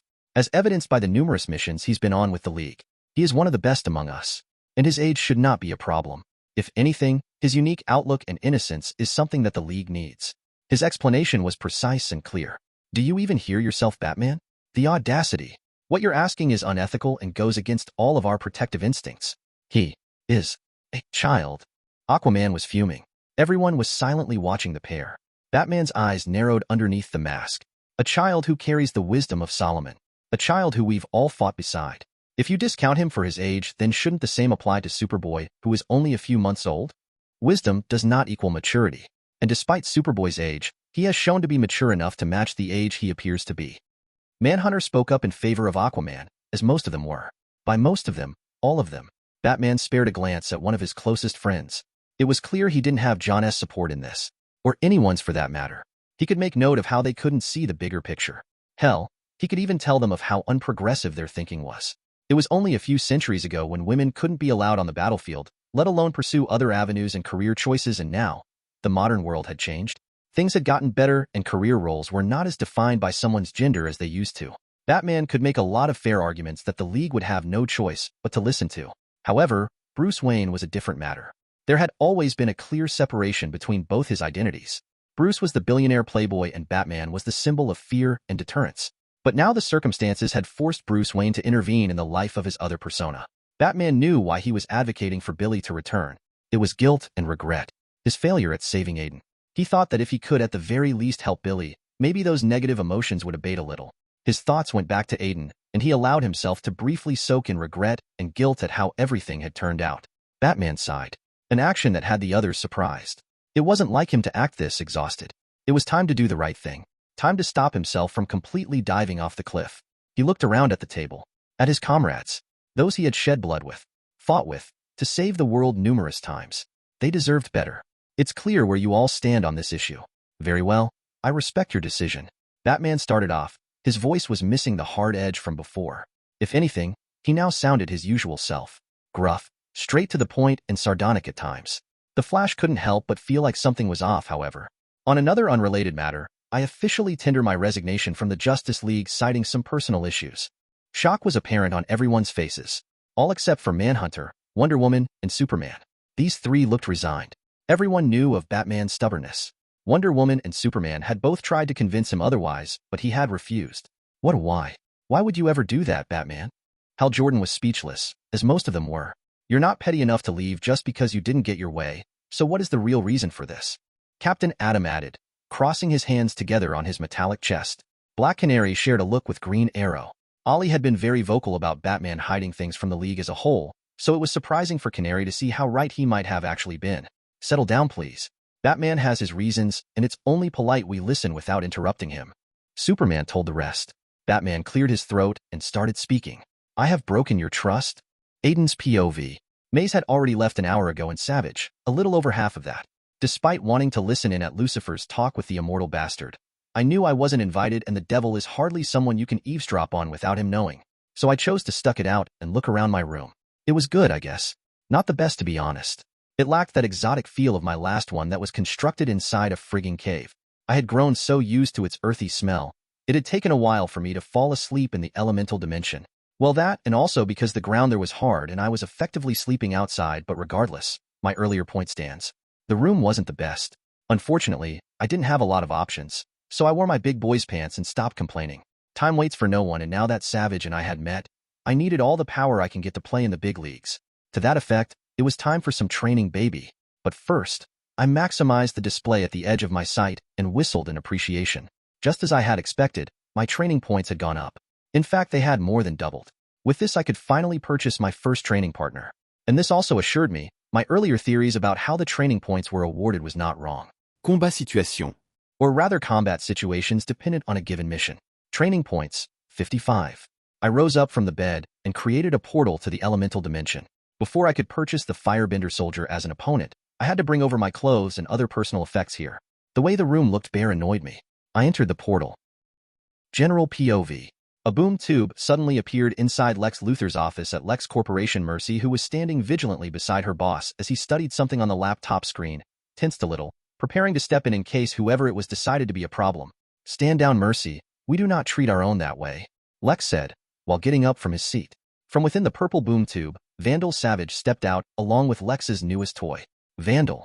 Luthor nodded in greeting. From the way Savage's jaw was clenched and his fist tightened, however, Lex could tell something was wrong. Very wrong. I suppose the meeting didn't go as planned? Luthor stepped closer. The meeting went as planned. I informed him about our friends and their plan to conquer the Earth once they were done with the galaxy, and that the light is the only form of deterrent capable of using any means to stop the incursion. This has only bought us enough time to put our countermeasures in place. MMH. Luthor hummed and poured a glass of wine for Savage. Handing him the glass, he made contact with Savage's eyes. Then what seems to be the problem? He questioned the older man. Savage took a sip of his glass before holding up his palm, studying it in the light. This body has been rendered mortal. My immortality, taken away as price for crossing paths with him once more.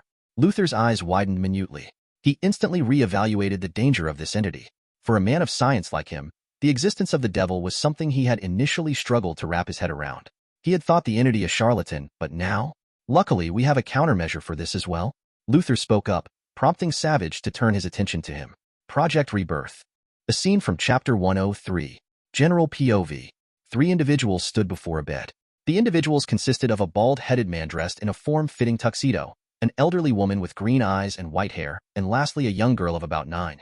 Olympia Savage, the daughter of Vandal Savage, placed her hands on the young girl's shoulders. Cassandra Savage, also a daughter of Savage, flinched at the contact. To allow comfort from a loved one is not weakness, Cassandra. It is a form of strength. The elderly woman chided a little. In response to her words, Cassandra sank into her half-sister's embrace and relaxed, hiding the river of tears flowing down her cheeks. Olympia stared at the little girl and smiled. Let it all out, for when the grieving is over, we have work to do. Cassandra took shuddering breaths, trying to get rid of the pain inside her chest. She'd been taken away from her mom at 4 years old, and now, 5 years later, her father was being taken away from her. Olympia rubbed circles around the young child's back while hiding her own pain well, with expert emotional control, farmed from being Vandal Savage's daughter. So although her face seemed impassive, a turmoil of emotional storm was brewing inside her. Tell me something, Luther. Who was responsible for this? Father refused to say a thing before he went into the coma. Olympia asked the other person in the room. Lex's eyes ran over the feeble body of his colleague, and dare he say it, friend, and frowned. I am not liable to tell you anything your father didn't, Olympia. He started. Lex held up his hand to stop the elder woman from cutting in. But what I can inform you is that everything is being taken care of. Project Rebirth is slated for to start when a friend of ours finishes taking care of something, Lex said. Olympia nodded. Seeing as she couldn't get any more information out of the business magnate and expert supervillain, she just had to trust that her father had the ability to overcome this, just as he had overcame everything that had ever been thrown at him. Hey, Cassandra. She lightly shook the little girl. Cassandra wiped her eyes and stared up at Olympia. Did I tell you about his fight with the bear? And so she begun the story of the ages. The story of how he started off. A normal man but a god, the savior of humanity at the end of the encounter. Lex, on the other hand, listened in skeptically.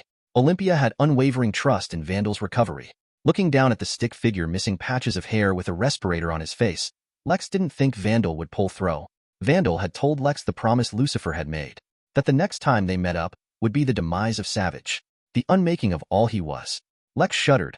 The devil was fucking scary. Lex would rather go up against a murderous Superman who would tear him apart with his bare hands, or split him into two with his heat beams than this. Vandal Savage was losing everything. His strength, his powers, his skills, and his faculties. And that wouldn't do because Luther needed Savage alive. Many plans would fall through if Savage died. But just in case Project Rebirth failed, Lex would need to have a backup plan. A backup plan strong enough to deal with even Lucifer. Chapter 75. Fire. Aden's POV. I forgot how alien it felt not having access to my air bending while I was in the fireplane.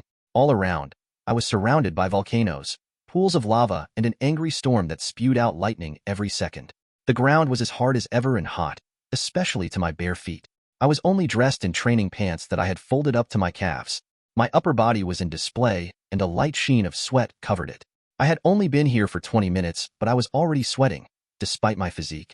I held the horse pose, hands tucked in near my hips, shoulders tense and straight, legs bent slightly with my toes facing opposite directions, the left leg to the left and the right leg to the right. I was going through the beginner forms of firebending. Firebending comes from the breath, not the muscles. Then that breath is turned into energy which extends out from the body, therefore producing flames. At least that was according to Uncle Iroh. Man, I wish I had an Uncle Iroh. Most of this shit would be learned in a week just by following his teachings. As it was, I had to form my own understanding through trial. My clothes were already packed away in my room at Lucifer's penthouse, as well as stuff like the jewelry back. That reminds me, I really need to sell it. Luckily, money was not an immediate problem, seeing as I was mooching off the devil. Wonder how he feels by that. He's probably cool with it. Lucy's a chill dude, all things considered. After completing that task, I decided to start my training in earnest.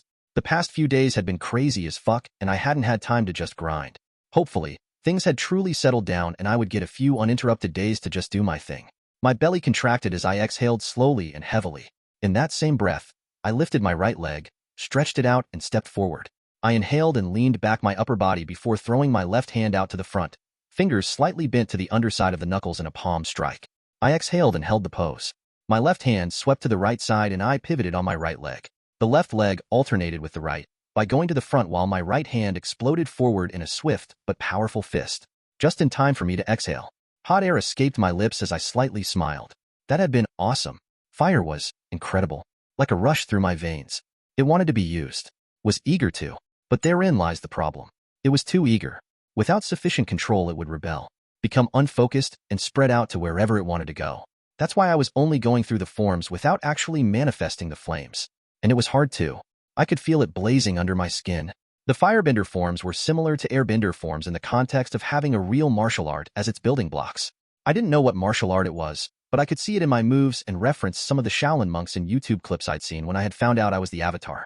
Unfortunately, the only copy of martial arts I'd gotten from Red Tornado was Baguazhang, which was closely related to airbending, and it felt like too much of a hassle to go and start looking for firebending's related martial art just to add more movesets to the bending. Movesets that I would abandon as soon as I achieved master level. So I kept up the practice, trying to understand the flow of breath as I danced, trying to understand what fire was. The firebenders in the show had traded spiritual synchronization with the element for power and brutality. They had downgraded this art from a beautiful expression of one's being to a tool used to destroy. But fire was much more. I spent a week doing nothing but the moves and forms. By the third day, I could even feel I had a spectator. Due to my connection with the elemental dimension, I sensed a small dragon watching me while hiding behind a few rocks, studying me in curiosity. That didn't stop me, however. I kept dancing, my body becoming familiar with the moves. I danced until the oppressive heat of the dimension became comforting. I danced until the air above my skin heated up, becoming blurred and forming mirages. At the end of the week, I finally understood it. I finally understood the reason I danced. I finally had the answer. Fire is life. Those profound words hit me with the force of a 12-wheeler truck. I jumped and spinned in the air. My hands sprayed out to the sides while my feet were aimed at the ground, and then I breathed out. Huge plumes of orange fire escaped all four of my limbs. Stronger flames than I had ever made before. I understood a little more about control now. No more outbursts of flames as I tried to regulate the flame's power. There was a strain as I fed more breath, more power into the pillars of flame coming out of my hands and feet though. Although I understood more about the beast of an element that fire is, channeling that much power through my muscles was steadily becoming more and more painful. For reference, the pillars grew to 50 meters long, while fanning out. The smallest width was 10 meters at the base of where the element escaped my hands, and over 30 meters at its end. It was exhilarating, invigorating, painful, and oh so beautiful. The never-ending stream of flames escaping out of my hands became too much when the ground below started heating up and melting into lava. I took a deep breath and pulled back the energy, deprived the life aiming to fly away and escape into the air. My feet touched the ground far away from the crater full of lava where I had stood before. I blinked once then twice in disbelief. I was back to my senses. I looked at my hands in wonder and then at the crater, where boiling hot smoke rose up into the air from the red-hot liquid down below. That was so much destruction, and only in the span of a few seconds. My progress with firebending was faster than airbending, I obversed. The only explanation I had for that was that I now knew the trick on how to go about bending any of the elements. Understanding them being key, first and foremost, then building up my control by not forcing the element to work for me but instead with me. Fire was different though. Control was much more needed than with any other element, yet not that recommended. I know, confusing. And that is because the purpose of life is to live. Ergo fire is alive. Stone cannot move without an earthbender due to its stubbornness. Air cannot be directed without an airbender because of its freedom, and water cannot be contained in one shape without a waterbender because its whole deal is being non-uniform, sporadic, or in simpler terms, uneven. Fire, on the other hand, could grow and spread even without a firebender. The duality comes into play, where control is both emphasized yet not. You can't really control something alive. It has its own existence. Imposing on that can have adverse effects. Any more conjectures would have to be observed in a spar. A bright smile lit up my face. Oh, I had been waiting for this for a long time. I was just about to press on the tab to purchase a firebender soldier as a sparring partner when my belly loudly protested. That's when I realized I had gone a week without food or water. I looked down at myself and marveled at how shredded I looked. I also couldn't help but notice that, although I was hungry, I felt like I could go on without food for an even longer while. Was this a consequence of my powerful physique, or was my theory about fire being life more than just a philosophical ideal to strengthen my understanding of the element? In any case, I resolved to first get something to eat before doing anything else. I spared a look at a few huge rock formations that had luckily escaped destruction and waved my hand at the red dragon youngling watching me while hidden. The small dragon ducked and I found myself chuckling as I teleported out and into sanctuary. Where's my Grango? Hall of Justice. The team were all gathered in the library section of the Hall of Justice, waiting for the sudden brief they'd been called in for. Artemis hadn't seen much of the others over the past few days after the destruction of Mount Justice and Aden's disappearance. While he was on a table tennis playing by himself, she had no idea how he'd gotten one into the Hall of Justice. Calder and Superboy were off to the corner speaking in Boy Wonder. She looked around and found him poring over the Hall of Justice's computer for hidden files. He'd been acting different these past few days, distant and distracted even more than everyone else. The only one missing was Mgan, and being her ever-excitable self, Artemis figured she was off somewhere, exploring the Hall of Justice. Luckily, today the hall was closed in lieu of some important renovations being carried out. Or at least that was the excuse given to the public. Still, the past week's circumstances were not ideal for team cohesion. She still didn't know what to think of that whole situation. Hurt? Sure. Disappointed? Sure. Betrayed? Sure, but that was as long as she understood that they were also to blame. Hey Artie, how was your week? Gan flew down closer to her where she was sitting down on the couch, trying to catch up on homework. Surprise, surprise, being out every night to fight crime had an adverse effect to her school assignments. Who knew? She looked up at the Martian girl and raised an eyebrow at the nickname. Artie?